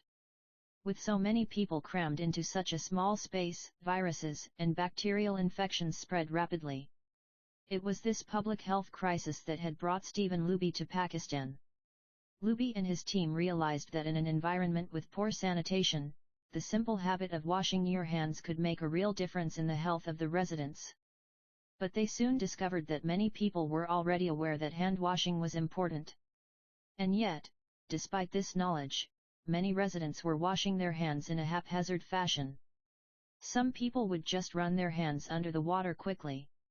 Others would only wash one hand. Many would simply forget to wash their hands before preparing food. Everyone said hand washing was important, but few people made a habit out of it. The problem wasn't knowledge. The problem was consistency. That was when Luby and his team partnered with Procter & Gamble to supply the neighborhood with Safeguard soap. Compared to your standard bar of soap, using Safeguard was a more enjoyable experience. In Pakistan, Safeguard was a premium soap, Luby told me. The study participants commonly mentioned how much they liked it. The soap foamed easily, and people were able to lather their hands with suds. It smelled great. Instantly, hand washing became slightly more pleasurable. I see the goal of hand washing promotion not as behavior change but as habit adoption, Luby said. It is a lot easier for people to adopt a product that provides a strong positive sensory signal, for example the mint taste of toothpaste, than it is to adopt a habit that does not provide pleasurable sensory feedback, like flossing one's teeth. The marketing team at Procter & Gamble talked about trying to create a positive hand-washing experience. Within months, the researchers saw a rapid shift in the health of children in the neighborhood. The rate of diarrhea fell by 52%, pneumonia by 48%, and impetigo, a bacterial skin infection, by 35%. The long-term effects were even better. We went back to some of the households in Karachi 6 years after, Luby told me. Over 95% of households who had been given the soap for free and encouraged to wash their hands had a hand-washing station with soap and water available when our study team visited.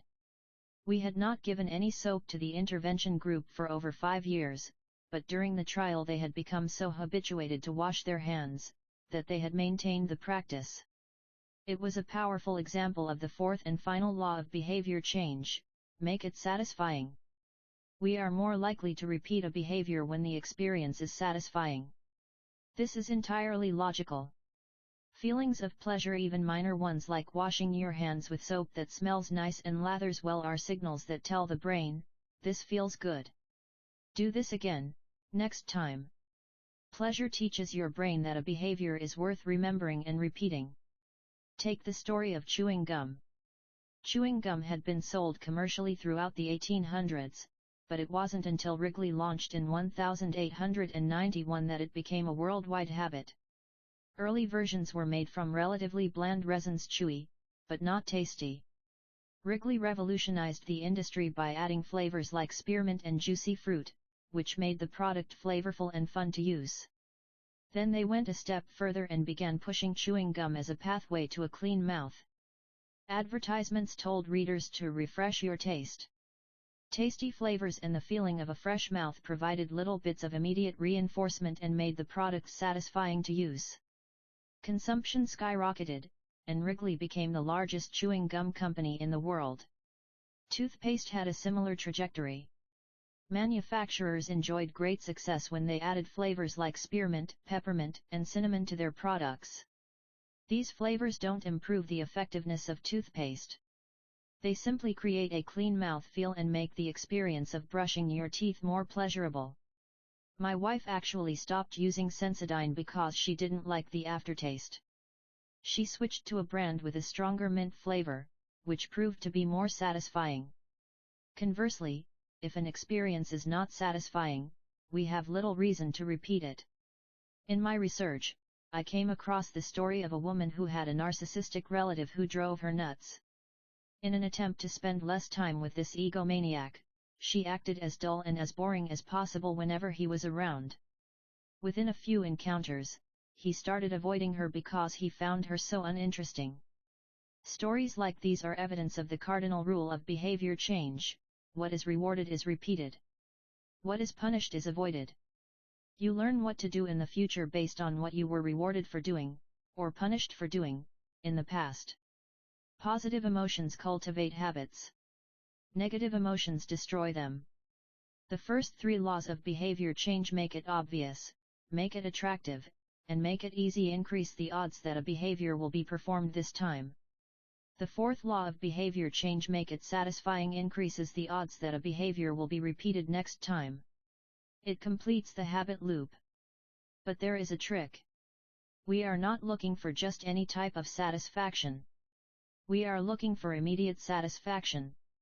The mismatch between immediate and delayed rewards: imagine you're an animal roaming the plains of Africa, a giraffe or an elephant or a lion. On any given day, most of your decisions have an immediate impact. You are always thinking about what to eat or where to sleep or how to avoid a predator. You are constantly focused on the present or the very near future. You live in what scientists call an immediate return environment because your actions instantly deliver clear and immediate outcomes. Now switch back to your human self. In modern society, many of the choices you make today will not benefit you immediately. If you do a good job at work, you'll get a paycheck in a few weeks. If you exercise today, perhaps you won't be overweight next year. If you save money now, maybe you'll have enough for retirement decades from now. You live in what scientists call a delayed return environment because you can work for years before your actions deliver the intended payoff. The human brain did not evolve for life in a delayed return environment. The earliest remains of modern humans, known as Homo sapiens sapiens, are approximately 200,000 years old. These were the first humans to have a brain relatively similar to ours. In particular, the neocortex, the newest part of the brain and the region responsible for higher functions like language, was roughly the same size 200,000 years ago as today. You are walking around with the same hardware as your Paleolithic ancestors. It is only recently, during the last 500 years or so, that society has shifted to a predominantly delayed return environment. Compared to the age of the brain, modern society is brand new. In the last 100 years, we have seen the rise of the car, the airplane, the television, the personal computer, the internet, the smartphone, and beyond. The world has changed much in recent years, but human nature has changed little. Similar to other animals on the African savanna, our ancestors spent their days responding to grave threats, securing the next meal, and taking shelter from a storm. It made sense to place a high value on instant gratification. The distant future was less of a concern. And after thousands of generations in an immediate return environment, our brains evolved to prefer quick payoffs to long-term ones. Behavioral economists refer to this tendency as time inconsistency. That is, the way your brain evaluates rewards is inconsistent across time. You value the present more than the future. Usually, this tendency serves us well. A reward that is certain right now is typically worth more than one that is merely possible in the future. But occasionally, our bias toward instant gratification causes problems. Why would someone smoke if they know it increases the risk of lung cancer? Why would someone overeat when they know it increases their risk of obesity? Why would someone have unsafe sex if they know it can result in sexually transmitted disease? Once you understand how the brain prioritizes rewards, the answers become clear. The consequences of bad habits are delayed while the rewards are immediate. Smoking might kill you in 10 years, but it reduces stress and eases your nicotine cravings now. Overeating is harmful in the long run but appetizing in the moment. Sex, safe or not, provides pleasure right away. Disease and infection won't show up for days or weeks, even years. Every habit produces multiple outcomes across time. Unfortunately, these outcomes are often misaligned. With our bad habits, the immediate outcome usually feels good, but the ultimate outcome feels bad. With good habits, it is the reverse. The immediate outcome is unenjoyable, but the ultimate outcome feels good. The French economist Frédéric Bastiat explained the problem clearly when he wrote, "It almost always happens that when the immediate consequence is favorable, the later consequences are disastrous, and vice versa. Often, the sweeter the first fruit of a habit, the more bitter are its later fruits." Put another way, the costs of your good habits are in the present. The costs of your bad habits are in the future. The brain's tendency to prioritize the present moment means you can't rely on good intentions. When you make a plan to lose weight, write a book, or learn a language, you are actually making plans for your future self. And when you envision what you want your life to be like, it is easy to see the value in taking actions with long-term benefits. We all want better lives for our future selves. However, when the moment of decision arrives, instant gratification usually wins. You are no longer making a choice for future you, who dreams of being fitter or wealthier or happier. You are choosing for present you, who wants to be full, pampered, and entertained. As a general rule, the more immediate pleasure you get from an action, the more strongly you should question whether it aligns with your long-term goals. With a fuller understanding of what causes our brain to repeat some behaviors and avoid others, let's update the cardinal rule of behavior change: what is immediately rewarded is repeated. What is immediately punished is avoided. Our preference for instant gratification reveals an important truth about success. Because of how we are wired, most people will spend all day chasing quick hits of satisfaction. The road less traveled is the road of delayed gratification. If you're willing to wait for the rewards, you'll face less competition and often get a bigger payoff. As the saying goes, the last mile is always the least crowded. This is precisely what research has shown. People who are better at delaying gratification have higher SAT scores, lower levels of substance abuse, lower likelihood of obesity, better responses to stress, and superior social skills. We've all seen this play out in our own lives. If you delay watching television and get your homework done, you'll generally learn more and get better grades. If you don't buy desserts and chips at the store, you'll often eat healthier food when you get home. At some point, success in nearly every field requires you to ignore an immediate reward in favor of a delayed reward. Here's the problem: most people know that delaying gratification is the wise approach. They want the benefits of good habits, to be healthy, productive, at peace. But these outcomes are seldom top of mind at the decisive moment. Thankfully, it's possible to train yourself to delay gratification, but you need to work with the grain of human nature, not against it. The best way to do this is to add a little bit of immediate pleasure to the habits that pay off in the long run and a little bit of immediate pain to ones that don't. How to turn instant gratification to your advantage: the vital thing in getting a habit to stick is to feel successful, even if it's in a small way. The feeling of success is a signal that your habit paid off and that the work was worth the effort. In a perfect world, the reward for a good habit is the habit itself. In the real world, good habits tend to feel worthwhile only after they have provided you with something. Early on, it's all sacrifice. You've gone to the gym a few times, but you're not stronger or fitter or faster, at least, not in any noticeable sense. It's only months later, once you shed a few pounds or your arms gain some definition, that it becomes easier to exercise for its own sake. In the beginning, you need a reason to stay on track. This is why immediate rewards are essential. They keep you excited while the delayed rewards accumulate in the background. What we're really talking about here when we're discussing immediate rewards is the ending of a behavior. The ending of any experience is vital because we tend to remember it more than other phases. You want the ending of your habit to be satisfying. The best approach is to use reinforcement, which refers to the process of using an immediate reward to increase the rate of a behavior. Habit stacking, which we covered in Chapter 5, ties your habit to an immediate cue, which makes it obvious when to start. Reinforcement ties your habit to an immediate reward, which makes it satisfying when you finish. Immediate reinforcement can be especially helpful when dealing with habits of avoidance, which are behaviors you want to stop doing. It can be challenging to stick with habits like no frivolous purchases or no alcohol this month because nothing happens when you skip happy hour drinks or don't buy that pair of shoes. It can be hard to feel satisfied when there is no action in the first place. All you're doing is resisting temptation, and there isn't much satisfying about that. One solution is to turn the situation on its head. You want to make avoidance visible. Open a savings account and label it for something you want, maybe leather jacket. Whenever you pass on a purchase, put the same amount of money in the account. Skip your morning latte? Transfer $5. Pass on another month of Netflix? Move $10 over. It's like creating a loyalty program for yourself. The immediate reward of seeing yourself save money toward the leather jacket feels a lot better than being deprived. You are making it satisfying to do nothing. One of my readers and his wife used a similar setup.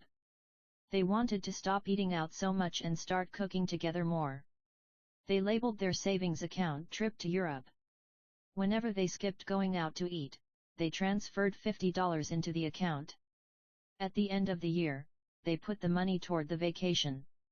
It is worth noting that it is important to select short-term rewards that reinforce your identity rather than ones that conflict with it. Buying a new jacket is fine if you are trying to lose weight or read more books, but it doesn't work if you are trying to budget and save money. Instead, taking a bubble bath or going on a leisurely walk are good examples of rewarding yourself with free time, which aligns with your ultimate goal of more freedom and financial independence. Similarly, if your reward for exercising is eating a bowl of ice cream, then you're casting votes for conflicting identities, and it ends up being a wash. Instead, maybe your reward is a massage, which is both a luxury and a vote toward taking care of your body. Now the short-term reward is aligned with your long-term vision of being a healthy person. Eventually, as intrinsic rewards like a better mood, more energy, and reduced stress kick in, you'll become less concerned with chasing the secondary reward. The identity itself becomes the reinforcer. You do it because it's who you are and it feels good to be you. The more a habit becomes part of your life, the less you need outside encouragement to follow through. Incentives can start a habit. Identity sustains a habit. That said, it takes time for the evidence to accumulate and a new identity to emerge. Immediate reinforcement helps maintain motivation in the short term while you're waiting for the long-term rewards to arrive. In summary, a habit needs to be enjoyable for it to last.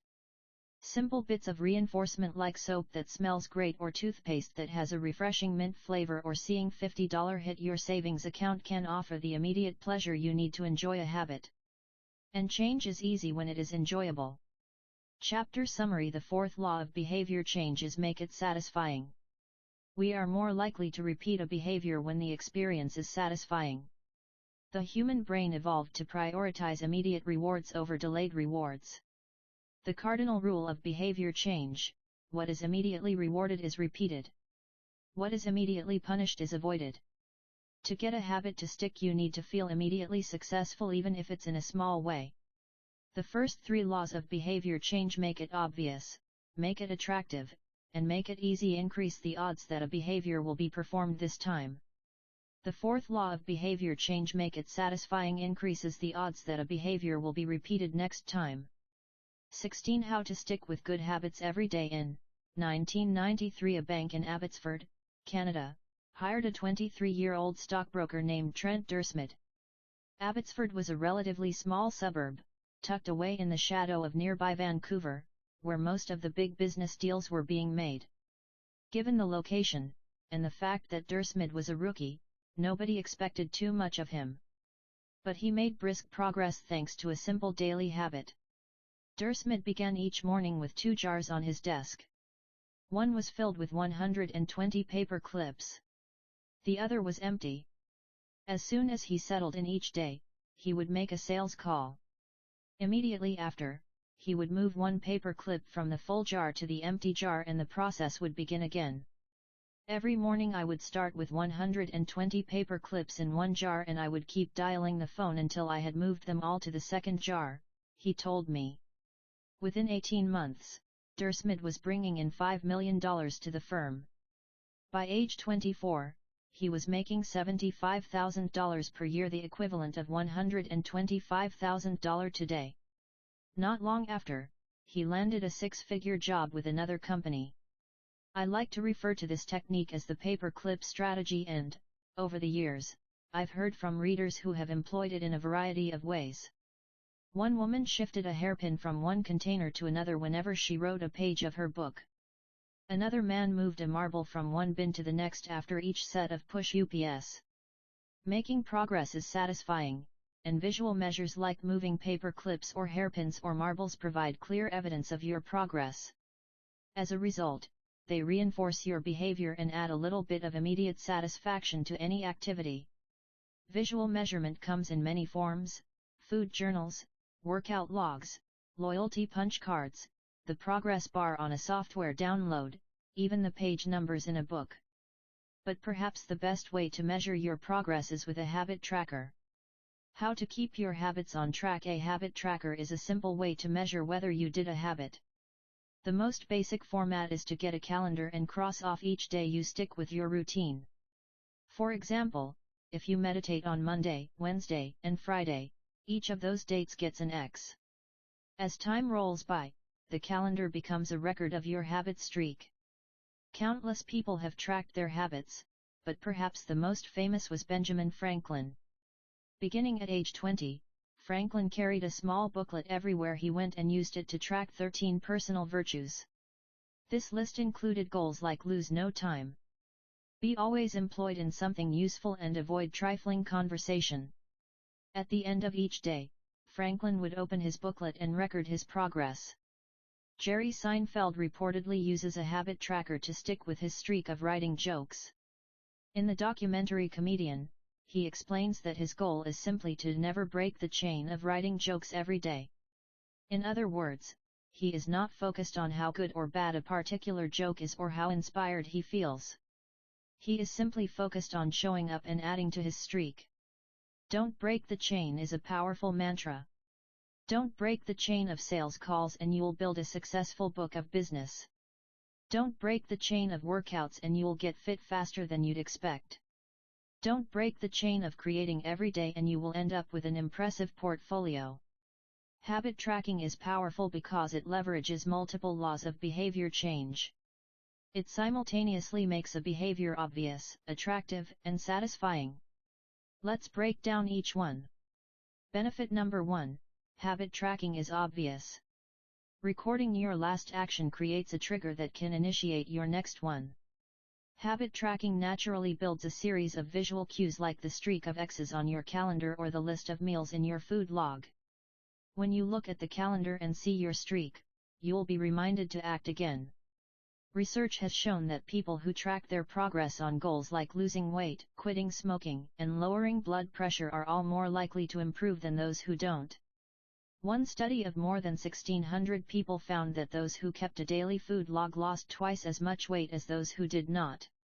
The mere act of tracking a behavior can spark the urge to change it. Habit tracking also keeps you honest. Most of us have a distorted view of our own behavior. We think we act better than we do. Measurement offers one way to overcome our blindness to our own behavior and notice what's really going on each day. One glance at the paper clips in the container and you immediately know how much work you have, or haven't, been putting in. When the evidence is right in front of you, you're less likely to lie to yourself.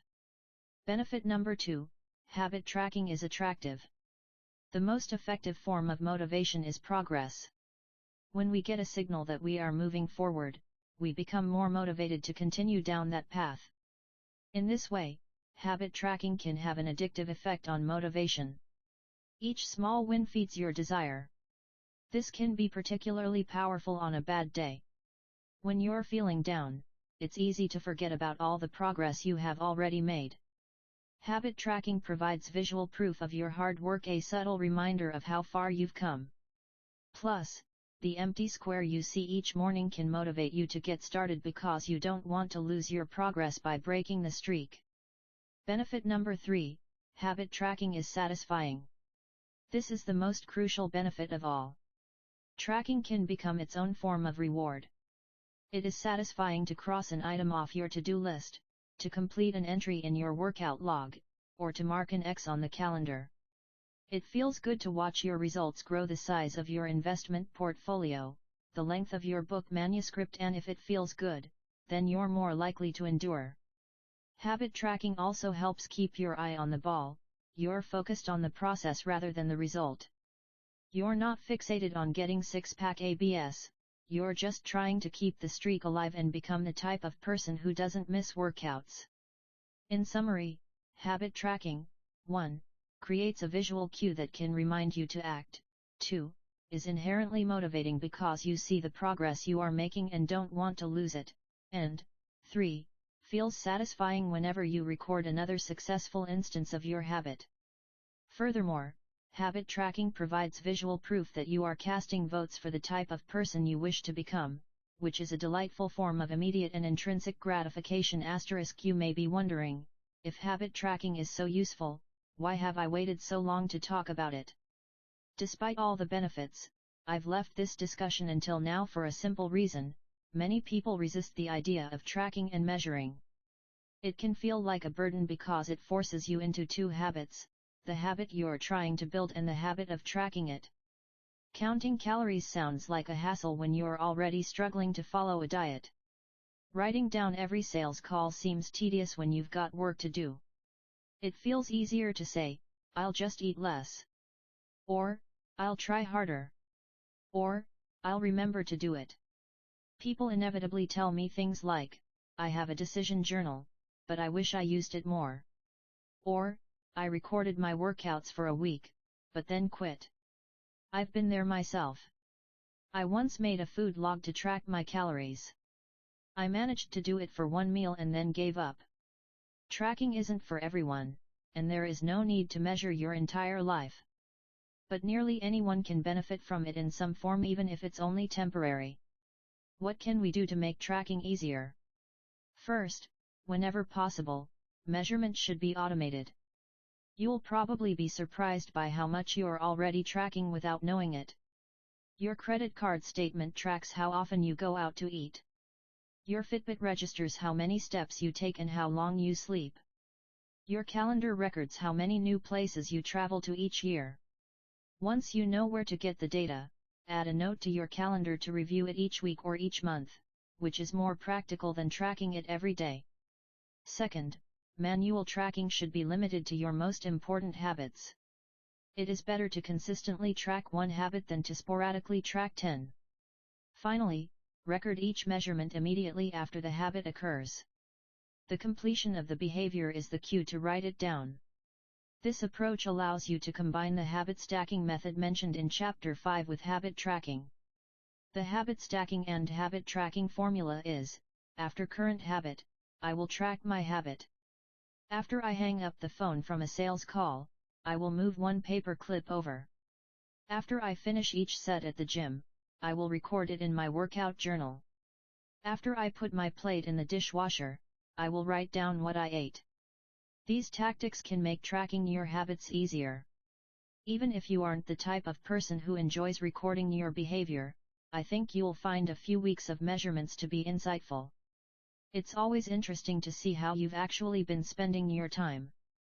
That said, every habit streak ends at some point.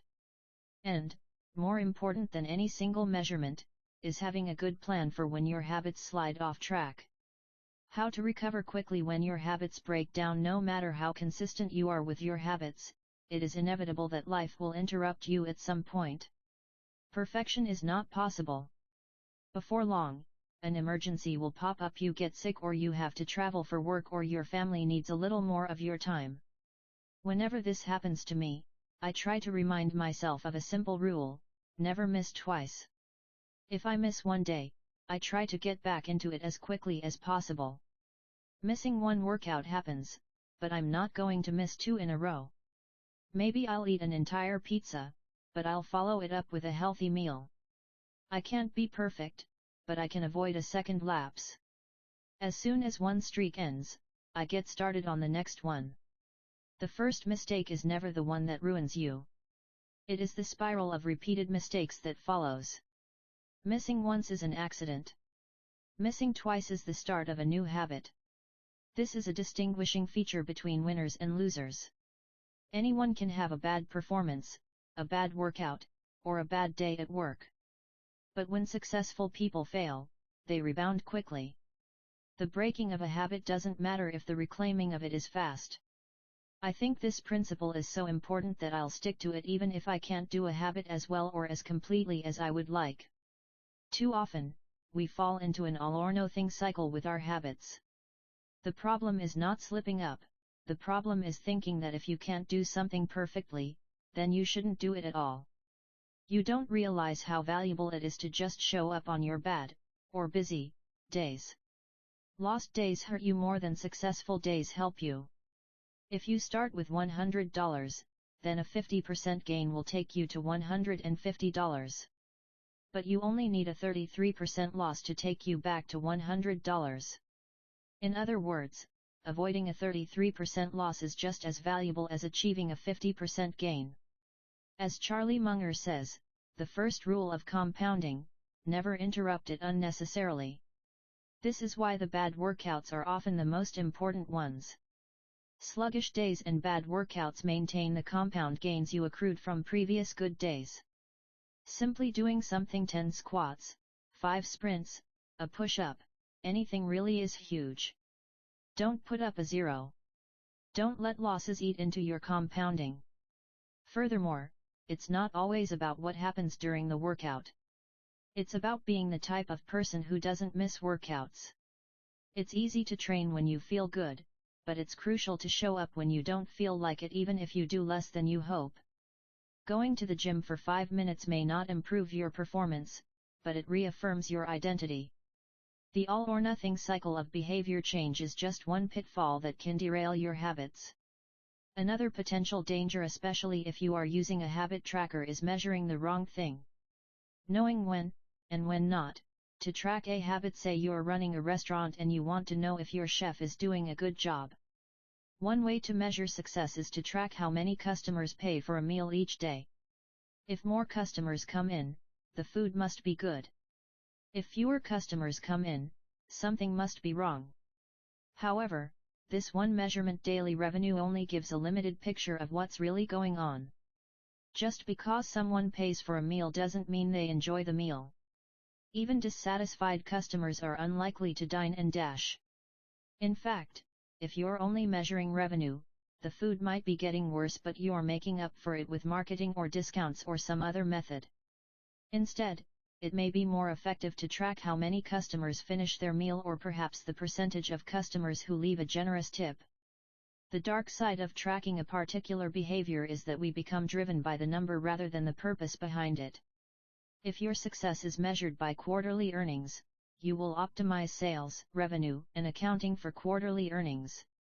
If your success is measured by a lower number on the scale, you will optimize for a lower number on the scale, even if that means embracing crash diets, juice cleanses, and fat loss pills. The human mind wants to win whatever game is being played. This pitfall is evident in many areas of life. We focus on working long hours instead of getting meaningful work done.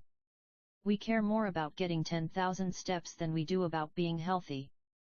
We teach for standardized tests instead of emphasizing learning, curiosity, and critical thinking. In short, we optimize for what we measure. When we choose the wrong measurement, we get the wrong behavior. This is sometimes referred to as Goodhart's Law. Named after the economist Charles Goodhart, the principle states, when a measure becomes a target, it ceases to be a good measure. Measurement is only useful when it guides you and adds context to a larger picture, not when it consumes you.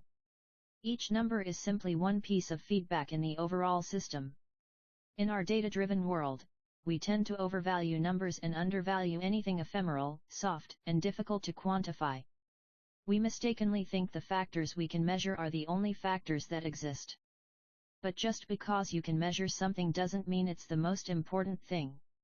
And just because you can't measure something doesn't mean it's not important at all.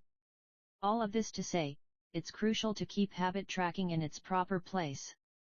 It can feel satisfying to record a habit and track your progress, but the measurement is not the only thing that matters. Furthermore, there are many ways to measure progress, and sometimes it helps to shift your focus to something entirely different. This is why non-scale victories can be effective for weight loss. The number on the scale may be stubborn, so if you focus solely on that number, your motivation will sag. But you may notice that your skin looks better, or you wake up earlier, or your sex drive got a boost. All of these are valid ways to track your improvement.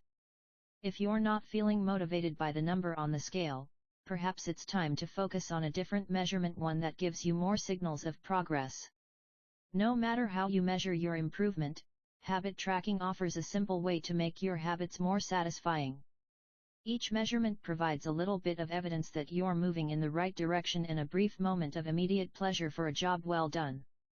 Chapter Summary. One of the most satisfying feelings is the feeling of making progress. A habit tracker is a simple way to measure whether you did a habit, like marking an X on a calendar. Habit trackers and other visual forms of measurement can make your habits satisfying by providing clear evidence of your progress. Don't break the chain. Try to keep your habit streak alive. Never miss twice. If you miss one day, try to get back on track as quickly as possible. Just because you can measure something doesn't mean it's the most important thing. 17. How an accountability partner can change everything. After serving as a pilot in World War II, Roger Fisher attended Harvard Law School and spent 34 years specializing in negotiation and conflict management. He founded the Harvard Negotiation Project and worked with numerous countries and world leaders on peace resolutions, hostage crises, and diplomatic compromises. But it was in the 1970s and 1980s, as the threat of nuclear war escalated, that Fisher developed perhaps his most interesting idea. At the time, Fisher was focused on designing strategies that could prevent nuclear war, and he had noticed a troubling fact. Any sitting president would have access to launch codes that could kill millions of people but would never actually see anyone die because he would always be thousands of miles away. My suggestion was quite simple, he wrote in 1981. Put that nuclear code number in a little capsule, and then implant that capsule right next to the heart of a volunteer. The volunteer would carry with him a big, heavy butcher knife as he accompanied the president. If ever the president wanted to fire nuclear weapons, the only way he could do so would be for him first, with his own hands, to kill one human being. The president says, "George, I'm sorry, but tens of millions must die." He has to look at someone and realize what death is, what an innocent death is. Blood on the White House carpet. It's reality brought home. When I suggested this to friends in the Pentagon, they said, "My God, that's terrible. Having to kill someone would distort the president's judgment. He might never push the button." Throughout our discussion of the fourth law of behavior change, we have covered the importance of making good habits immediately satisfying. Fisher's proposal is an inversion of the fourth law: make it immediately unsatisfying. Just as we are more likely to repeat an experience when the ending is satisfying, we are also more likely to avoid an experience when the ending is painful. Pain is an effective teacher. If a failure is painful, it gets fixed. If a failure is relatively painless, it gets ignored. The more immediate and more costly a mistake is, the faster you will learn from it. The threat of a bad review forces a plumber to be good at his job. The possibility of a customer never returning makes restaurants create good food. The cost of cutting the wrong blood vessel makes a surgeon master human anatomy and cut carefully. When the consequences are severe, people learn quickly. The more immediate the pain, the less likely the behavior. If you want to prevent bad habits and eliminate unhealthy behaviors, then adding an instant cost to the action is a great way to reduce their odds. We repeat bad habits because they serve us in some way, and that makes them hard to abandon. The best way I know to overcome this predicament is to increase the speed of the punishment associated with the behavior. There can't be a gap between the action and the consequences. As soon as actions incur an immediate consequence, behavior begins to change. Customers pay their bills on time when they are charged a late fee. Students show up to class when their grade is linked to attendance. We'll jump through a lot of hoops to avoid a little bit of immediate pain. There is, of course, a limit to this. If you're going to rely on punishment to change behavior, then the strength of the punishment must match the relative strength of the behavior it is trying to correct. To be productive, the cost of procrastination must be greater than the cost of action. To be healthy, the cost of laziness must be greater than the cost of exercise. Getting fined for smoking in a restaurant or failing to recycle adds consequence to an action. Behavior only shifts if the punishment is painful enough and reliably enforced. In general, the more local, tangible, concrete, and immediate the consequence, the more likely it is to influence individual behavior. The more global, intangible, vague, and delayed the consequence, the less likely it is to influence individual behavior. Thankfully, there is a straightforward way to add an immediate cost to any bad habit: create a habit contract. The habit contract. The first seatbelt law was passed in New York on December 1, 1984. At the time, just 14% of people in the United States regularly wore a seatbelt, but that was all about to change. Within 5 years, over half of the nation had seatbelt laws. Today, wearing a seatbelt is enforceable by law in 49 of the 50 states. And it's not just the legislation. The number of people wearing seatbelts has changed dramatically as well. In 2016, over 88% of Americans buckled up each time they got in a car. In just over 30 years, there was a complete reversal in the habits of millions of people. Laws and regulations are an example of how government can change our habits by creating a social contract. As a society, we collectively agree to abide by certain rules and then enforce them as a group. Whenever a new piece of legislation impacts behavior, seatbelt laws, banning smoking inside restaurants, mandatory recycling, it is an example of a social contract shaping our habits. The group agrees to act in a certain way, and if you don't follow along, you'll be punished. Just as governments use laws to hold citizens accountable, you can create a habit contract to hold yourself accountable. A habit contract is a verbal or written agreement in which you state your commitment to a particular habit and the punishment that will occur if you don't follow through. Then you find 1 or 2 people to act as your accountability partners and sign off on the contract with you. Brian Harris, an entrepreneur from Nashville, Tennessee, was the first person I saw put this strategy into action. Shortly after the birth of his son, Harris realized he wanted to shed a few pounds. He wrote up a habit contract between himself, his wife, and his personal trainer. The first version read, Brian's number 1 objective for Q1 of 2017 is to start eating correctly again so he feels better, looks better, and is able to hit his long-term goal of 200 pounds at 10% body fat. Below that statement, Harris laid out a roadmap for achieving his ideal outcome.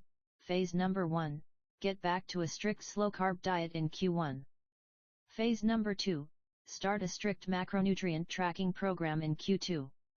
Phase number 3, refine and maintain the details of his diet and workout program in Q3. Finally, he wrote out each of the daily habits that would get him to his goal. For example, write down all food that he consumes each day and weigh himself each day. And then he listed the punishment if he failed.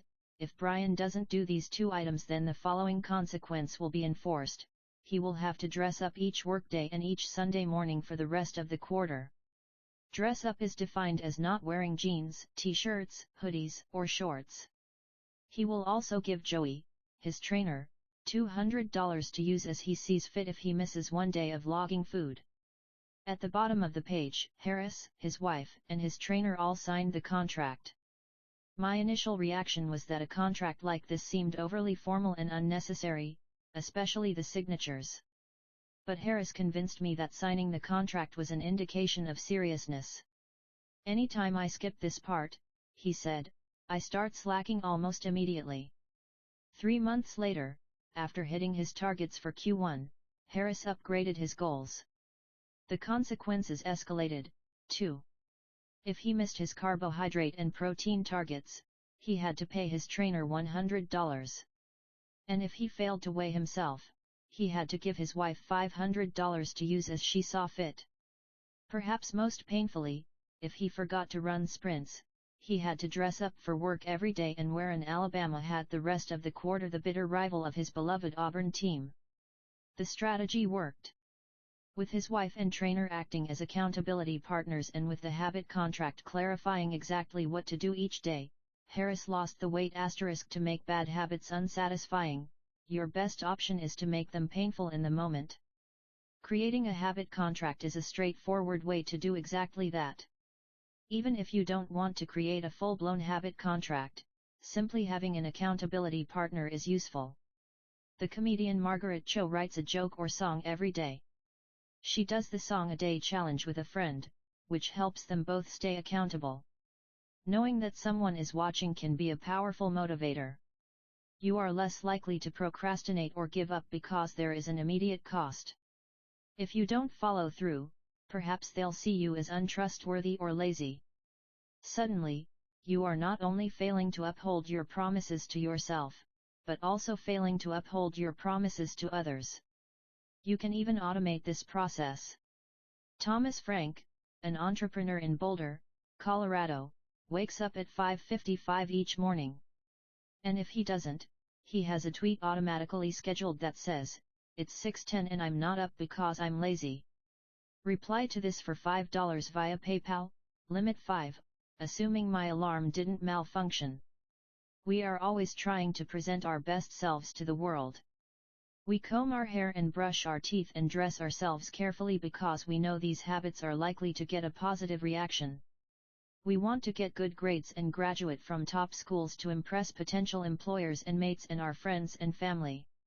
We care about the opinions of those around us because it helps if others like us. This is precisely why getting an accountability partner or signing a habit contract can work so well. Chapter Summary: The inversion of the fourth law of behavior change is make it unsatisfying. We are less likely to repeat a bad habit if it is painful or unsatisfying. An accountability partner can create an immediate cost to inaction. We care deeply about what others think of us, and we do not want others to have a lesser opinion of us. A habit contract can be used to add a social cost to any behavior. It makes the costs of violating your promises public and painful. Knowing that someone else is watching you can be a powerful motivator. How to create a good habit: the first law, make it obvious. 1.1, fill out the habits scorecard. Write down your current habits to become aware of them. 1.2, use implementation intentions, I will behavior at time and location. 1.3, use habit stacking, after current habit, I will new habit. 1.4, design your environment. Make the cues of good habits obvious and visible.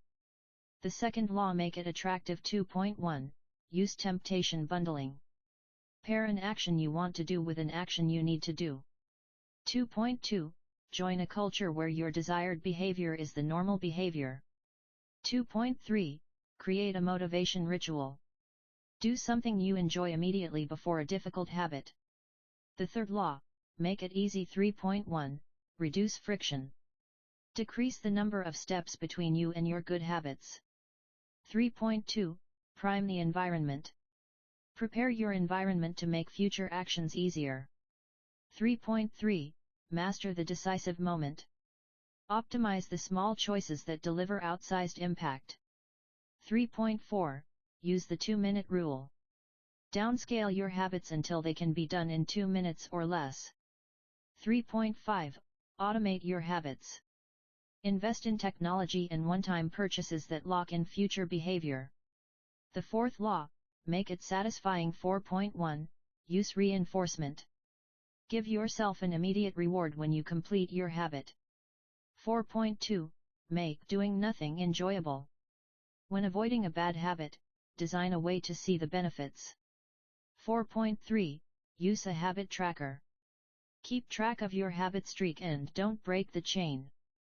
4.4. Never miss twice. When you forget to do a habit, make sure you get back on track immediately. How to break a bad habit inversion of the first law, make it invisible. 1.5. Reduce exposure. Remove the cues of your bad habits from your environment. Inversion of the second law, make it unattractive. 2.4. Reframe your mindset. Highlight the benefits of avoiding your bad habits. Inversion of the third law, make it difficult. 3.6. Increase friction. Increase the number of steps between you and your bad habits. 3.7. Use a commitment device. Restrict your future choices to the ones that benefit you. Inversion of the fourth law, make it unsatisfying. 4.5. Get an accountability partner. Ask someone to watch your behavior. 4.6. Create a habit contract. Make the costs of your bad habits public and painful. You can download a printable version of this habits cheat sheet at atomichabits.com/cheats. Advanced tactics: how to go from being merely good to being truly great. 18. The truth about talent, when genes matter and when they don't. Many people are familiar with Michael Phelps, who is widely considered to be one of the greatest athletes in history. Phelps has won more Olympic medals not only than any swimmer but also more than any Olympian in any sport. Fewer people know the name Hikam El Guerrouj, but he was a fantastic athlete in his own right. El Guerrouj is a Moroccan runner who holds 2 Olympic gold medals and is one of the greatest middle-distance runners of all time. For many years, he held the world record in the mile, 1,500 meter, and 2,000 meter races. At the Olympic Games in Athens, Greece, in 2004, he won gold in the 1,500 meter and 5,000 meter races. These two athletes are wildly different in many ways. For starters, one competed on land and the other in water. But most notably, they differ significantly in height. El Guerrouj is 5 feet, 9 inches tall. Phelps is 6 feet, 4 inches tall. Despite this 7-inch difference in height, the two men are identical in one respect: Michael Phelps and Hikam El Guerrouj wear the same length inseam on their pants. How is this possible? Phelps has relatively short legs for his height and a very long torso, the perfect build for swimming. El Guerrouj has incredibly long legs and a short upper body, an ideal frame for distance running. Now, imagine if these world-class athletes were to switch sports. Given his remarkable athleticism, could Michael Phelps become an Olympic-caliber distance runner with enough training? It's unlikely. At peak fitness, Phelps weighed 194 pounds, which is 40% heavier than El Guerrouj, who competed at an ultralight 138 pounds. Taller runners are heavier runners, and every extra pound is a curse when it comes to distance running. Against elite competition, Phelps would be doomed from the start. Similarly, El Guerrouj might be one of the best runners in history, but it's doubtful he would ever qualify for the Olympics as a swimmer. Since 1976, the average height of Olympic gold medalists in the men's 1,500 meter run is 5 feet, 10 inches. In comparison, the average height of Olympic gold medalists in the men's 100 meter freestyle swim is 6 feet, 4 inches. Swimmers tend to be tall and have long backs and arms, which are ideal for pulling through the water. El Guerrouj would be at a severe disadvantage before he ever touched the pool. The secret to maximizing your odds of success is to choose the right field of competition. This is just as true with habit change as it is with sports and business. Habits are easier to perform, and more satisfying to stick with, when they align with your natural inclinations and abilities. Like Michael Phelps in the pool or Hikam El Guerrouj on the track, you want to play a game where the odds are in your favor. Embracing this strategy requires the acceptance of the simple truth that people are born with different abilities. Some people don't like to discuss this fact. On the surface, your genes seem to be fixed, and it's no fun to talk about things you cannot control. Plus, phrases like biological determinism makes it sound like certain individuals are destined for success and others doomed to failure. But this is a short-sighted view of the influence of genes on behavior. The strength of genetics is also their weakness. Genes cannot be easily changed, which means they provide a powerful advantage in favorable circumstances and a serious disadvantage in unfavorable circumstances. If you want to dunk a basketball, being 7 feet tall is very useful. If you want to perform a gymnastics routine, being 7 feet tall is a great hindrance. Our environment determines the suitability of our genes and the utility of our natural talents. When our environment changes, so do the qualities that determine success. This is true not just for physical characteristics but for mental ones as well. I'm smart if you ask me about habits and human behavior, not so much when it comes to knitting, rocket propulsion, or guitar chords. Competence is highly dependent on context. The people at the top of any competitive field are not only well trained, they are also well suited to the task. And this is why, if you want to be truly great, selecting the right place to focus is crucial. In short, genes do not determine your destiny. They determine your areas of opportunity. As physician Gabor Mate notes, genes can predispose, but they don't predetermine. The areas where you are genetically predisposed to success are the areas where habits are more likely to be satisfying. The key is to direct your effort toward areas that both excite you and match your natural skills, to align your ambition with your ability. The obvious question is, how do I figure out where the odds are in my favor? How do I identify the opportunities and habits that are right for me? The first place we will look for an answer is by understanding your personality. How your personality influences your habits. Your genes are operating beneath the surface of every habit. Indeed, beneath the surface of every behavior. Genes have been shown to influence everything from the number of hours you spend watching television to your likelihood to marry or divorce to your tendency to get addicted to drugs, alcohol, or nicotine. There's a strong genetic component to how obedient or rebellious you are when facing authority, how vulnerable or resistant you are to stressful events, how proactive or reactive you tend to be, and even how captivated or bored you feel during sensory experiences like attending a concert. As Robert Plomin, a behavioral geneticist at King's College in London, told me, it is now at the point where we have stopped testing to see if traits have a genetic component because we literally can't find a single one that isn't influenced by our genes. Bundled together, your unique cluster of genetic traits predispose you to a particular personality. Your personality is the set of characteristics that is consistent from situation to situation. The most proven scientific analysis of personality traits is known as the Big Five, which breaks them down into 5 spectrums of behavior. 1. Openness to experience, from curious and inventive on one end to cautious and consistent on the other. 2. Conscientiousness, organized and efficient to easygoing and spontaneous. 3. Extroversion, outgoing and energetic to solitary and reserved, you likely know them as extroverts versus introverts. 4. Agreeableness, friendly and compassionate to challenging and detached. 5. Neuroticism, anxious and sensitive to confident, calm, and stable. All 5 characteristics have biological underpinnings. Extroversion, for instance, can be tracked from birth.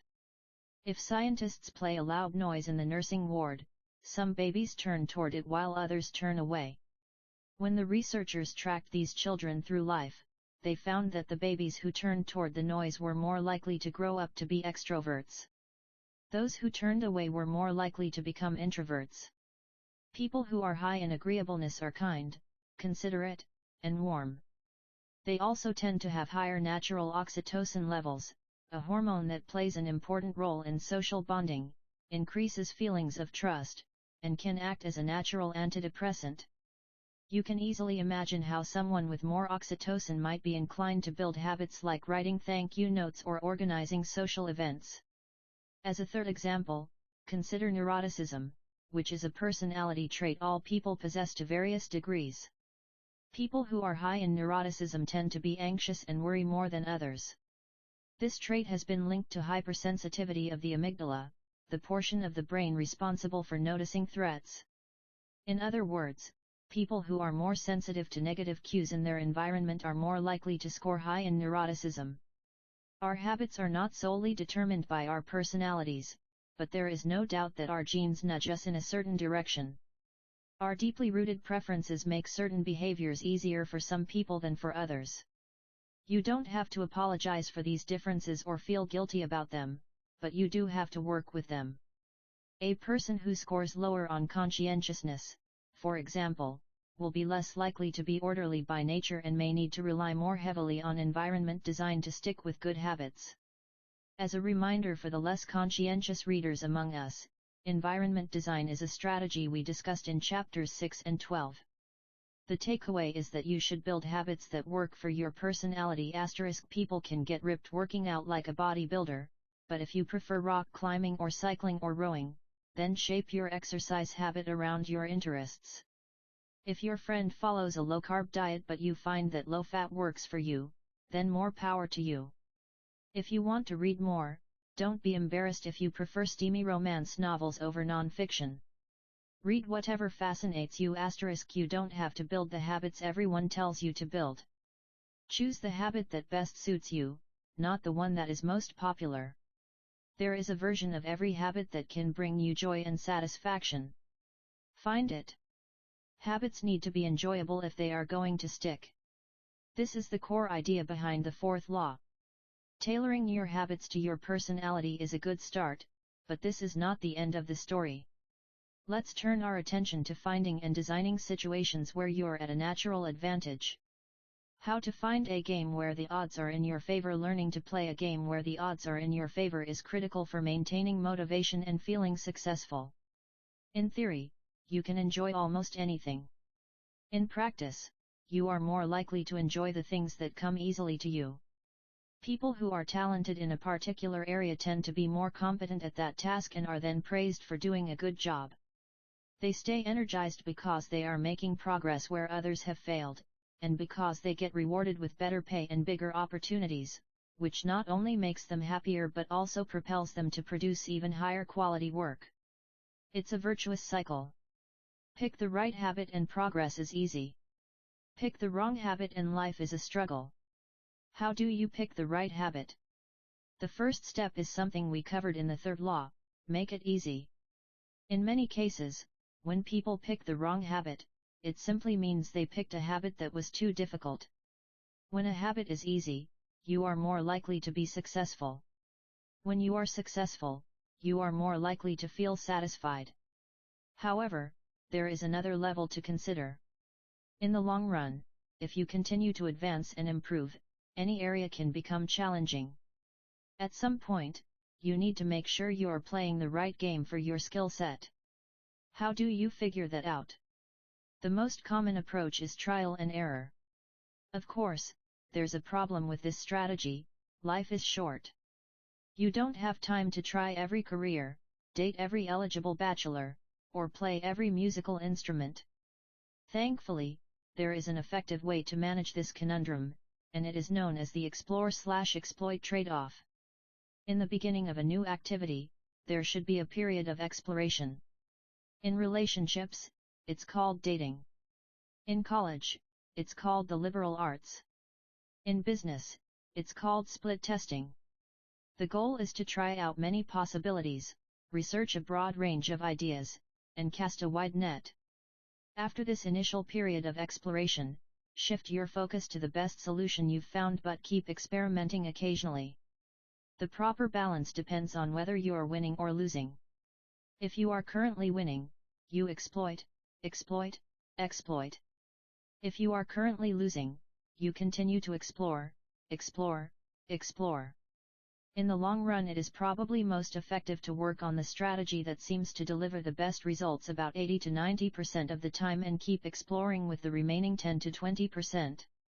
Google famously asks employees to spend 80% of the workweek on their official job and 20% on projects of their choice, which has led to the creation of blockbuster products like AdWords and Gmail. The optimal approach also depends on how much time you have. If you have a lot of time, like someone at the beginning of their career, it makes more sense to explore, because once you find the right thing, you still have a good amount of time to exploit it. If you're pressed for time, say, as you come up on the deadline for a project, you should implement the best solution you've found so far and get some results. As you explore different options, there are a series of questions you can ask yourself to continually narrow in on the habits and areas that will be most satisfying to you. What feels like fun to me, but work to others? The mark of whether you are made for a task is not whether you love it, but whether you can handle the pain of the task easier than most people. When are you enjoying yourself while other people are complaining? The work that hurts you less than it hurts others is the work you were made to do. What makes me lose track of time? Flow is the mental state you enter when you are so focused on the task at hand that the rest of the world fades away.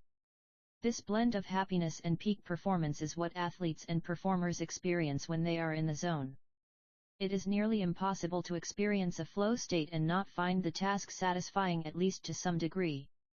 Where do I get greater returns than the average person?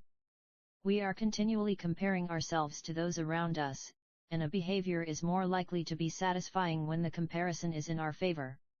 When I started writing at jamesclear.com, my email list grew very quickly. I wasn't quite sure what I was doing well, but I knew that results seemed to be coming faster for me than for some of my colleagues, which motivated me to keep writing. What comes naturally to me? For just a moment, ignore what you have been taught. Ignore what society has told you. Ignore what others expect of you. Look inside yourself and ask, what feels natural to me? When have I felt alive? When have I felt like the real me? No internal judgments or people-pleasing. No second-guessing or self-criticism. Just feelings of engagement and enjoyment. Whenever you feel authentic and genuine, you are headed in the right direction. To be honest, some of this process is just luck. Michael Phelps and Hikam El Guerrouj were lucky to be born with a rare set of abilities that are highly valued by society and to be placed in the ideal environment for those abilities. We all have limited time on this planet, and the truly great among us are the ones who not only work hard but also have the good fortune to be exposed to opportunities that favor us. But what if you don't want to leave it up to luck? If you can't find a game where the odds are stacked in your favor, create one. Scott Adams, the cartoonist behind Dilbert, says, everyone has at least a few areas in which they could be in the top 25% with some effort. In my case, I can draw better than most people, but I'm hardly an artist. And I'm not any funnier than the average stand-up comedian who never makes it big, but I'm funnier than most people. The magic is that few people can draw well and write jokes. It's the combination of the two that makes what I do so rare. And when you add in my business background, suddenly I had a topic that few cartoonists could hope to understand without living it. When you can't win by being better, you can win by being different. By combining your skills, you reduce the level of competition, which makes it easier to stand out. You can shortcut the need for a genetic advantage, or for years of practice, by rewriting the rules. A good player works hard to win the game everyone else is playing. A great player creates a new game that favors their strengths and avoids their weaknesses. In college, I designed my own major, biomechanics, which was a combination of physics, chemistry, biology, and anatomy. I wasn't smart enough to stand out among the top physics or biology majors, so I created my own game. And because it suited me, I was only taking the courses I was interested in studying, felt like less of a chore. It was also easier to avoid the trap of comparing myself to everyone else. After all, nobody else was taking the same combination of classes, so who could say if they were better or worse? Specialization is a powerful way to overcome the accident of bad genetics. The more you master a specific skill, the harder it becomes for others to compete with you. Many bodybuilders are stronger than the average arm wrestler, but even a massive bodybuilder may lose at arm wrestling because the arm wrestling champ has very specific strength. Even if you're not the most naturally gifted, you can often win by being the best in a very narrow category. Boiling water will soften a potato but harden an egg. You can't control whether you're a potato or an egg, but you can decide to play a game where it's better to be hard or soft. If you can find a more favorable environment, you can transform the situation from one where the odds are against you to one where they are in your favor. How to get the most out of your genes? Our genes do not eliminate the need for hard work. They clarify it. They tell us what to work hard on. Once we realize our strengths, we know where to spend our time and energy. We know which types of opportunities to look for and which types of challenges to avoid. The better we understand our nature, the better our strategy can be. Biological differences matter. Even so, it's more productive to focus on whether you are fulfilling your own potential than comparing yourself to someone else. The fact that you have a natural limit to any specific ability has nothing to do with whether you are reaching the ceiling of your capabilities.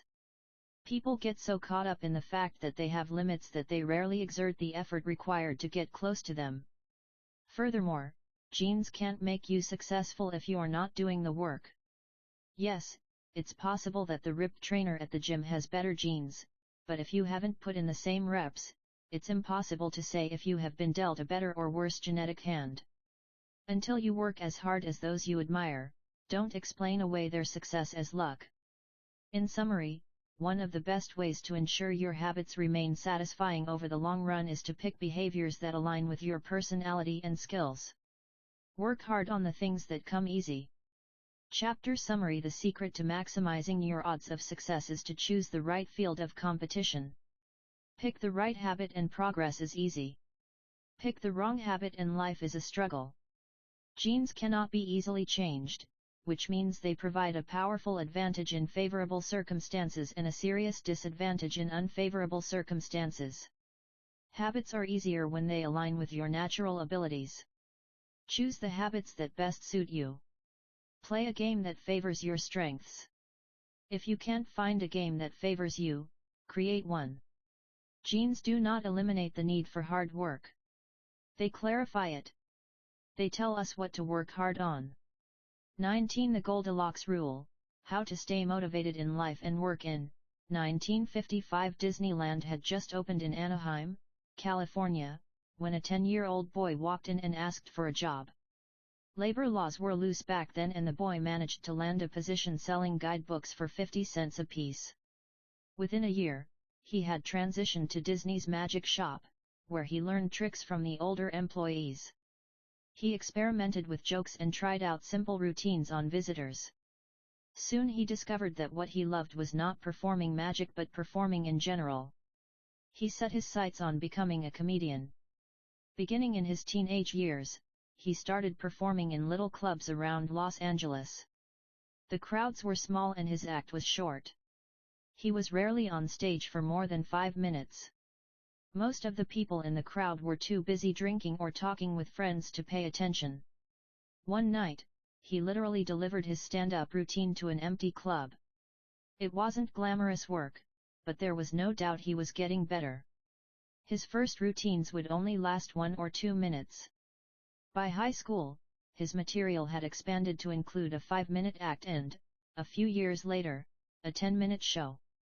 At 19, he was performing weekly for 20 minutes at a time.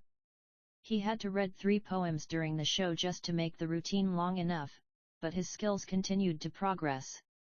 He spent another decade experimenting, adjusting, and practicing. He took a job as a television writer and, gradually, he was able to land his own appearances on talk shows. By the mid-1970s, he had worked his way into being a regular guest on The Tonight Show and Saturday Night Live. Finally, after nearly 15 years of work, the young man rose to fame. He toured 60 cities in 63 days. Then 72 cities in 80 days. Then 85 cities in 90 days. He had 18,695 people attend one show in Ohio. Another 45,000 tickets were sold for his 3-day show in New York. He catapulted to the top of his genre and became one of the most successful comedians of his time. His name is Steve Martin.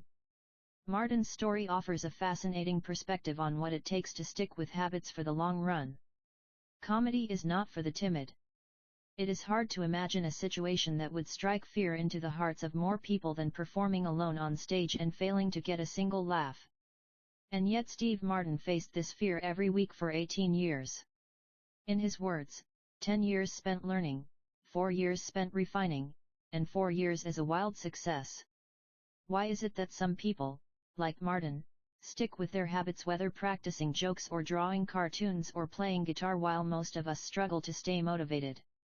How do we design habits that pull us in rather than ones that fade away? Scientists have been studying this question for many years. While there is still much to learn, one of the most consistent findings is that the way to maintain motivation and achieve peak levels of desire is to work on tasks of just manageable difficulty. The human brain loves a challenge, but only if it is within an optimal zone of difficulty. If you love tennis and try to play a serious match against a 4-year-old, you will quickly become bored. It's too easy. You'll win every point. In contrast, if you play a professional tennis player like Roger Federer or Serena Williams, you will quickly lose motivation because the match is too difficult. Now consider playing tennis against someone who is your equal. As the game progresses, you win a few points and you lose a few. You have a good chance of winning, but only if you really try. Your focus narrows, distractions fade away, and you find yourself fully invested in the task at hand. This is a challenge of just manageable difficulty, and it is a prime example of the Goldilocks rule. The Goldilocks rule states that humans experience peak motivation when working on tasks that are right on the edge of their current abilities. Not too hard. Not too easy. Just right. The Goldilocks rule, figure 15, maximum motivation occurs when facing a challenge of just manageable difficulty.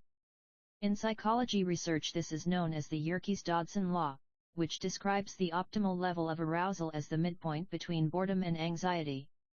Martin's comedy career is an excellent example of the Goldilocks rule in practice. Each year, he expanded his comedy routine, but only by a minute or two. He was always adding new material, but he also kept a few jokes that were guaranteed to get laughs. There were just enough victories to keep him motivated and just enough mistakes to keep him working hard. When you're starting a new habit, it's important to keep the behavior as easy as possible so you can stick with it even when conditions aren't perfect. This is an idea we covered in detail while discussing the third law of behavior change. Once a habit has been established, however, it's important to continue to advance in small ways. These little improvements and new challenges keep you engaged. And if you hit the Goldilocks zone just right, you can achieve a flow state. A flow state is the experience of being in the zone and fully immersed in an activity. Scientists have tried to quantify this feeling. They found that to achieve a state of flow, a task must be roughly 4% beyond your current ability.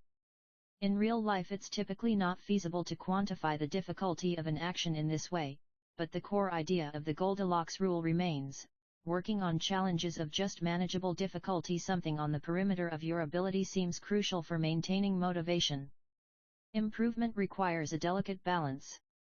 You need to regularly search for challenges that push you to your edge while continuing to make enough progress to stay motivated. Behaviors need to remain novel in order for them to stay attractive and satisfying. Without variety, we get bored. And boredom is perhaps the greatest villain on the quest for self-improvement.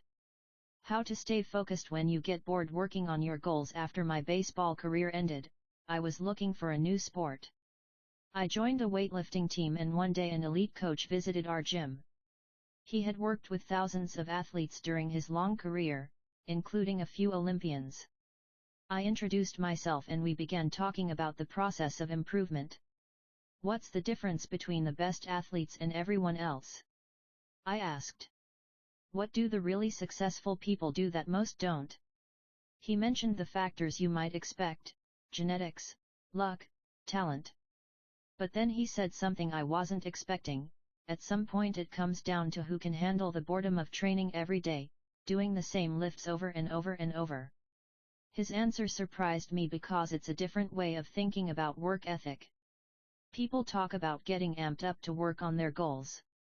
Whether it's business or sports or art, you hear people say things like, "It all comes down to passion," or, "You have to really want it."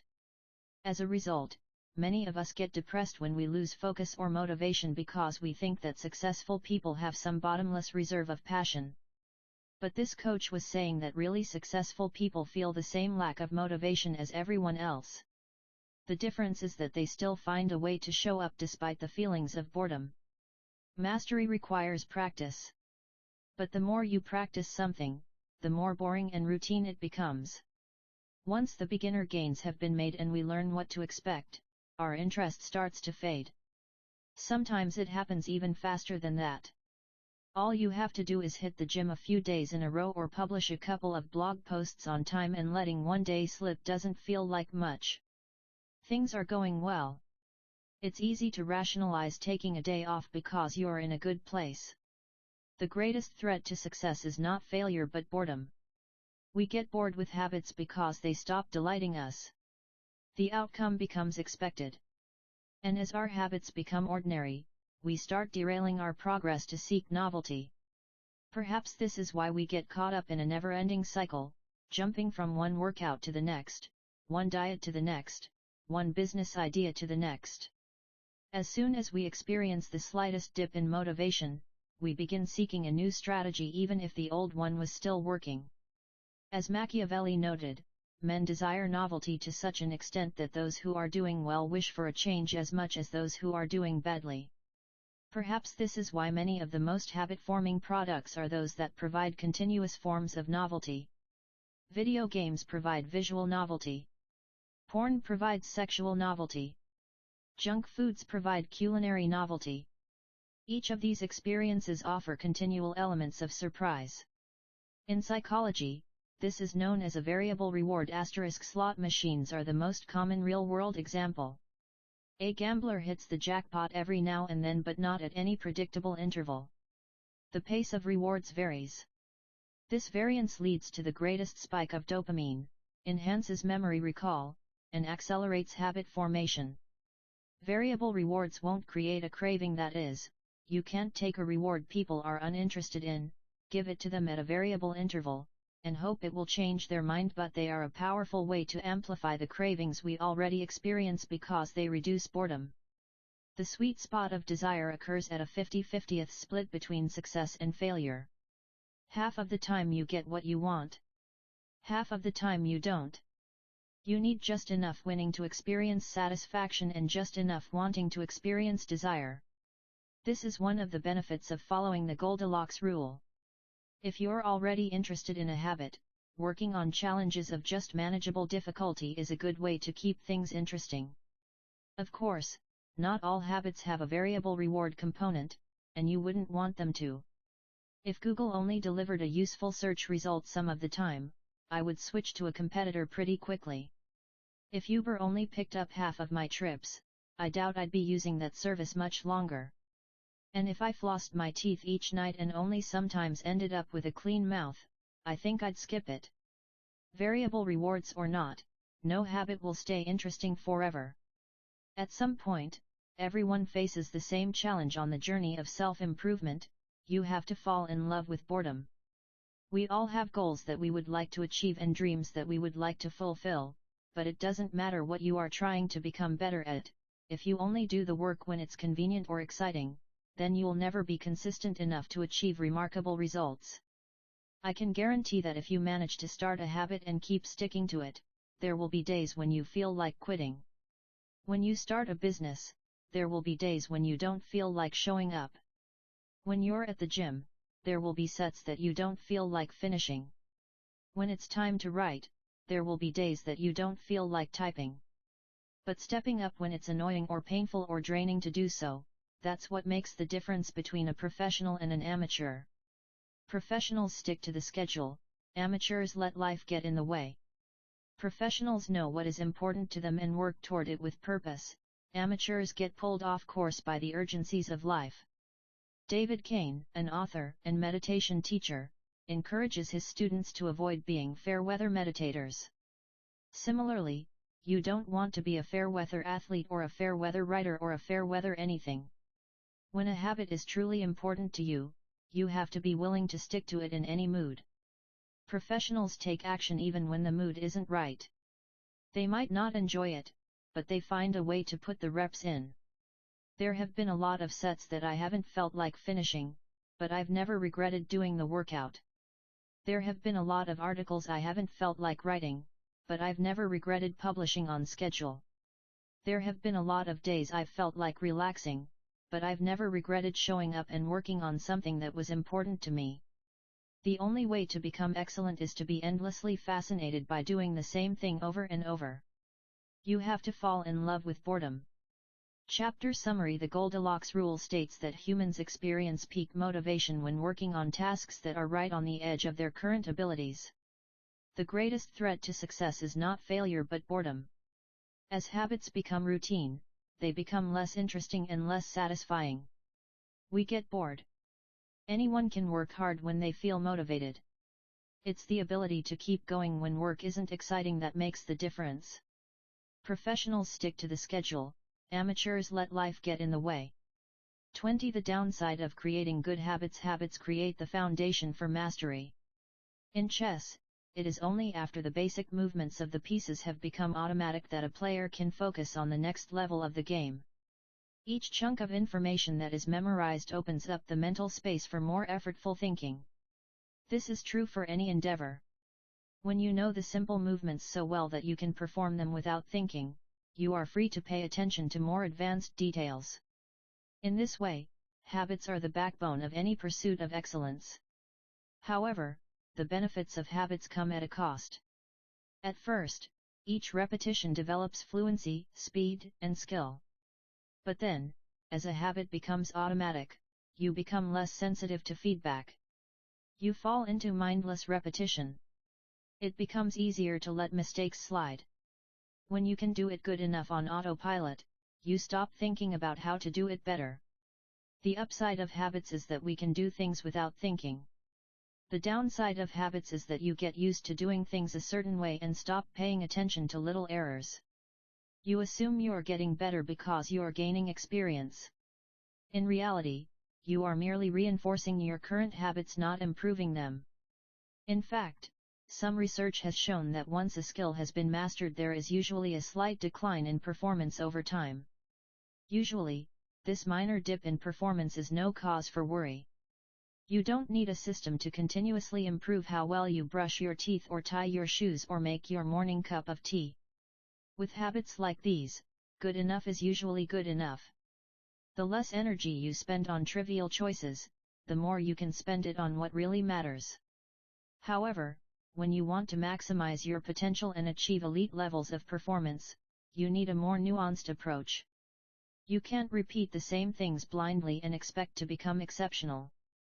Habits are necessary, but not sufficient for mastery. What you need is a combination of automatic habits and deliberate practice. Habits plus deliberate practice equals mastery. To become great, certain skills do need to become automatic. Basketball players need to be able to dribble without thinking before they can move on to mastering layups with their non-dominant hand. Surgeons need to repeat the first incision so many times that they could do it with their eyes closed, so that they can focus on the hundreds of variables that arise during surgery. But after one habit has been mastered, you have to return to the effortful part of the work and begin building the next habit. Mastery is the process of narrowing your focus to a tiny element of success, repeating it until you have internalized the skill, and then using this new habit as the foundation to advance to the next frontier of your development. Old tasks become easier the second time around, but it doesn't get easier overall because now you are pouring your energy into the next challenge. Each habit unlocks the next level of performance. It's an endless cycle. Mastering one habit. Mastering a field. Figure 16. The process of mastery requires that you progressively layer improvements on top of one another, each habit building upon the last until a new level of performance has been reached and a higher range of skills has been internalized. Although habits are powerful, what you need is a way to remain conscious of your performance over time, so you can continue to refine and improve. It is precisely at the moment when you begin to feel like you have mastered a skill, right when things are starting to feel automatic and you are becoming comfortable, that you must avoid slipping into the trap of complacency. The solution?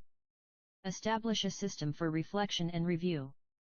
How to review your habits and make adjustments. In 1986, the Los Angeles Lakers had one of the most talented basketball teams ever assembled, but they are rarely remembered that way. The team started the 1985-1986 NBA season with an astounding 29-5 record. The pundits were saying that we might be the best team in the history of basketball, head coach Pat Riley said after the season. Surprisingly, the Lakers stumbled in the 1986 playoffs and suffered a season-ending defeat in the Western Conference Finals. The best team in the history of basketball didn't even play for the NBA championship. After that blow, Riley was tired of hearing about how much talent his players had and about how much promise his team held. He didn't want to see flashes of brilliance followed by a gradual fade in performance. He wanted the Lakers to play up to their potential, night after night. In the summer of 1986, he created a plan to do exactly that, a system that he called the Career Best Effort Program or CBE. When players first join the Lakers, Riley explained, we track their basketball statistics all the way back to high school. I call this taking their number. We look for an accurate gauge of what a player can do, then build him into our plan for the team, based on the notion that he will maintain and then improve upon his averages. After determining a player's baseline level of performance, Riley added a key step. He asked each player to improve their output by at least 1% over the course of the season. If they succeeded, it would be a CBE, or Career Best Effort. Similar to the British cycling team that we discussed in Chapter 1, the Lakers sought peak performance by getting slightly better each day. Riley was careful to point out that CBE was not merely about points or statistics but about giving your best effort spiritually and mentally and physically. Players got credit for allowing an opponent to run into you when you know that a foul will be called against him, diving for loose balls, going after rebounds whether you are likely to get them or not, helping a teammate when the player he's guarding has surged past him, and other unsung hero deeds. As an example, let's say that Magic Johnson, the Lakers' star player at the time, had 11 points, 8 rebounds, 12 assists, 2 steals, and 5 turnovers in a game. Magic also got credit for an unsung hero deed by diving after a loose ball, +1. Finally, he played a total of 33 minutes in this imaginary game. The positive numbers, 11 plus 8 plus 12 plus 2 plus 1, add up to 34. Then, we subtract the 5 turnovers, 34 to 5, to get 29. Finally, we divide 29 by 33 minutes played. 29/33 equals 0.879. Magic's CBE number here would be 879. This number was calculated for all of a player's games, and it was the average CBE that a player was asked to improve by 1% over the season. Riley compared each player's current CBE to not only their past performances but also those of other players in the league. As Riley put it, we rank team members alongside league opponents who play the same position and have similar role definitions. Sports writer Jackie McMullen noted, Riley trumpeted the top performers in the league in bold lettering on the blackboard each week and measured them against the corresponding players on his own roster. Solid, reliable players generally rated a score in the 600s, while elite players scored at least 800. Magic Johnson, who submitted 138 triple-doubles in his career, often scored over 1,000. The Lakers also emphasized year-over-year progress by making historical comparisons of CBE data. Riley said, we stacked the month of November 1986, next to November 1985, and showed the players whether they were doing better or worse than at the same point last season. Then we showed them how their performance figures for December 1986, stacked up against November's. The Lakers rolled out CBE in October 1986. 8 months later, they were NBA champions. The following year, Pat Riley led his team to another title as the Lakers became the first team in 20 years to win back-to-back NBA championships. Afterward, he said, sustaining an effort is the most important thing for any enterprise. The way to be successful is to learn how to do things right, then do them the same way every time. The CBE program is a prime example of the power of reflection and review. The Lakers were already talented. CBE helped them get the most out of what they had, and made sure their habits improved rather than declined. Reflection and review enables the long-term improvement of all habits because it makes you aware of your mistakes and helps you consider possible paths for improvement. Without reflection, we can make excuses, create rationalizations, and lie to ourselves. We have no process for determining whether we are performing better or worse compared to yesterday. Top performers in all fields engage in various types of reflection and review, and the process doesn't have to be complex. Kenyan runner Eliud Kipchoge is one of the greatest marathoners of all time and an Olympic gold medalist. He still takes notes after every practice in which he reviews his training for the day and searches for areas that can be improved. Similarly, gold medal swimmer Katie Ledecky records her wellness on a scale of 1 to 10 and includes notes on her nutrition and how well she slept. She also records the times posted by other swimmers. At the end of each week, her coach goes over her notes and adds his thoughts. It's not just athletes, either. When comedian Chris Rock is preparing fresh material, he will first appear at small nightclubs dozens of times and test hundreds of jokes. He brings a notepad on stage and records which bits go over well and where he needs to make adjustments. The few killer lines that survive will form the backbone of his new show. I know of executives and investors who keep a decision journal in which they record the major decisions they make each week, why they made them, and what they expect the outcome to be. They review their choices at the end of each month or year to see where they were correct and where they went wrong. Improvement is not just about learning habits, it's also about fine-tuning them. Reflection and review ensures that you spend your time on the right things and make course corrections whenever necessary, like Pat Riley adjusting the effort of his players on a nightly basis. You don't want to keep practicing a habit if it becomes ineffective. Personally, I employ two primary modes of reflection and review. Each December, I perform an annual review, in which I reflect on the previous year. I tally my habits for the year by counting up how many articles I published, how many workouts I put in, how many new places I visited, and more. Then, I reflect on my progress, or lack thereof, by answering 3 questions. 1. What went well this year? 2. What didn't go so well this year? 3. What did I learn? 6 months later, when summer rolls around, I conduct an integrity report. Like everyone, I make a lot of mistakes. My integrity report helps me realize where I went wrong and motivates me to get back on course. I use it as a time to revisit my core values and consider whether I have been living in accordance with them. This is when I reflect on my identity and how I can work toward being the type of person I wish to become. My yearly integrity report answers 3 questions.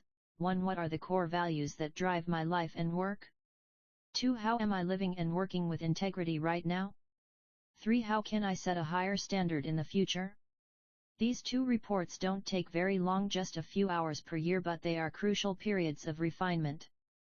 They prevent the gradual slide that happens when I don't pay close attention. They provide an annual reminder to revisit my desired identity and consider how my habits are helping me become the type of person I wish to be. They indicate when I should upgrade my habits and take on new challenges, and when I should dial my efforts back and focus on the fundamentals. Reflection can also bring a sense of perspective. Daily habits are powerful because of how they compound, but worrying too much about every daily choice is like looking at yourself in the mirror from an inch away. You can see every imperfection and lose sight of the bigger picture. There is too much feedback. Conversely, never reviewing your habits is like never looking in the mirror. You aren't aware of easily fixable flaws: a spot on your shirt, a bit of food in your teeth. There is too little feedback. Periodic reflection and review is like viewing yourself in the mirror from a conversational distance. You can see the important changes you should make without losing sight of the bigger picture. You want to view the entire mountain range, not obsess over each peak and valley. Finally, reflection and review offers an ideal time to revisit one of the most important aspects of behavior change: identity.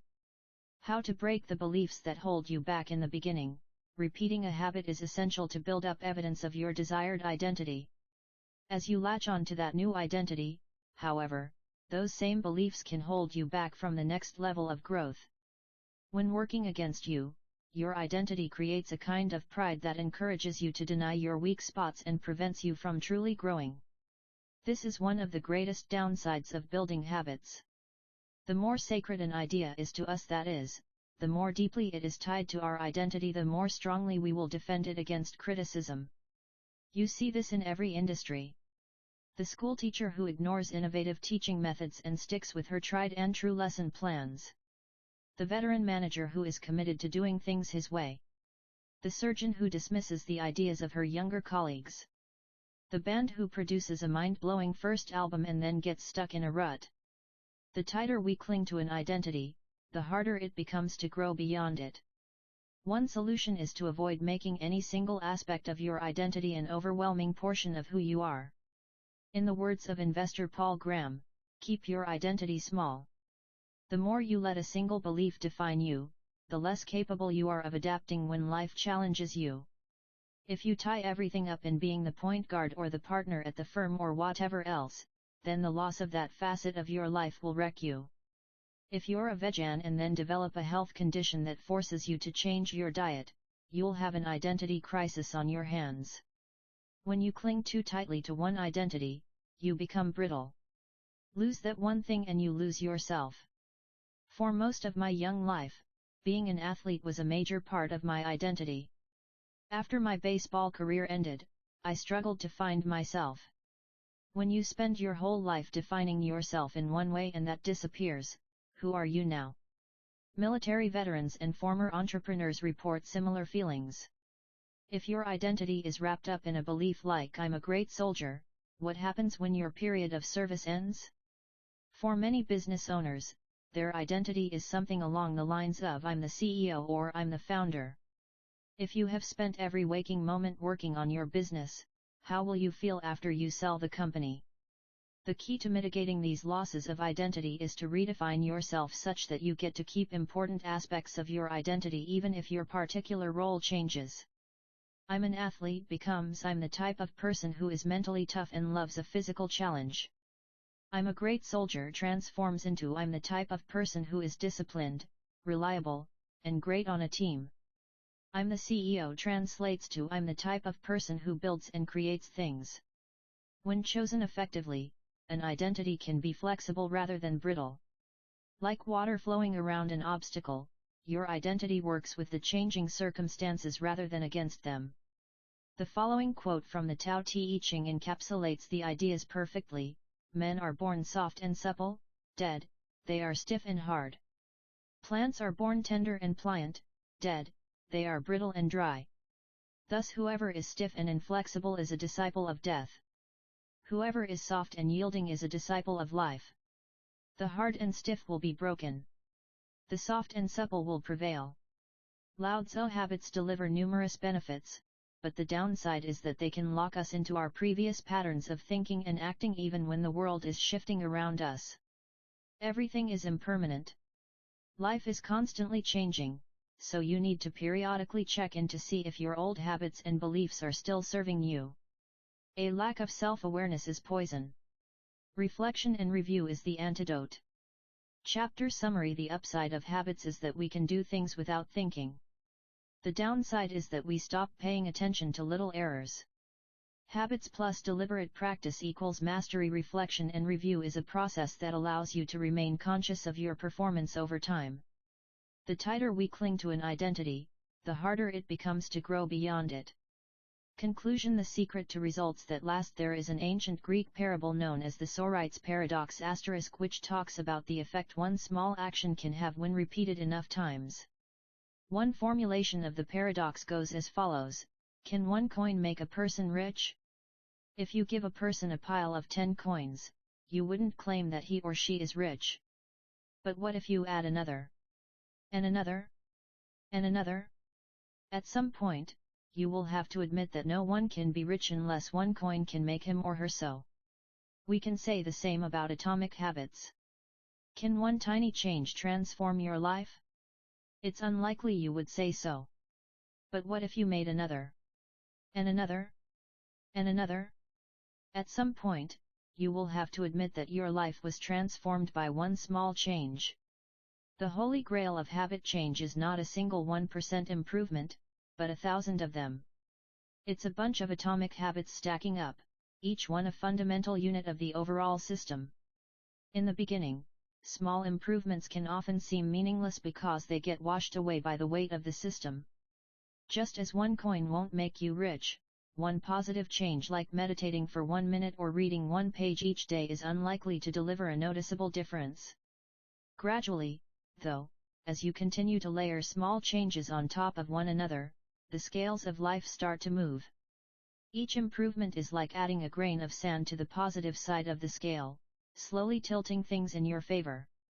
Eventually, if you stick with it, you hit a tipping point.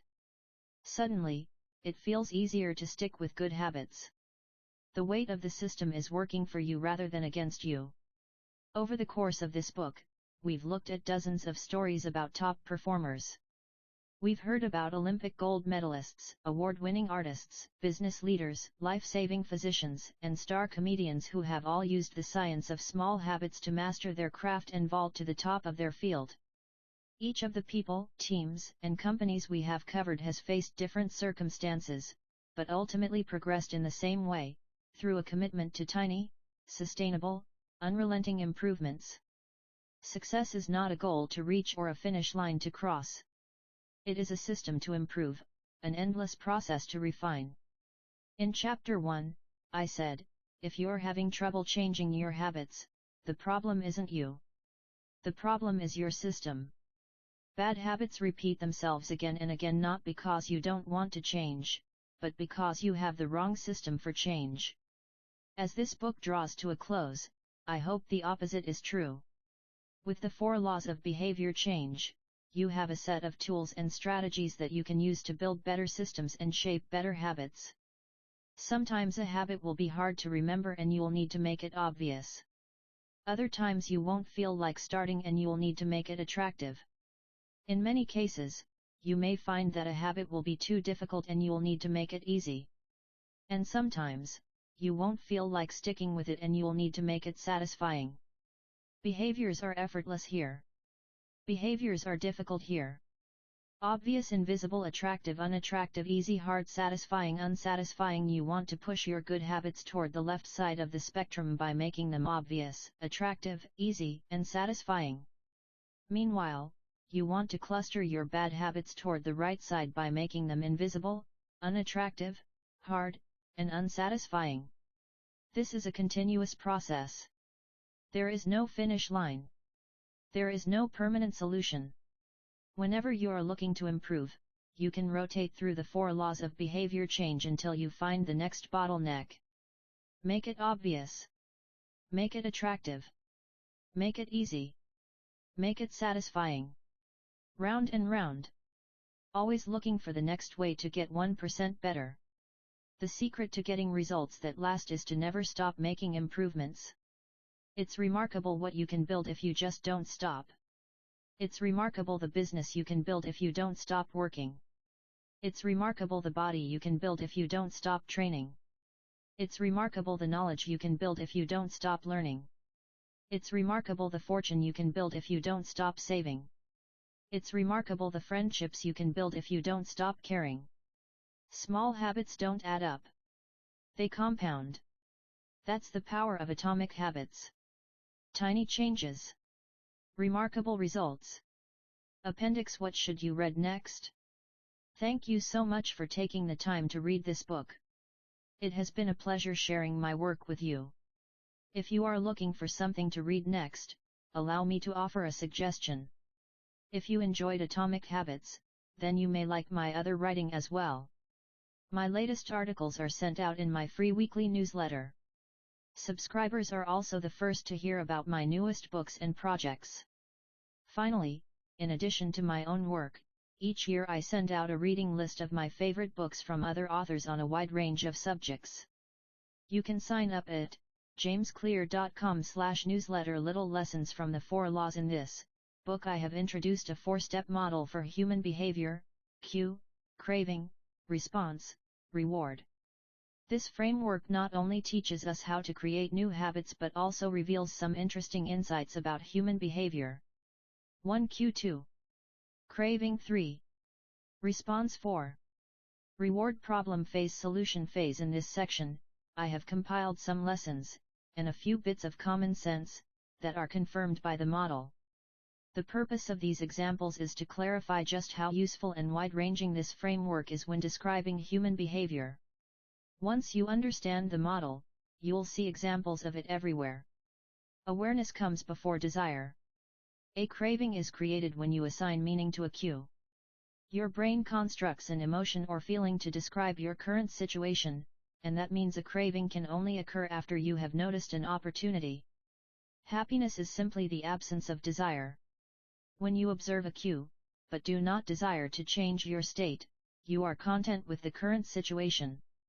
Happiness is not about the achievement of pleasure, which is joy or satisfaction, but about the lack of desire. It arrives when you have no urge to feel differently. Happiness is the state you enter when you no longer want to change your state. However, happiness is fleeting because a new desire always comes along. As Kadbudris says, happiness is the space between one desire being fulfilled and a new desire forming. Likewise, suffering is the space between craving a change in state and getting it. It is the idea of pleasure that we chase. We seek the image of pleasure that we generate in our minds. At the time of action, we do not know what it will be like to attain that image, or even if it will satisfy us. The feeling of satisfaction only comes afterward.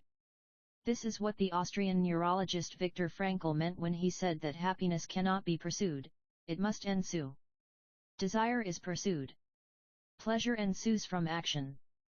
Peace occurs when you don't turn your observations into problems. The first step in any behavior is observation. You notice a cue, a bit of information, an event. If you do not desire to act on what you observe, then you are at peace. Craving is about wanting to fix everything. Observation without craving is the realization that you do not need to fix anything. Your desires are not running rampant. You do not crave a change in state. Your mind does not generate a problem for you to solve. You're simply observing and existing. With a big enough why you can overcome any how. Friedrich Nietzsche, the German philosopher and poet, famously wrote, "He who has a why to live for can bear almost any how." This phrase harbors an important truth about human behavior. If your motivation and desire are great enough, that is, why you are acting, you'll take action even when it is quite difficult. Great craving can power great action even when friction is high. Being curious is better than being smart. Being motivated and curious counts for more than being smart because it leads to action. Being smart will never deliver results on its own because it doesn't get you to act. It is desire, not intelligence, that prompts behavior. As Naval Ravikant says, the trick to doing anything is first cultivating a desire for it. Emotions drive behavior. Every decision is an emotional decision at some level. Whatever your logical reasons are for taking action, you only feel compelled to act on them because of emotion. In fact, people with damage to emotional centers of the brain can list many reasons for taking action but still will not act because they do not have emotions to drive them. This is why craving comes before response. The feeling comes first, and then the behavior. We can only be rational and logical after we have been emotional. The primary mode of the brain is to feel, the secondary mode is to think. Our first response, the fast, non-conscious portion of the brain, is optimized for feeling and anticipating. Our second response, the slow, conscious portion of the brain, is the part that does the thinking. Psychologists refer to this as System 1, feelings and rapid judgments, versus System 2, rational analysis. The feeling comes first, System 1, the rationality only intervenes later, System 2. This works great when the two are aligned, but it results in illogical and emotional thinking when they are not. Your response tends to follow your emotions. Our thoughts and actions are rooted in what we find attractive, not necessarily in what is logical. Two people can notice the same set of facts and respond very differently because they run those facts through their unique emotional filter. This is one reason why appealing to emotion is typically more powerful than appealing to reason. If a topic makes someone feel emotional, they will rarely be interested in the data. This is why emotions can be such a threat to wise decision-making. Put another way, most people believe that the reasonable response is the one that benefits them, the one that satisfies their desires. To approach a situation from a more neutral emotional position allows you to base your response on the data rather than the emotion. Suffering drives progress. The source of all suffering is the desire for a change in state. This is also the source of all progress. The desire to change your state is what powers you to take action. It is wanting more that pushes humanity to seek improvements, develop new technologies, and reach for a higher level. With craving, we are dissatisfied but driven. Without craving, we are satisfied but lack ambition. Your actions reveal how badly you want something. If you keep saying something is a priority but you never act on it, then you don't really want it. It's time to have an honest conversation with yourself. Your actions reveal your true motivations. Reward is on the other side of sacrifice. Response, sacrifice of energy, always precedes reward, the collection of resources. The runner's high only comes after the hard run. The reward only comes after the energy is spent. Self-control is difficult because it is not satisfying. A reward is an outcome that satisfies your craving. This makes self-control ineffective because inhibiting our desires does not usually resolve them. Resisting temptation does not satisfy your craving, it just ignores it. It creates space for the craving to pass. Self-control requires you to release a desire rather than satisfy it. Our expectations determine our satisfaction. The gap between our cravings and our rewards determines how satisfied we feel after taking action. If the mismatch between expectations and outcomes is positive, surprise and delight, then we are more likely to repeat a behavior in the future. If the mismatch is negative, disappointment and frustration, then we are less likely to do so. For example, if you expect to get $10 and get $100, you feel great. If you expect to get $100 and get $10, you feel disappointed. Your expectation changes your satisfaction. An average experience preceded by high expectations is a disappointment. An average experience preceded by low expectations is a delight. When liking and wanting are approximately the same, you feel satisfied. Satisfaction equals liking, wanting satisfaction equals liking. Wanting this is the wisdom behind Seneca's famous quote, "Being poor is not having too little, it is wanting more." If your wants outpace your likes, you'll always be unsatisfied. You're perpetually putting more weight on the problem than the solution. Happiness is relative. When I first began sharing my writing publicly, it took me 3 months to get 1,000 subscribers. When I hit that milestone, I told my parents and my girlfriend. We celebrated. I felt excited and motivated. A few years later, I realized that 1,000 people were signing up each day. And yet I didn't even think to tell anyone. It felt normal. I was getting results 90 times faster than before but experiencing little pleasure over it. It wasn't until a few days later that I realized how absurd it was that I wasn't celebrating something that would have seemed like a pipe dream just a few years before. The pain of failure correlates to the height of expectation. When desire is high, it hurts to not like the outcome. Failing to attain something you want hurts more than failing to attain something you didn't think much about in the first place. This is why people say, "I don't want to get my hopes up." Feelings come both before and after the behavior. Before acting, there is a feeling that motivates you to act the craving. After acting, there is a feeling that teaches you to repeat the action in the future the reward. Cue craving, feeling, response reward, feeling, how we feel influences how we act, and how we act influences how we feel. Desire initiates. Pleasure sustains. Wanting and liking are the two drivers of behavior. If it's not desirable, you have no reason to do it. Desire and craving are what initiate a behavior. But if it's not enjoyable, you have no reason to repeat it. Pleasure and satisfaction are what sustain a behavior. Feeling motivated gets you to act. Feeling successful gets you to repeat. Hope declines with experience and is replaced by acceptance. The first time an opportunity arises, there is hope of what could be. Your expectation, cravings, is based solely on promise. The second time around, your expectation is grounded in reality.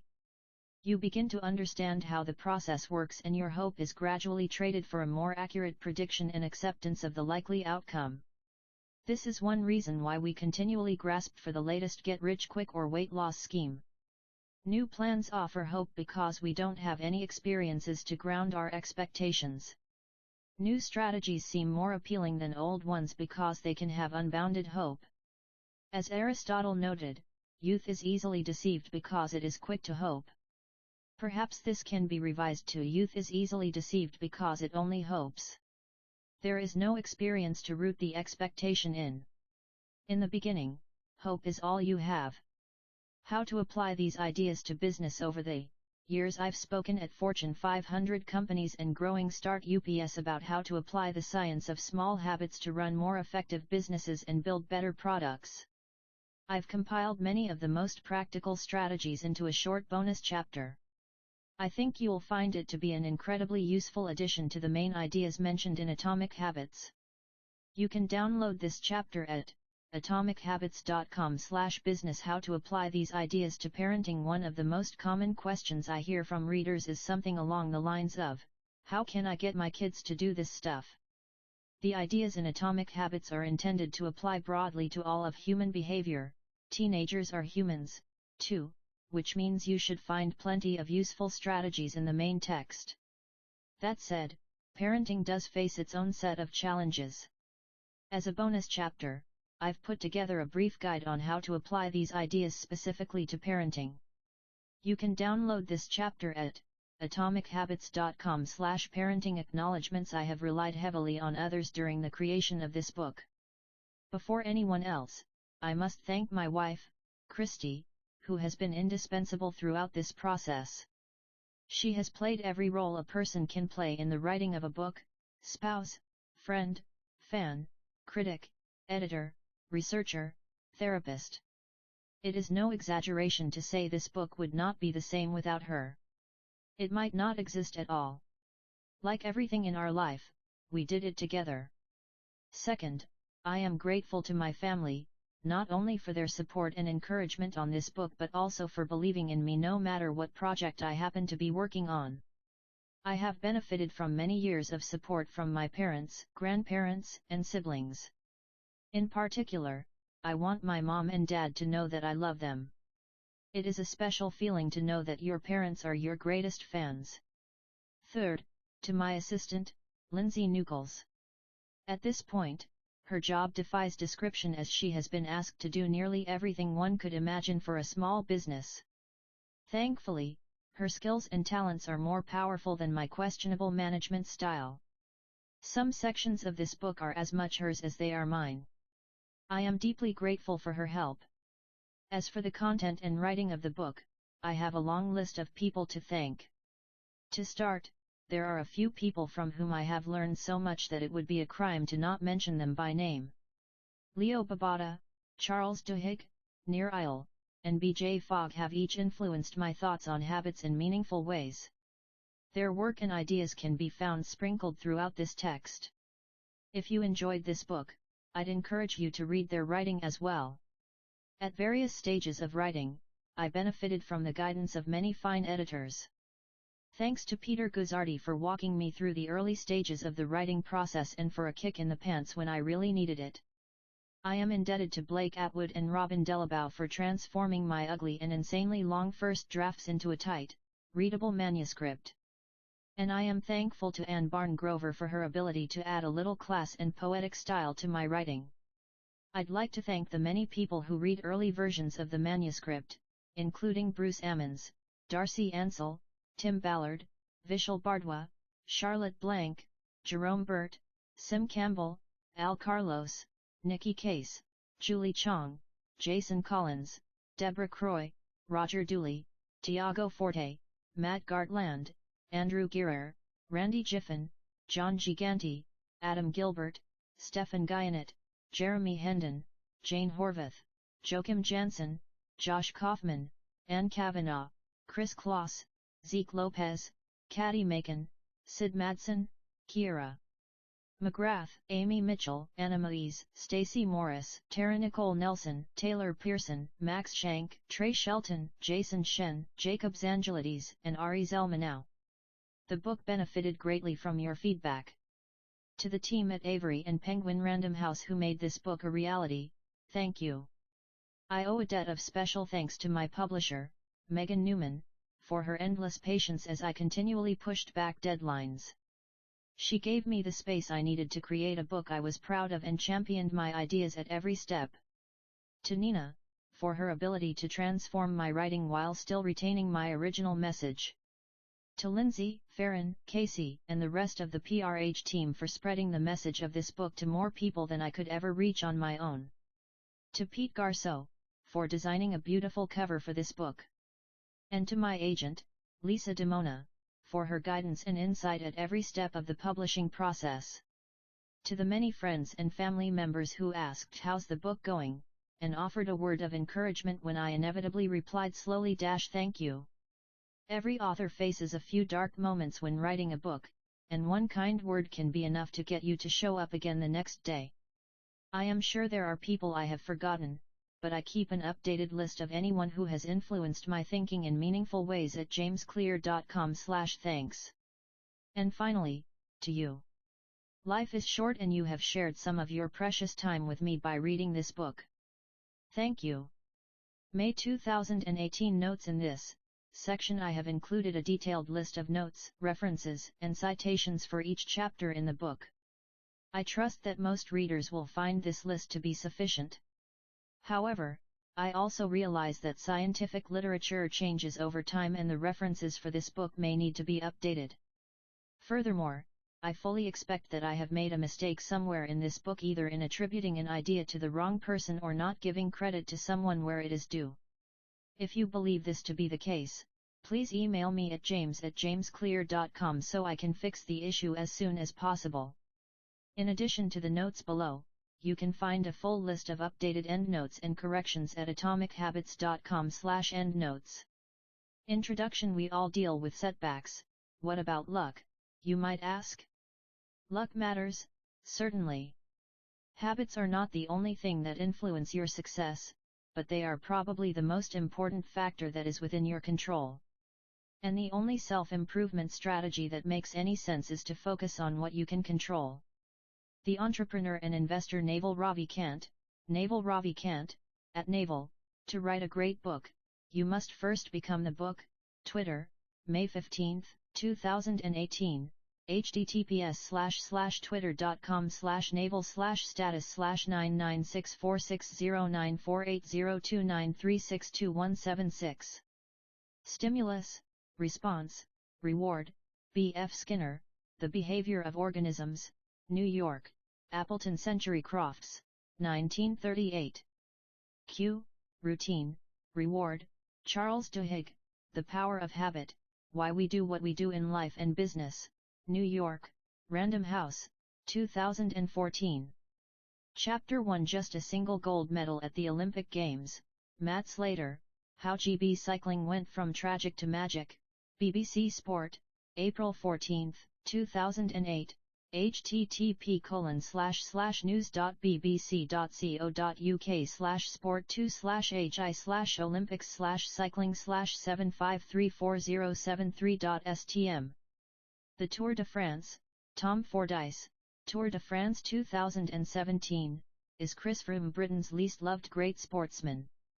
BBC Sport, July 23, 2017, https://www.bbc.com/sport/cycling/40692045.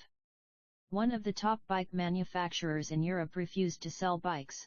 Richard Moore, Mastermind, How Dave Brailsford Reinvented the Wheel, Glasgow, Backpage Press, 2013. The whole principle came from the idea, Matt Slater, Olympics cycling, marginal gains underpin Team GB dominance, BBC, August 8, 2012, https://www.bbc.com/sport/olympics/19174302. Brailsford and his coaches began by making small adjustments. Tim Harford, marginal gains matter but game changers transform. Tim Harford, April 2017, http://timharford.com/2017/04/marginal-gains-matter-but-game changers-transform. They even painted the inside of the team truck white. Eben Harrell, how 1% performance improvements led to Olympic gold. Harvard Business Review, October 30, 2015, https://hbr.org/2015/10/how 1 performance improvements led to Olympic gold. Kevin Clark, how a cycling team turned the Falcons into NFC champions. The Ringer, September 12, 2017, https://www.theringer.com/nfl/2017/9/12/162932216/Atlanta Falcons Thomas Dimitrov Cycling Team Sky. Just 5 years after Brailsford took over, technically, the British riders won 57% of the road and track cycling medals at the 2008 Olympics. 14 gold medals were available in road and track cycling events. The Brits won 8 of them. The Brits raised the bar, world and Olympic records set at the 2012 Summer Olympics. Wikipedia, December 8, 2017, https://n.wikipedia.org/wiki/world_and_olympic_records_the_2012 Summer Cycling. Bradley Wiggins became the first British cyclist. Andrew Longmore, Bradley Wiggins, Encyclopaedia Britannica, https://www.britannica.com/biography/Bradley Wiggins, last modified April 21, 2018. Chris Froome 1, Karen Sparks, Chris Froome, Encyclopaedia Britannica, https://www.britannica.com/biography/Chris Froome, last modified October 23, 2017. During the 10-year span from 2007 to 2017, medals won by the Great Britain cycling team at World Championships, Olympic Games and Paralympic Games since 2000, British cycling, https://www.britishcycling.org.uk/cycling team/article/gbrst_GB cycling team GB cycling team medal history 0, C = N number K0 Dwap Jake 84 CV 8WZW.99, accessed June 8, 2018. You'll end up 37 times better. Jason Shen, an entrepreneur and writer, received an early look at this book. After reading this chapter, he remarked, if the gains were linear, you'd predict to be 3.65x better off. But because it is exponential, the improvement is actually 10x greater. April 3, 2018. Habits are the compound interest. Many people have noted how habits multiply over time. Here are some of my favorite articles and books on the subject.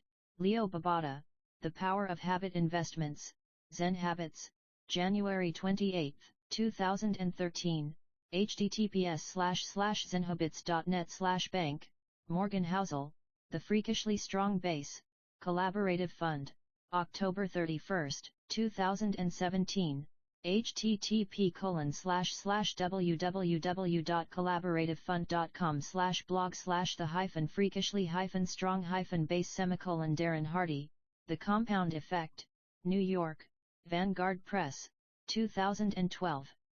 Accomplishing one extra task, as Sam Altman says, a small productivity gain, compounded over 50 years, is worth a lot. Productivity, Sam Altman. April 10, 2018, http://blog.samaltman.com/productivity. Habits are a double-edged sword. I'd like to credit Jason Rea with originally describing habits to me in this way. Jason Rea, at Yirha, they're a double-edged sword. Twitter, February 21, 2018, https://twitter.com/iriha/status/96643090737143984. The more tasks you can handle without thinking, Michael, at May3R, the foundation of productivity is habits. The more you do automatically, the more you are subsequently freed to do. This effect compounds. Twitter, April 10, 2018, https://twitter.com/may3r/status/9838375192748899216. Each book you read not only teaches this idea that learning new ideas increases the value of your old ideas is something I first heard about from Patrick O'Shaughnessy, who writes, "This is why knowledge compounds. Old stuff that was a 4/10 in value can become a 10/10, unlocked by another book in the future." http://investorfieldguide.com/reading-tweet-storm. Cancer spends 80% of its life undetectable.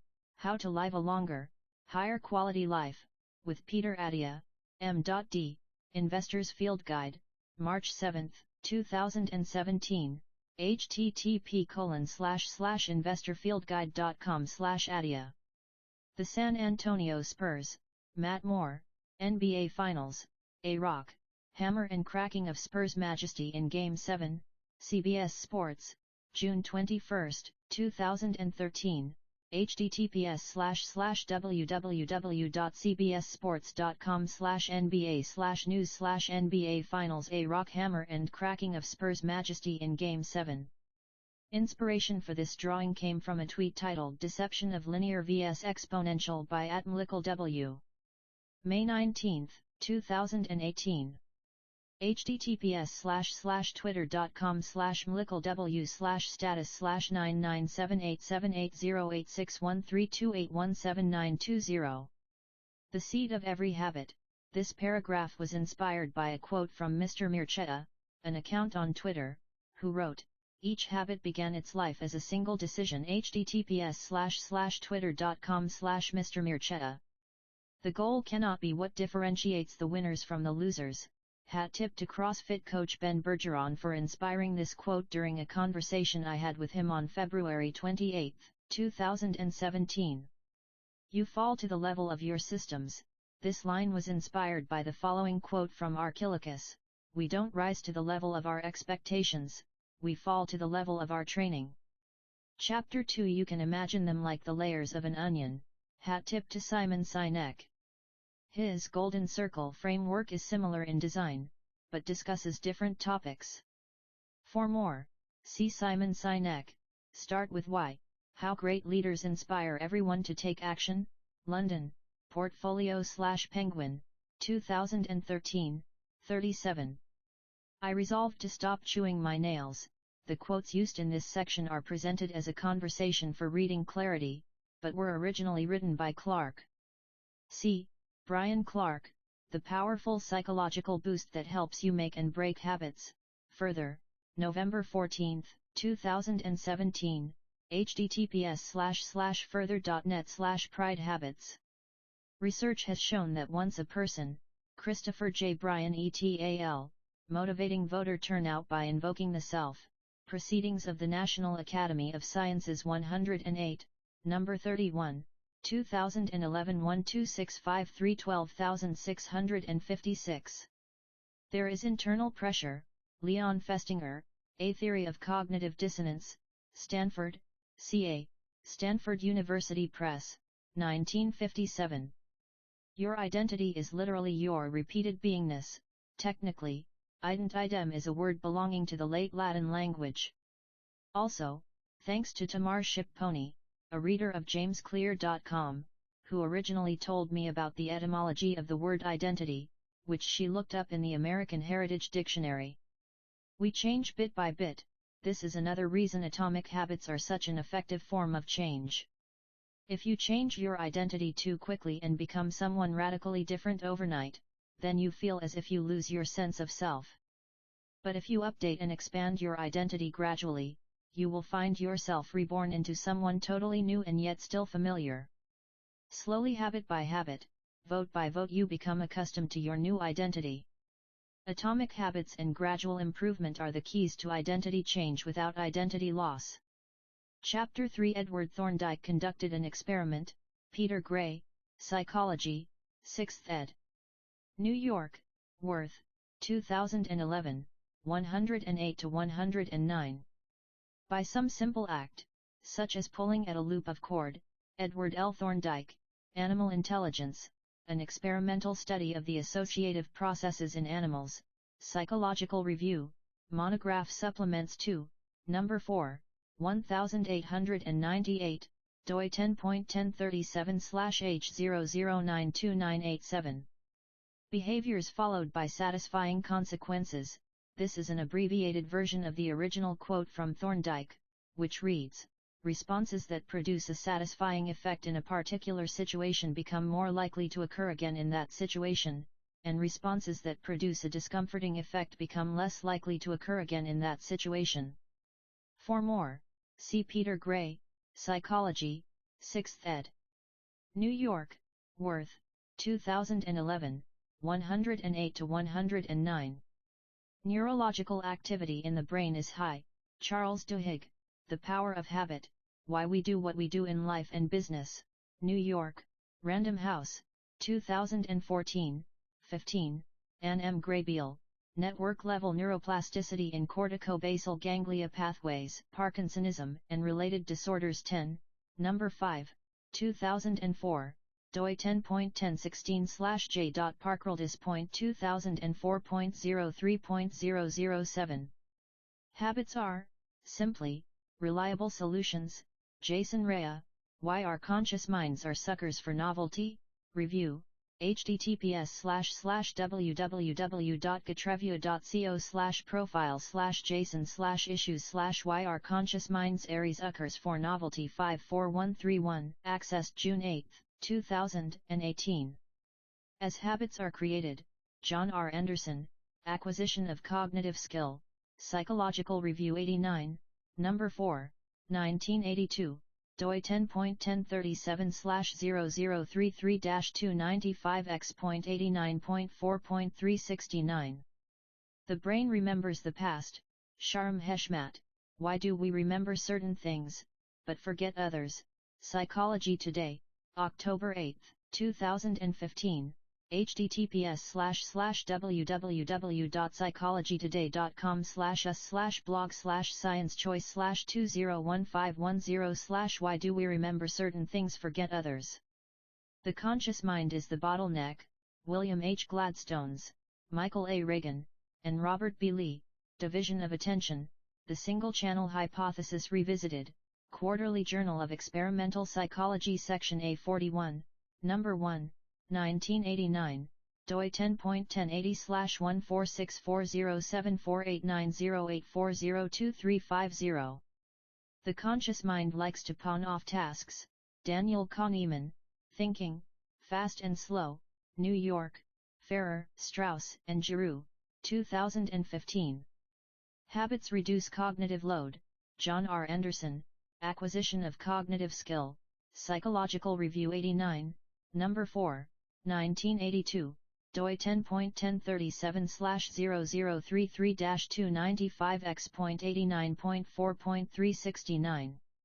Feelings of Pleasure and Disappointment, Antonio R. Damasio, The Strange Order of Things, Life, Feeling and the Making of Cultures, New York, Pantheon Books, 2018, Lisa Feldman Barrett, How Emotions Are Made, London, Pan Books, 2018.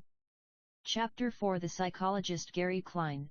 I originally heard about this story from Daniel Kahneman, but it was confirmed by Gary Klein in an email on March 30, 2017. Klein also covers the story in his own book, which uses slightly different quotes. Gary A. Klein, Sources of Power, How People Make Decisions, Cambridge, Ma, MIT Press, 1998, 43-44. Military analysts can identify which blip on a radar screen. Gary A. Klein, Sources of Power, How People Make Decisions, Cambridge, Ma, MIT Press, 1998, 38-40. Museum curators have been known to discern, the story of the Getty Kouros, covered in Malcolm Gladwell's book Blink, is a famous example. The sculpture, initially believed to be from ancient Greece, was purchased for $10 million. The controversy surrounding the sculpture happened later when one expert identified it as a forgery upon first glance. Experienced radiologists can look at a brain scan. Siddhartha Mukherjee, The Algorithm Will See You Now, New Yorker, April 3, 2017, https://www.newyorker.com/magazine/2017/04/03/AI versus MD. The human brain is a prediction machine. The German physician Hermann von Helmholtz developed the idea of the brain being a prediction machine. The clerk swiped the customer's actual credit card. Helix van Boron, what's the dumbest thing you've done while your brain is on autopilot? Reddit, August 21, 2017, https://www.reddit.com/r/as_credit/comments/6v1t91/what's_the_you've_your/dls5y9. She kept asking co-workers if they had washed their hands. Sort of the llama. What strange habits have you picked up from your line of work? Reddit, January 4, 2016, https://www.reddit.com/r/as_credit/comments/3zck26/what_strange_habits_have_your/sil3 Story of a man who had spent years working as a lifeguard. Swear I am a chick. What strange habits have you picked up from your line of work? Reddit, January 4, 2016, https://www.reddit.com/r/as_credit/comments/3zck26/what_strange_habits_have_your/sil681q. Until you make the unconscious conscious. Although this quote by Jung is popular, I had trouble tracking down the original source. It's probably a paraphrase of this passage. The psychological rule says that when an inner situation is not made conscious, it happens outside, as fate. That is to say, when the individual remains undivided and does not become conscious of his inner opposite, the world must perforce act out the conflict and be torn into opposing halves. For more, see C.G. Jung, Ion, Researches into the Phenomenology of the Self, Princeton, New Jersey, Princeton University Press, 1959, 71. Pointing and calling reduces errors. Alice Gordenker, J.R. Gestures, Japan Times, October 21, 2008. https://www.japantimes.co.jp/news/2008/10/21/reference/jr-gestures/number.wvig49ms1. The MTA subway system in New York City. Alan Richards, Why Japan's Rail Workers Can't Stop Pointing at Things, Atlas Obscura, March 29, 2017, https://www.atlasobscura.com/articles/pointing and calling Japan trains. Chapter 5 Researchers in Great Britain began working, Sarah Milne, Shana Orbell, and Pascal Sheeran, combining motivational and volitional interventions to promote exercise participation, protection motivation theory and implementation intentions. British Journal of Health Psychology 7, May 2002 163 to 184 Implementation intentions are effective.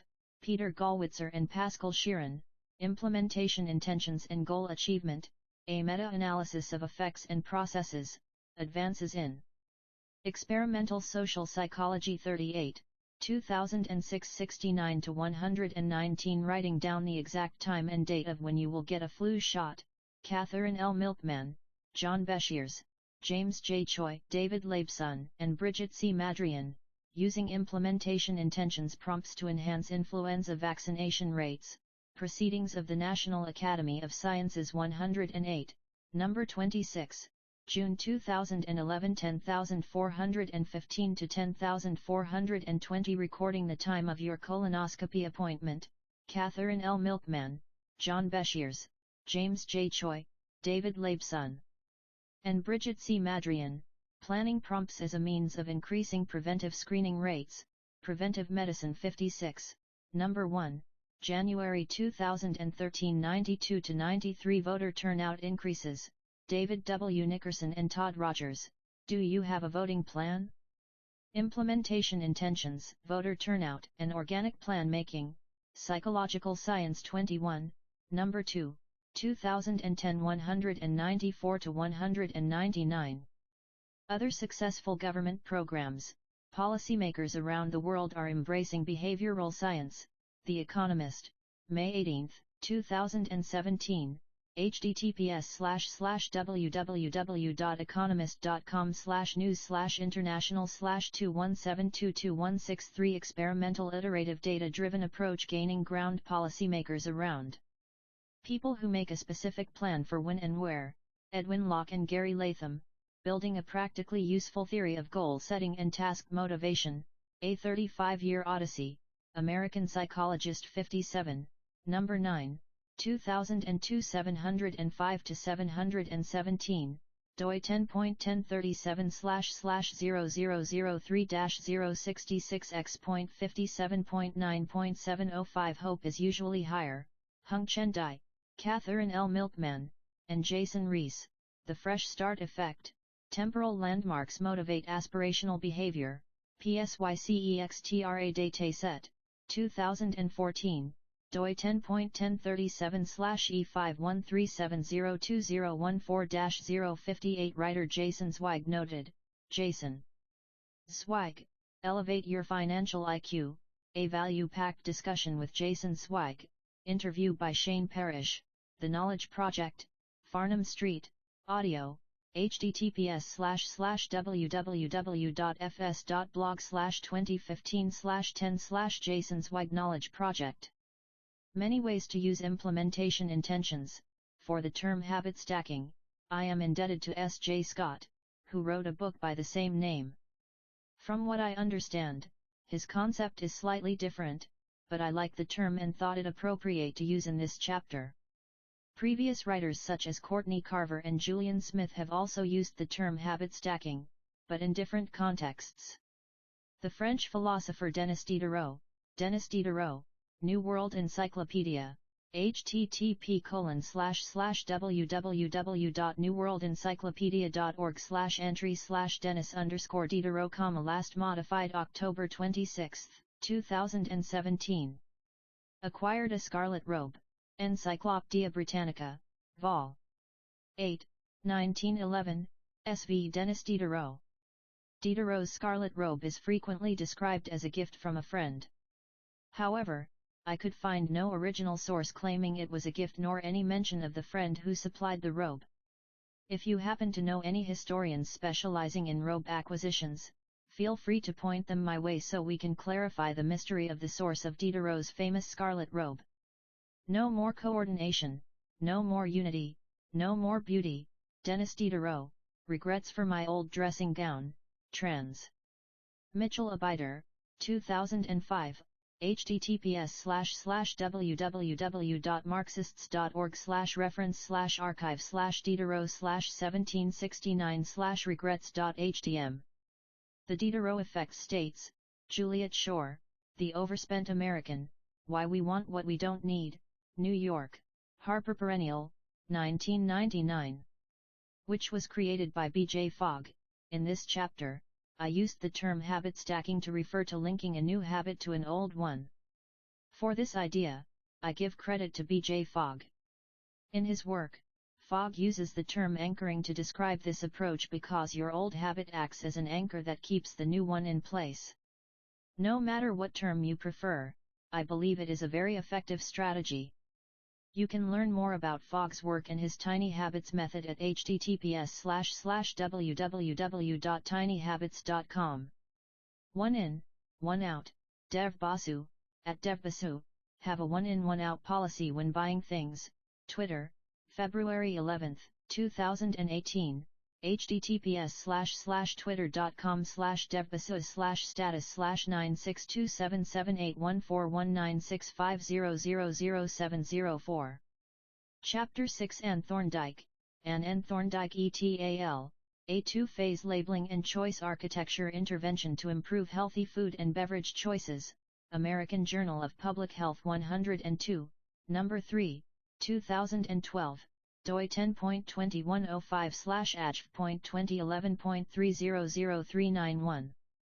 Choose products not because of what they are. Multiple research studies have shown that the mere sight of food can make us feel hungry even when we don't have actual physiological hunger.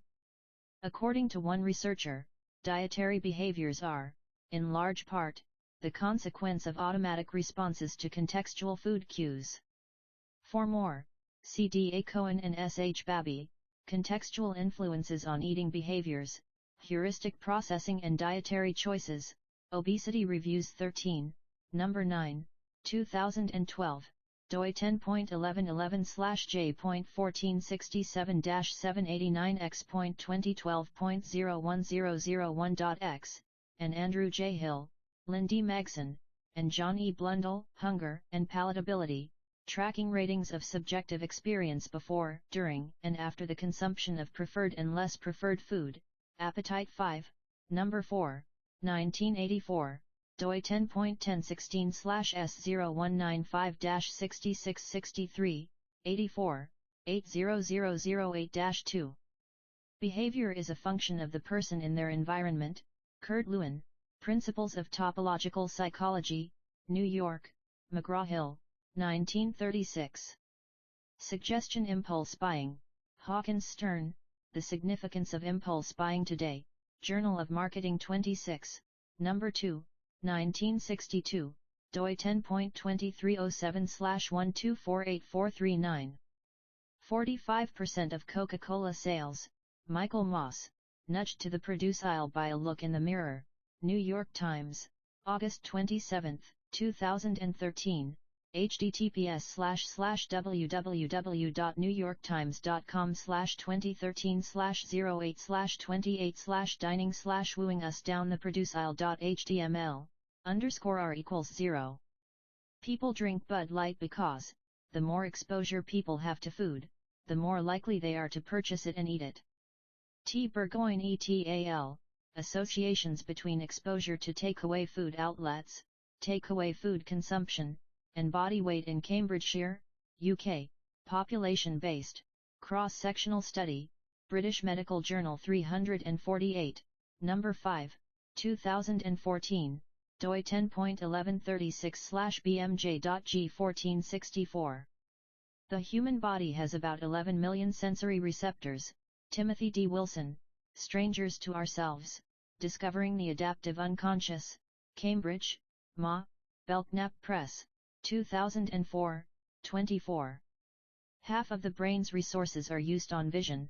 B. R. Sheth et al., Orientation Maps of Subjective Contours in Visual Cortex, Science 274, No. 5295, 1996, doi 10.1126/science.274.5295.2110. When their energy use was obvious and easy to track, this story was told to Donella Meadows at a conference in Kalkal, Denmark, in 1973. For more, see Donella Meadows and Diana Wright, Thinking in Systems, A Primer, White River Junction, VT, Chelsea Green, 2015, 109. The stickers cut bathroom cleaning costs. The actual estimate was 8%, but given the variables used, anywhere between 5% and 10% savings annually is a reasonable guess. Blake Evans Pritchard, Aiming to Reduce Cleaning Costs, Works That Work, Winter 2013, https://workstatwork.com/1/urinalfly. Sleeping was the only action that happened in that room. Techniques involving stimulus control have even been successfully used to help people with insomnia. In short, those who had trouble falling asleep were told to only go to their room and lie in their bed when they were tired. If they couldn't fall asleep, they were told to get up and change rooms. Strange advice, but over time, researchers found that by associating the bed with its time to go to sleep and not with other activities, reading a book, just lying there, etc., participants were eventually able to quickly fall asleep due to the repeated process. It became almost automatic to fall asleep in their bed because a successful trigger had been created. For more, see Charles M. Morin et al., Psychological and Behavioral Treatment of Insomnia, Update of the Recent Evidence, 1998 to 2004, Sleep 29, number 11, 2006, doi 10.1093/sleep/29.11.1398, and Gregory Ciotti, The Best Way to Change Your Habits? Control Your Environment, Sparring Mind, https://www.sparringmind.com/changinghabits.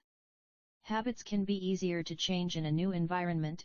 S. Thompson, J. Michelson, S. Abdallah, V. Johnson, D. Morris, K. Riley, and A. Sims. Moments of Change as Opportunities for Influencing Behavior. A report to the Department for Environment, Food and Rural Affairs, London, DEFRA, 2011. http://rand.defra.gov.uk/document.aspx ? Document equals moments Sofkane Jeev 0506 Final Report Nov 2011, 2. .pdf. When you step outside your normal environment, various research studies have found that it is easier to change your behavior when your environment changes. For example, students change their television watching habits when they transfer schools. Wendy Wood and David T. Neal, Healthy Through Habit, Interventions for Initiating and Maintaining Health Behavior Change, Behavioral Science and Policy 2, No. 1, 2016, doi 10.1353/bsp.2016.0008, W. Wood, L. Tam, and M. G. Witt, Changing Circumstances, Disrupting Habits, Journal of Personality and Social Psychology 88, No. 6, 2005, doi 10.1037/00223514.88.6.918. You aren't battling old environmental cues. Perhaps this is why 36% of successful changes in behavior were associated with a move to a new place. Melissa Guerrero-Witt, Wendy Wood, and Leona Tam, Changing Circumstances, Disrupting Habits, PSYCEXTRA Dataset 88, No. 6, 2005, doi 10.1037/E529412014-144. Chapter 7 Follow-up research revealed that 35% of service members, Lee N. Robbins et al., Vietnam veterans 3 years after Vietnam, How Our Study Changed Our View of Heroin, American Journal on Addictions 19, No. 3, 2010, doi 10.1111/J.1521-0391.2010.00046.x. The creation of the Special Action Office of Drug Abuse Prevention, excerpts from President's Message on Drug Abuse Control, New York Times, June 18, 1971, https://www.newyorktimes.com/1971/06/18/archives/excerpts from President's Message on Drug Abuse Control.html. 9 out of 10 soldiers who used heroin in Vietnam, Lee N. Robbins, Darlene H. Davis, and David N. Nurko, How Permanent Was Vietnam Drug Addiction? American Journal of Public Health 64, No. 12, Supplement, 1974, doi 10.2105/ACHV.64.12_supple.38. 90% of heroin users become re-addicted.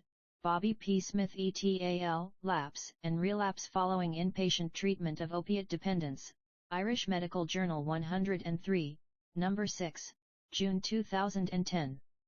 Disciplined people are better at structuring their lives, Wilhelm Hoffman et al., Everyday Temptations, an experience sampling study on how people control their desires, PSYCEXTRA Dataset 102, No. 6, 2012.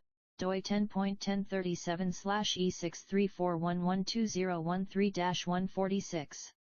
It's easier to practice self-restraint when you don't have to use it. Our prototypical model of self-control is angel on one side and devil on the other, and they battle it out. We tend to think of people with strong willpower as people who are able to fight this battle effectively. Actually, the people who are really good at self-control never have these battles in the first place. For more, see Brian Resnick, The Myth of Self-Control, Vox, November 24, 2016, https://www.vox.com/scienceandhealth/2016/11/3/134866940 Self-control psychology myth. A habit that has been encoded in the mind is ready to be used. Wendy Wood and Dennis Aranger, Psychology of Habit, Annual Review of Psychology 67, Number 1, 2016, doi 10.1146/AnurevPsych 1224140-033417. The cues were still internalized. The Biology of Motivation and Habits, Why We Dropped the Ball, Therapist Uncensored, 2000 hours. http://www.therapistuncensored.com/biology-of-motivation-habits, accessed June 8, 2018. Shaming Obese People with Weight Loss Presentations, Sarah E. Jackson, Rebecca J. Beacon, and Jane Wardle, Perceived Weight Discrimination and Changes in Weight, Waist Circumference, and Weight Status, Obesity, 2014. doi 10.1002/OB.20891.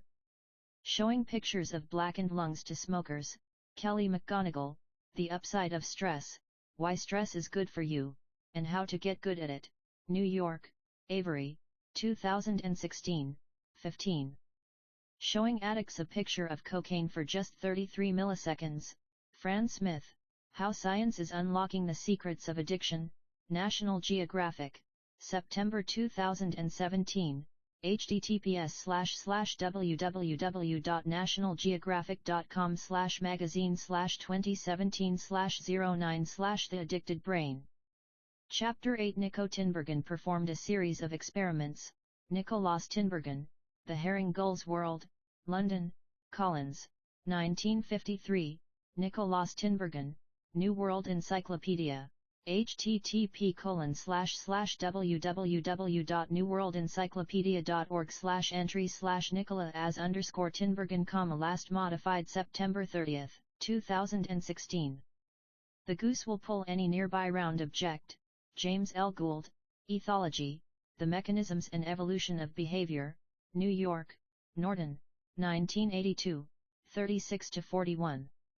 The Modern Food Industry Relies on Stretching, Stephen Witherly, Why Humans Like Junk Food, New York, iUniverse, 2007. Nearly Every Food in a Bag, Tweaking Tastes and Creating Cravings, 60 Minutes, November 27, 2011. https://www.youtube.com/watch, v=a7wh3uk1ytc. French fries are a potent combination, Stephen Witherly, Why Humans Like Junk Food, New York, iUniverse, 2007. Such strategies enable food scientists to find the bliss point. Michael Moss, Salt, Sugar, Fat, How the Food Giants Hooked Us, London, Allen, 2014. We've gotten too good at pushing our own buttons.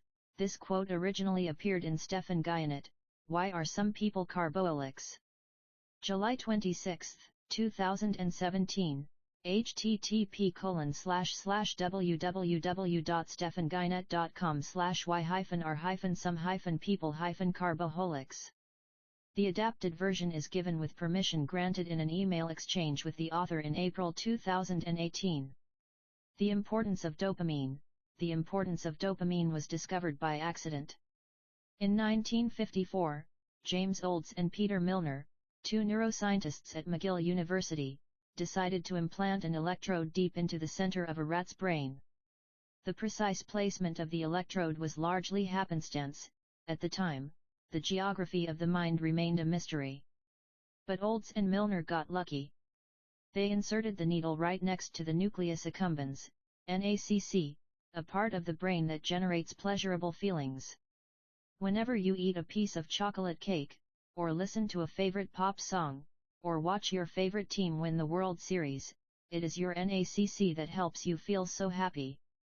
But Olds and Milner quickly discovered that too much pleasure can be fatal. They placed the electrodes in several rodents' brains and then ran a small current into each wire, making the NACCs continually excited. The scientists noticed that the rodents lost interest in everything. They stopped eating and drinking. All courtship behavior ceased. The rats would just huddle in the corners of their cages, transfixed by their bliss. Within days, all of the animals had perished. They died of thirst. For more, see Jonah Lehrer, How We Decide, Boston, Houghton Mifflin Harcourt, 2009. Neurological Processes Behind Craving and Desire, James Olds and Peter Milner, Positive Reinforcement Produced by Electrical Stimulation of Septal Area and Other Regions of Rat Brain, Journal of Comparative and Physiological Psychology 47, No. 6, 1954, doi 10.1037/H00587775. Rats Lost All Will to Live, Kunyong Zhou and Richard D. Palmiter. Dopamine-deficient mice are severely hypoactive, adipsic, and aphagic. Cell 83, No. 7, 1995, doi 10.1016/00928674, 95, 90145-0. Without desire, action stopped. Kent C. Berridge, Isabel L. Venier, and Terry E. Robinson, Taste Reactivity Analysis of 6-hydroxydopamine-induced aphagia, Implications for Arousal and Anhedonia Hypotheses of Dopamine Function, Behavioral Neuroscience 103, No. 1, 1989, doi 10.1037/0735-7044.103.1.36. The mice developed a craving so strong, Ross A. McDevitt et al., serotonergic versus non-serotonergic dorsal raphe projection neurons, differential participation in reward circuitry, Cell Reports 8, No. 6, 2014, doi 10.1016/J.Cell 2014.08.037. The Average Slot Machine Player, Natasha Dow SCHLL, Addiction by Design, Machine Gambling in Las Vegas, Princeton, New Jersey, Princeton University Press, 2014, 55. Habits are a dopamine-driven feedback loop. I first heard the term dopamine-driven feedback loop from Kamath Palihapitiya. For more, see Kamath Palihapitiya, founder and CEO Social Capital, on Money as an Instrument of Change, Stanford Graduate School of Business, November 13, 2017, https://www.youtube.com/watch, v = Pmotyco06. Dopamine plays a central role in many neurological processes. Researchers later discovered that endorphins and opioids were responsible for pleasure responses. For more, see V.S. Charkavarthy, Denny Joseph, and Ra U.S. Bapi, What Do the Basal Ganglia Do? A Modeling Perspective, Biological Cybernetics 103, No. 3, 2010, doi 10.1007/S00422-010-0401. Why dopamine is released not only when you experience pleasure, Wolfram Schultz, Neuronal Reward and Decision Signals, From Theories to Data, Physiological Reviews 95, No. 3, 2015, doi 10.1152/FSRev.00023.2014, Figure 8, Fran Smith, How Science is Unlocking the Secrets of Addiction, National Geographic, September 2017, https://www.nationalgeographic.com/magazine/2017/09/ The Addicted Brain. Whenever dopamine rises, so does your motivation. Dopamine compels you to seek, explore, and take action. Dopamine energized, this mesolimbic seeking system, arising from the ventral tegmental area, VTA, encourages foraging, exploration, investigation, curiosity, interest and expectancy. Dopamine fires each time the rat, or human, explores its environment. I can look at the animal and tell when I am tickling its seeking system because it is exploring and sniffing. For more, see Karan Badt, depressed? Your seeking system might not be working. A conversation with neuroscientist Jake Panksepp, Huffington Post, December 6, 2017, http://www.huffingtonpost.com/karan-badt/depressed-your-c_3616967.html. The reward system that is activated in the brain, Wolfram Schultz, multiple reward signals in the brain, Nature Reviews Neuroscience 1, No. 3, 2000, doi 10.1038/350445563. 100% of the nucleus accumbens is activated during wanting. Kent Berridge, conversation with author, March 8, 2017. Byrne hacked his stationary bike, Hackster staff, Netflix, and cycle, Hackster, July 12, 2017, https://blog.hackster.io/Netflix and cycle 1734D0179 Deb. Eliminating Obesity One Netflix Binge at a Time, Psychflix, Exercise-Powered Entertainment, Robero, July 8, 2017, https://www.youtube.com/watch, v=NC0IRLBIY. We see Thursday night as a viewership opportunity, Janine Paggi, Shonda Rhimes looks beyond ABC's nighttime soaps, Adage, May 16, 2016, http://adage.com/article/special-report-tv upfront/Shonda-Rhimes-ABC-soaps/303996.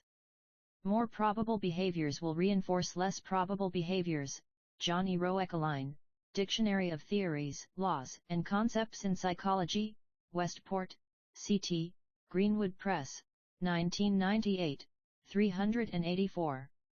Chapter 9 A genius is not born, but is educated and trained.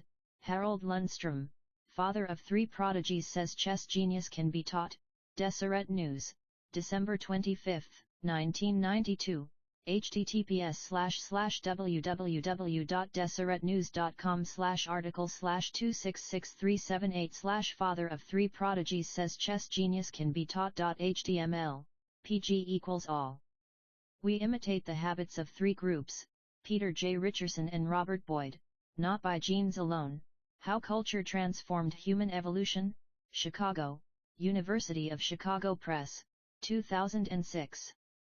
A person's chances of becoming obese increased by 57%, Nicholas A. Christakis and James H. Fowler, The Spread of Obesity in a Large Social Network Over 32 Years, New England Journal of Medicine 357.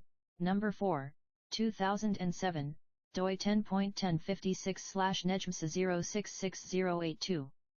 J. A. Stockman, The Spread of Obesity in a Large Social Network Over 32 Years, Yearbook of Pediatrics 2009, 2009, doi 10.1016/S00843954, 08, 79134-6. If one person in a relationship lost weight, Amy A. Gorin et al., randomized controlled trial examining the ripple effect of a nationally available weight management program on untreated spouses, Obesity 26, Number 3, 2018, doi 10.1002/OB.22098. Of the 10 people in the class, 4 became astronauts. Mike Massimino, Finding the Difference Between Improbable and Impossible, interview by James Altucher, The James Altucher Show, January 2017, https://jamesaltucher.com/2017/01/Mike Massimino I am not good enough. The Higher Your Best Friend's IQ at Age 11 or 12, Ryan Meldrum, Nicholas Kavish, and Brian Boutwell, on the longitudinal association between peer and adolescent intelligence. Can our friends make us smarter?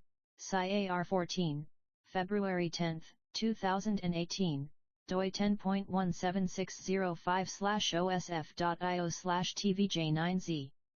Solomon Asch conducted a series of experiments, Harold Stierg-Wetzkow, Groups, Leadership, and Men, Research in Human Relations, Pittsburgh, PA, Carnegie Press, 1951, 177-190. By the end of the experiment, nearly 75% of the subjects. Follow-up studies show that if there was just one actor in the group who disagreed with the group, then the subject was far more likely to state their true belief that the lines were different lengths. When you have an opinion that dissents from the tribe, it is much easier to stand by it if you have an ally. When you need the strength to stand up to the social norm, find a partner. For more, see Solomon E. Asch, Opinions and Social Pressure, Scientific American 193, No. 5, 1955, doi 10.1038/Scientific American 115531, and William N. Morris and Robert S. Miller, The Effects of Consensus Breaking and Consensus Preempting Partners on Reduction of Conformity, Journal of Experimental Social Psychology 11, No. 3, 1975, doi 10.1016/S0022-1031, 75, 80023-0. Nearly 75% of subjects made the incorrect choice at least once. However, considering the total number of responses throughout the experiment, about 2/3 were correct. Either way, the point stands, group pressure can significantly alter our ability to make accurate decisions. A chimpanzee learns an effective way, Lydia V. Lunch, Julia Siriani, Roger Mundry, and Christoph Bosch. Costly culture, differences in nut cracking efficiency between wild chimpanzee groups. Animal Behavior 137, 2018 63-73. Chapter 10 I wouldn't say, because I need food to survive. I heard a similar example from the Twitter account, Symbolism, at Symbolism. Let's extend this metaphor. If society is a human body, then the state is the brain. Humans are unaware of their motives. If asked why do you eat, you might say BC food tastes good and not BC I need food to survive. What might a state's food be? Hint, are pills food? Twitter, May 7, 2018, https://twitter.com/sympholism/status/9936321427008266624. When emotions and feelings are impaired, Antoine Becerra et al., insensitivity to future consequences following damage to human prefrontal cortex, Cognition 50, No. 1-3, 1994, doi 10.1016/0010-0277, 94, 90018-3. As the neuroscientist Antonio Damasio, When Emotions Make Better Decisions Antonio Damasio, August 11, 2009. https://www.youtube.com/watch, v=1whip_k2wn0I You don't have to. You get to. I am indebted to my college strength and conditioning coach, Mark Watts, who originally shared this simple mindset shift with me. I'm not confined to my wheelchair. Redhead Banshee, what is something someone said that forever changed your way of thinking? Reddit, October 22, 2014, https://www.reddit.com/r/ascredit/comments/2jz0j/what_is_something_set__4ever/CLGM4s2. It's time to build endurance and get fast, winged adventurer. Instead of thinking go run in the morning, think go build endurance and get fast. Make your habit a benefit, not a task. Reddit, January 19, 2017, https://www.reddit.com/r/self-improvement/comments/5over/instead_go_thinking_go_run_in_the_score the_isms 9 pks and sh equals 0593112 db. I'm getting an adrenaline rush to help me concentrate. Alison Wood Brooks, Get Excited, Reappraising Pre-Performance Anxiety as Excitement with Minimal Cues, PSYCEXTRA Dataset, June 2014, doi 10.1037/E578192014-321, Caroline Webb, How to Have a Good Day, London, Pan Books, 2017, 238.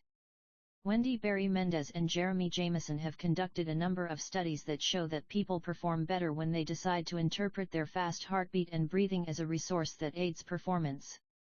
Ed Lattimore, a boxer and writer, Ed Lattimore, at Ed Lattimore, odd realization, my focus and concentration goes up just by putting my headphones on while writing. I don't even have to play any music. Twitter, May 7, 2018. https://twitter.com/edlattimore/status/9934964931716628849. Chapter 11. In the end, they had little to show for their efforts. This story comes from page 29 of Art and Fear by David Bales and Ted Orland. In an email conversation with Orland on October 18, 2016, he explained the origins of the story. Yes, the ceramics story in Art and Fear is indeed true, allowing for some literary license in the retelling.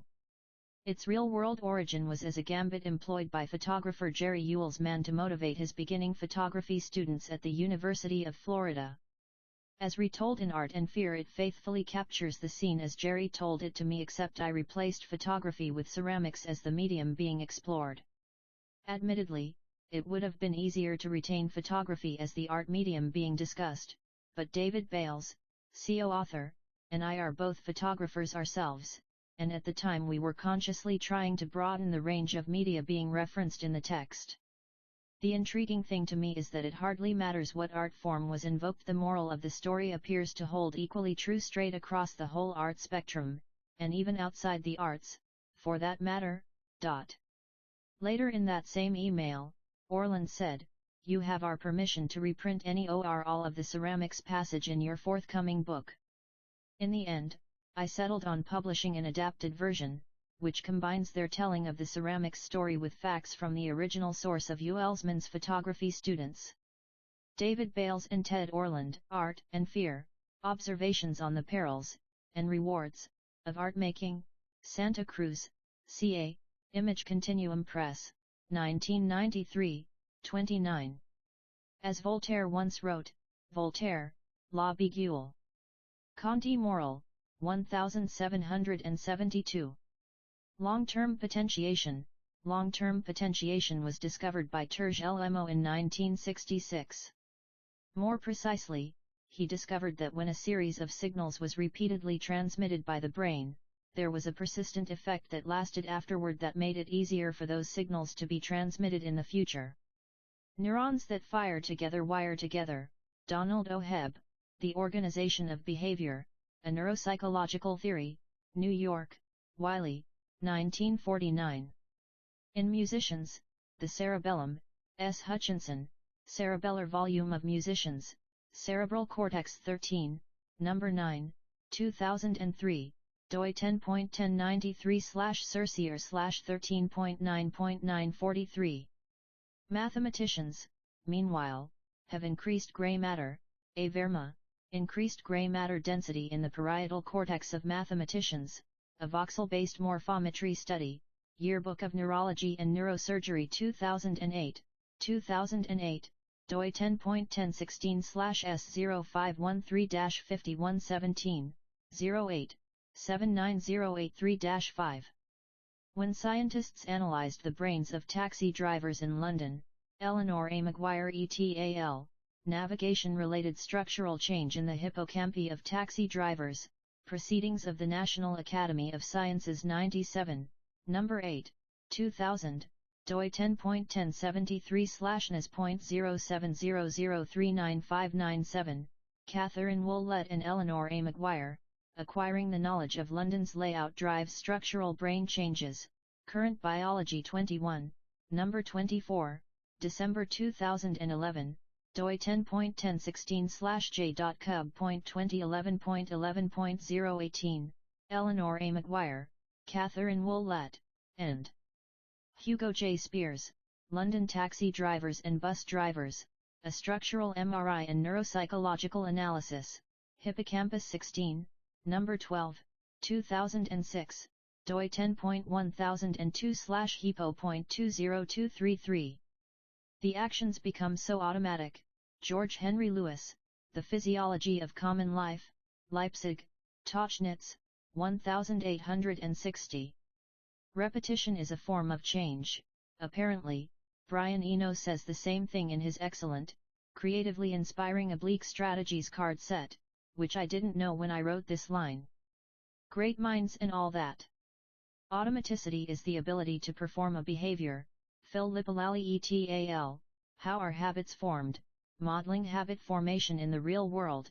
European Journal of Social Psychology 40, No. 6, 2009, doi 10.1002/edge.674.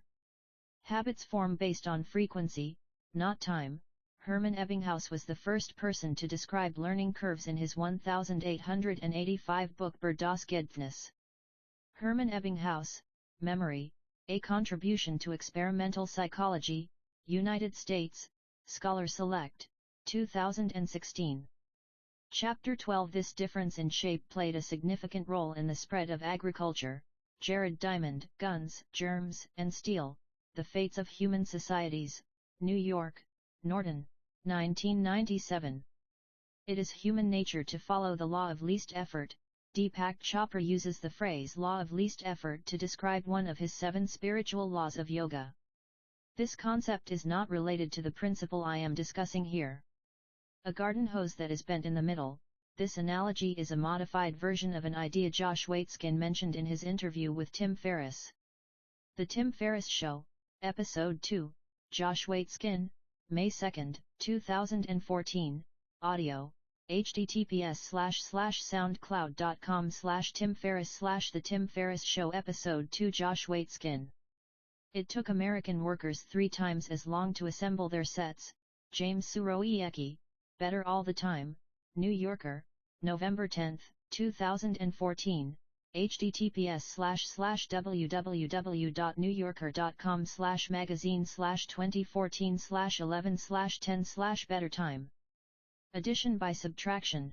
Addition by subtraction is an example of a larger principle known as inversion, which I have written about previously at https://jamesclear.com/inversion. I'm indebted to Shane Parrish for priming my thoughts on this topic by writing about why avoiding stupidity is easier than seeking brilliance. Shane Parrish, Avoiding Stupidity is Easier Than Seeking Brilliance, Farnham Street, June 2014, https://www.fs.blog/2014/06/ Avoiding Stupidity. Those percentage points represent millions in tax revenue. Owen Service et al., East. 4 Simple Ways to Apply Behavioral Insights. Behavioral Insights Team, 2015, http://38R8OM2XJHL25MW24492dir.appengine.net ncdn.com/WP content/uploads/2015/07/ bit publication east_fa_web.pdf. Nucleus dialed in his cleaning habits. Oswald Nucleus is an alias, used by request. Perfect time to clean the toilet. Saul_Panzer_New York. Question: what one habit literally changed your life? Reddit, June 5, 2017. https://www.reddit.com/r/get discipline/comments/6fgqbv/question_what_one_habit_literally_change_your/diazwg. Chapter 13 Arsenal of Routines. Twyla Tharp and Mark Ryder, The Creative Habit, Learn It and Use It for Life, A Practical Guide, New York, Simon & Schuster, 2006. 40 to 50% of our actions on any given day are done out of habit. Wendy Wood, Habits Across the Lifespan, 2006, https://www.resetarchgate.net/publications/3155229/4_across_the_lifespan. Habits you follow without thinking, Benjamin Gardner, a review and analysis of the use of habit in understanding, predicting and influencing health-related behavior, Health Psychology Review 9, Number 3, 2014, doi 10.1080/1743719.2013.876238. Decisive Moments. Shout out to Henri Cartier-Bresson, one of the greatest street photographers of all time, who coined the term decisive moment, but for an entirely different purpose, capturing amazing images at just the right time. The 2-minute rule. Hat tip to David Allen, whose version of the 2-minute rule states, if it takes less than 2 minutes, then do it now. For more, see David Allen, Getting Things Done, New York, Penguin, 2015. Power Down Habit. Author Cal Newport uses a shutdown ritual in which he does a last email inbox check, prepares his to-do list for the next day, and says shutdown complete to end work for the day. For more, see Cal Newport, Deep Work, Boston, Little, Brown, 2016. He always stopped journaling before it seemed like a hassle. Greg McKeown, Essentialism, The Disciplined Pursuit of Less, New York, Crown, 2014, 78. Habit Shaping, Gail B. Peterson, A Day of Great Illumination, B. F. Skinner's Discovery of Shaping, Journal of the Experimental Analysis of Behavior 82, Number 3, 2004, doi 10.1901/jib.2004.82-317. Chapter 14. He remained in his study and wrote furiously, at L. E. Hugo and Charles E. Wilbur, Victor Hugo, by a witness of his life, New York, Carlton, 1864. A commitment device is a choice you make in the present. Garrett Bryan, Dean Carlin, and Scott Nelson, Commitment Devices, Annual Review of Economics 2, Number 1, 2010, doi 10.1146/annurev.economics.10230.124324. Outlet timer cuts off the power to the router. Near Isle, Addictive Tech, Killing Bad Habits and Apps for Life Hacking Number 260, interview by Dave Asprey, Bulletproof, November 13, 2015, https://blog.bulletproof.com/Near Isle Life Hacking 260/. This is also referred to as a Ulysses Pact. Peter Ubel, The Ulysses Strategy, The New Yorker, December 11, 2014, https://www.newyorker.com/business/currency/Ulysses Strategy Self-Control. Patterson's business went from losing money to making $5,000 in profit. John H. Patterson ringing up success with the incorruptible cashier. Dayton Innovation Legacy. http://www.daytoninnovationlegacy.org/patterson.html, accessed June 8, 2016. One-time actions that lead to better long-term habits. James Clear, at James_Clear. What are one-time actions that pay off again and again in the future? Twitter, February 11, 2018. https://twitter.com/james_clear/status/96269472270279065 Civilization advances by extending the number of operations. Alfred North Whitehead, Introduction to Mathematics, Cambridge, UK, Cambridge University Press, 1911, 166. The average person spends over 2 hours per day on social media. GWI Social, Global Web Index, 2017, Q3, https://cdn2.hubspot.net/hub/304927/downloads/GWI% 20 social% 20 summary% 20 Q3% 202017.pdf. Chapter 15. Over 9 million people called it home. Population size and growth of major cities. 1998 Census, Population Census Organization, http://www.pbs.government.pk/sites/defaults/files/tables/population %20 size %20 and %20 growth %20 of %20 major %20 cities.pdf. Over 60% of Karachi's residents, Sabia Askari, Studies on Karachi, papers presented at the Karachi Conference 2013, Newcastle upon Tyne, UK, Cambridge Scholars, 2015. It was this public health crisis that had brought Stephen Luby to Pakistan, Atul Gawande, The Checklist Manifesto, How to Get Things Right, Gurgaon, India, Penguin Random House, 2014. In Pakistan, Safeguard was a premium soap. All quotes in this section are from an email conversation with Stephen Luby on May 28, 2018. The rate of diarrhea fell by 52%, Stephen P. Luby et al., Effect of Handwashing on Child Health, a randomized controlled trial, Lancet 366, number 9481, 2005, doi 10.1016/S01406736, 05, 66912-7. Over 95% of households, Anna Bowen, Mubina Agbotwala, Tracy Ayres, Timothy Tobury, Maria Tarek, and Stephen P. Luby, sustained improvements in hand-washing indicators more than 5 years after a cluster randomized, community-based trial of hand-washing promotion in Karachi, Pakistan. Tropical Medicine and International Health 18, number 3, 2013 259-267 https://www.inspi.nlm.nih.gov/pmc/articles/pmc 4626884/ Chewing gum had been sold commercially throughout the 1800s. Mary Bellis, How We Have Bubble Gum Today, Thought.co, October 16, 2017, https://www.thoughtco.com/history of bubbly and chewing gum 1991856. Wrigley revolutionized the industry.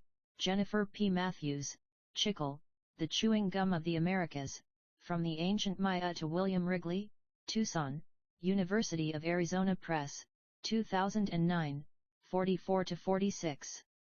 Wrigley became the largest chewing gum company.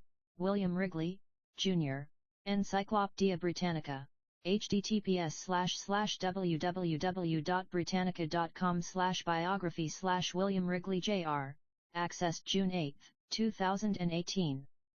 Toothpaste had a similar trajectory.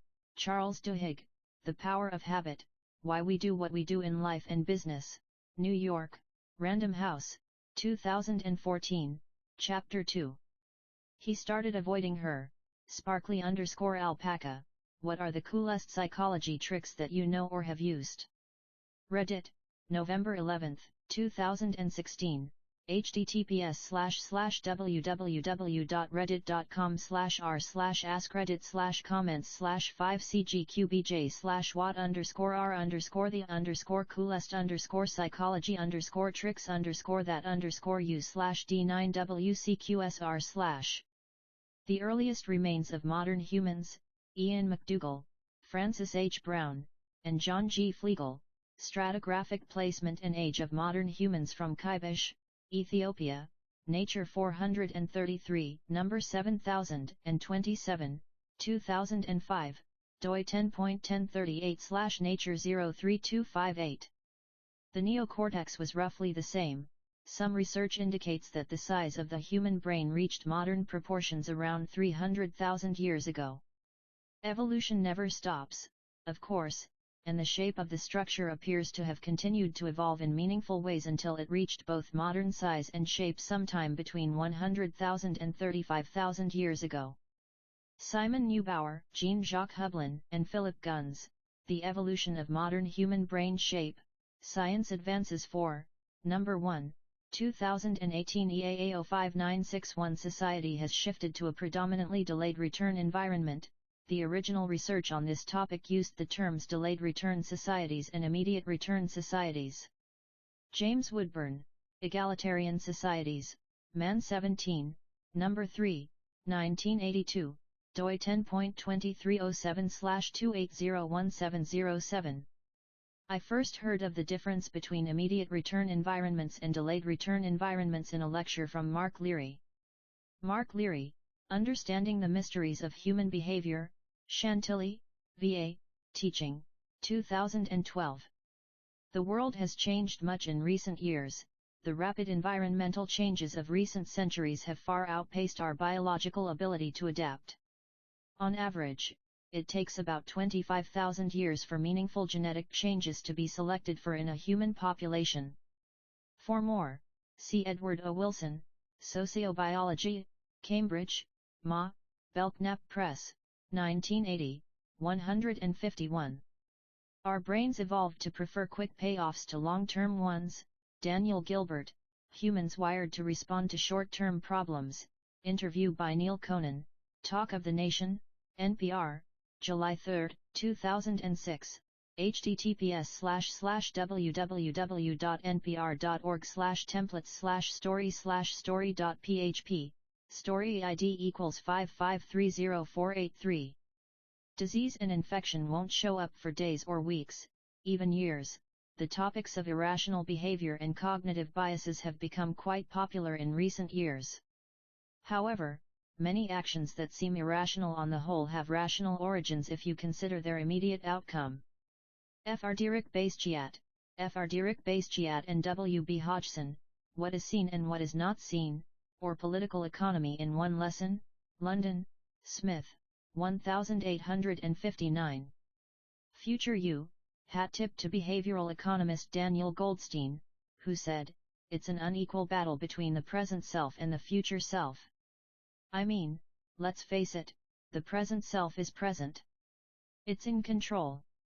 It's in power right now. It has these strong, heroic arms that can lift donuts into your mouth.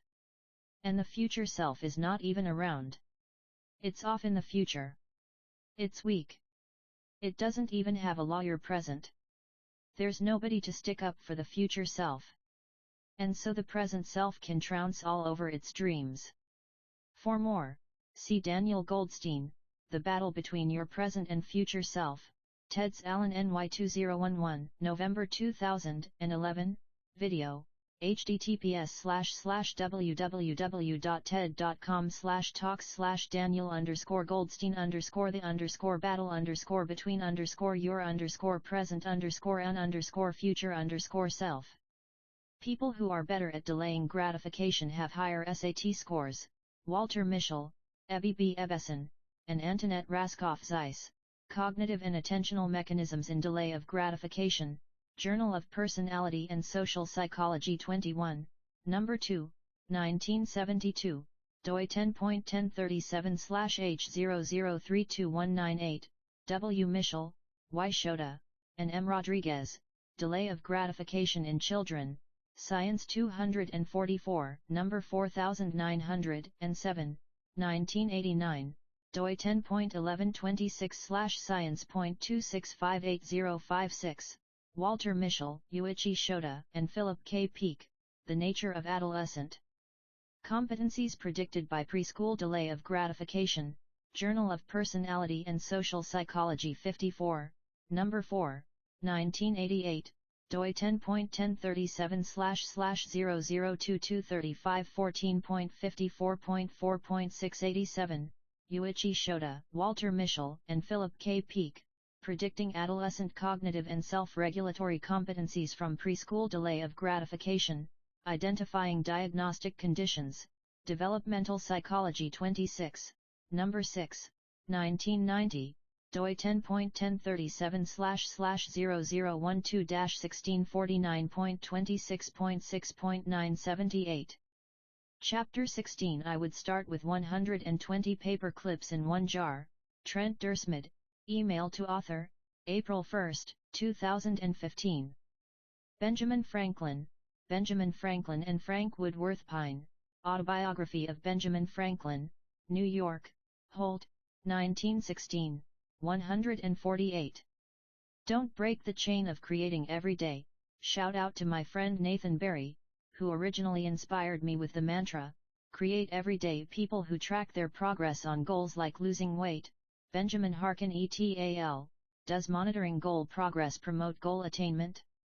A meta-analysis of the experimental evidence, Psychological Bulletin 142, No. 2, 2016, doi 10.1037/bull00000025. Those who kept a daily food log lost twice as much weight as those who did not.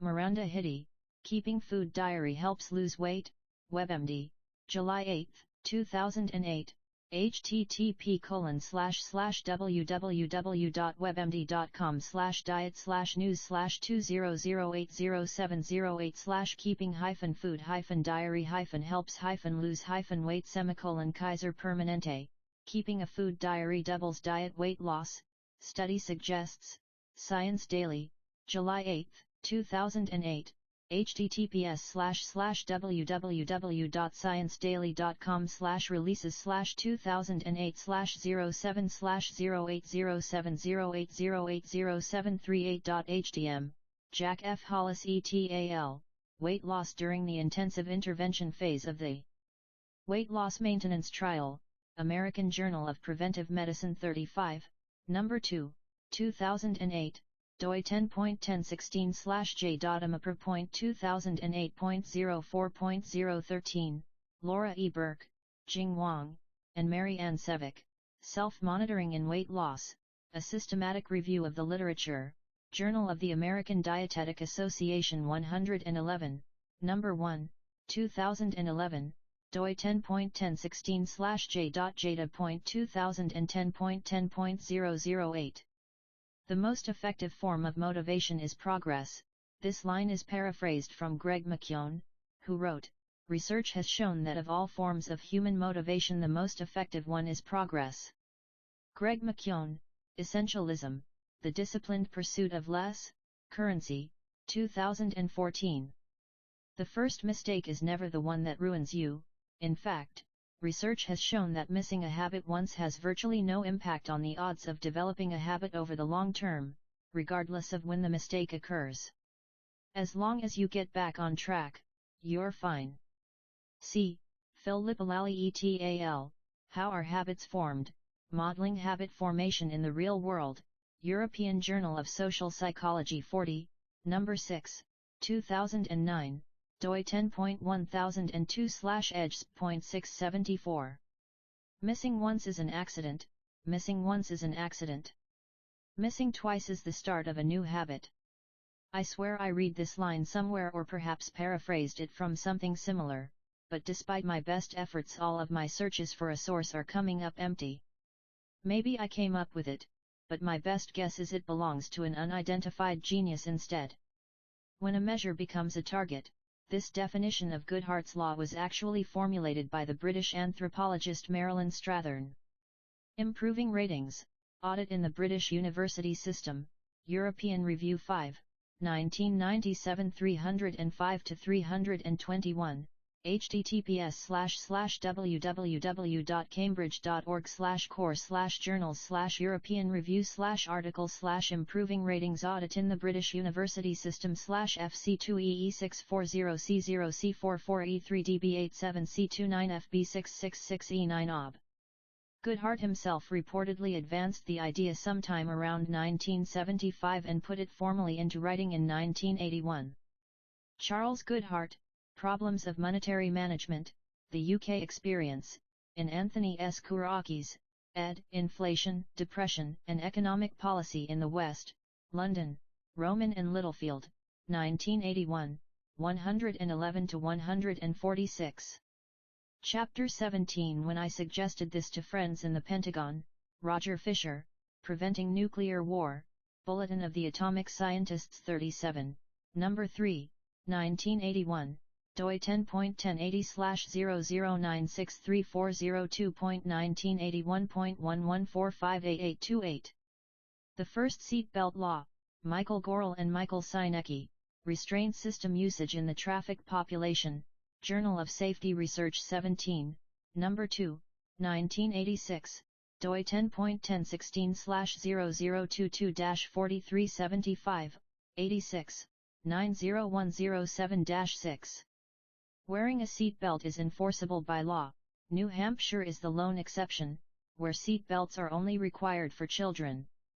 New Hampshire, Governor's Highway Safety Association, https://www.gsa.org/state-laws/states/new% 20 Hampshire, accessed June 8, 2016. Over 88% of Americans buckled up. Seatbelt use in U.S. reaches historic 90%. National Highway Traffic Safety Administration, November 21, 2016. https://www.nhtsa.gov/press releases/seatbelt use US reaches historic 90%. Brian Harris, email conversation with author, October 24, 2017. She does the Song a Day Challenge. Courtney Shea, comedian Margaret Cho's tips for success. If you're funny, don't do comedy. Globe and Mail, July 1, 2013. https://www.theglobeandmail.com/life/comedian Margaret Cho's tips for success. If you're funny, don't do comedy. /article 1290230/. Service equals mobile. Thomas Frank, an entrepreneur in Boulder, Colorado. Thomas Frank, how buffer forces me to wake up at 5:55 a.m. every day. College Info Geek, July 2, 2014. https://collegeinfogeek.com/earlywakingwithbuffer/. Chapter 18 Phelps has won more Olympic medals. Michael Phelps Biography, https://www.biography.com/people/Michael Phelps 345192, last modified March 29, 2018.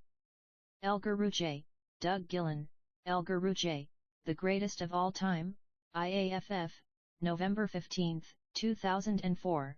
https://www.iaaf.org/news/Elgar Rouget the greatest of all time. They differ significantly in heights and weights for Michael Phelps and Hickam. Elgar Rouget were pulled from their athlete profiles during the 2008 Summer Olympics. Michael Phelps, ESPN, 2008. http://www.espn.com/olympics/summer08/fan guide/athlete?@29547L Hickam Elgar Rouget, ESPN, 2008.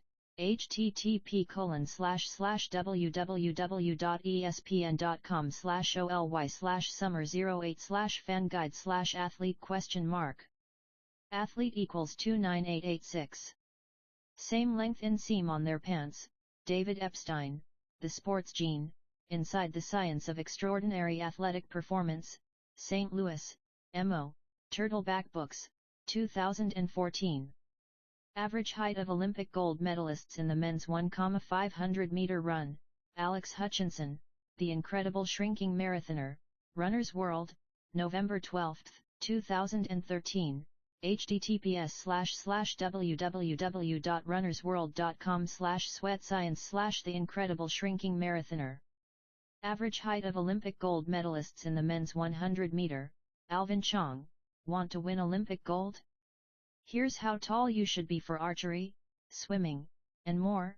Vox, August 9, 2016.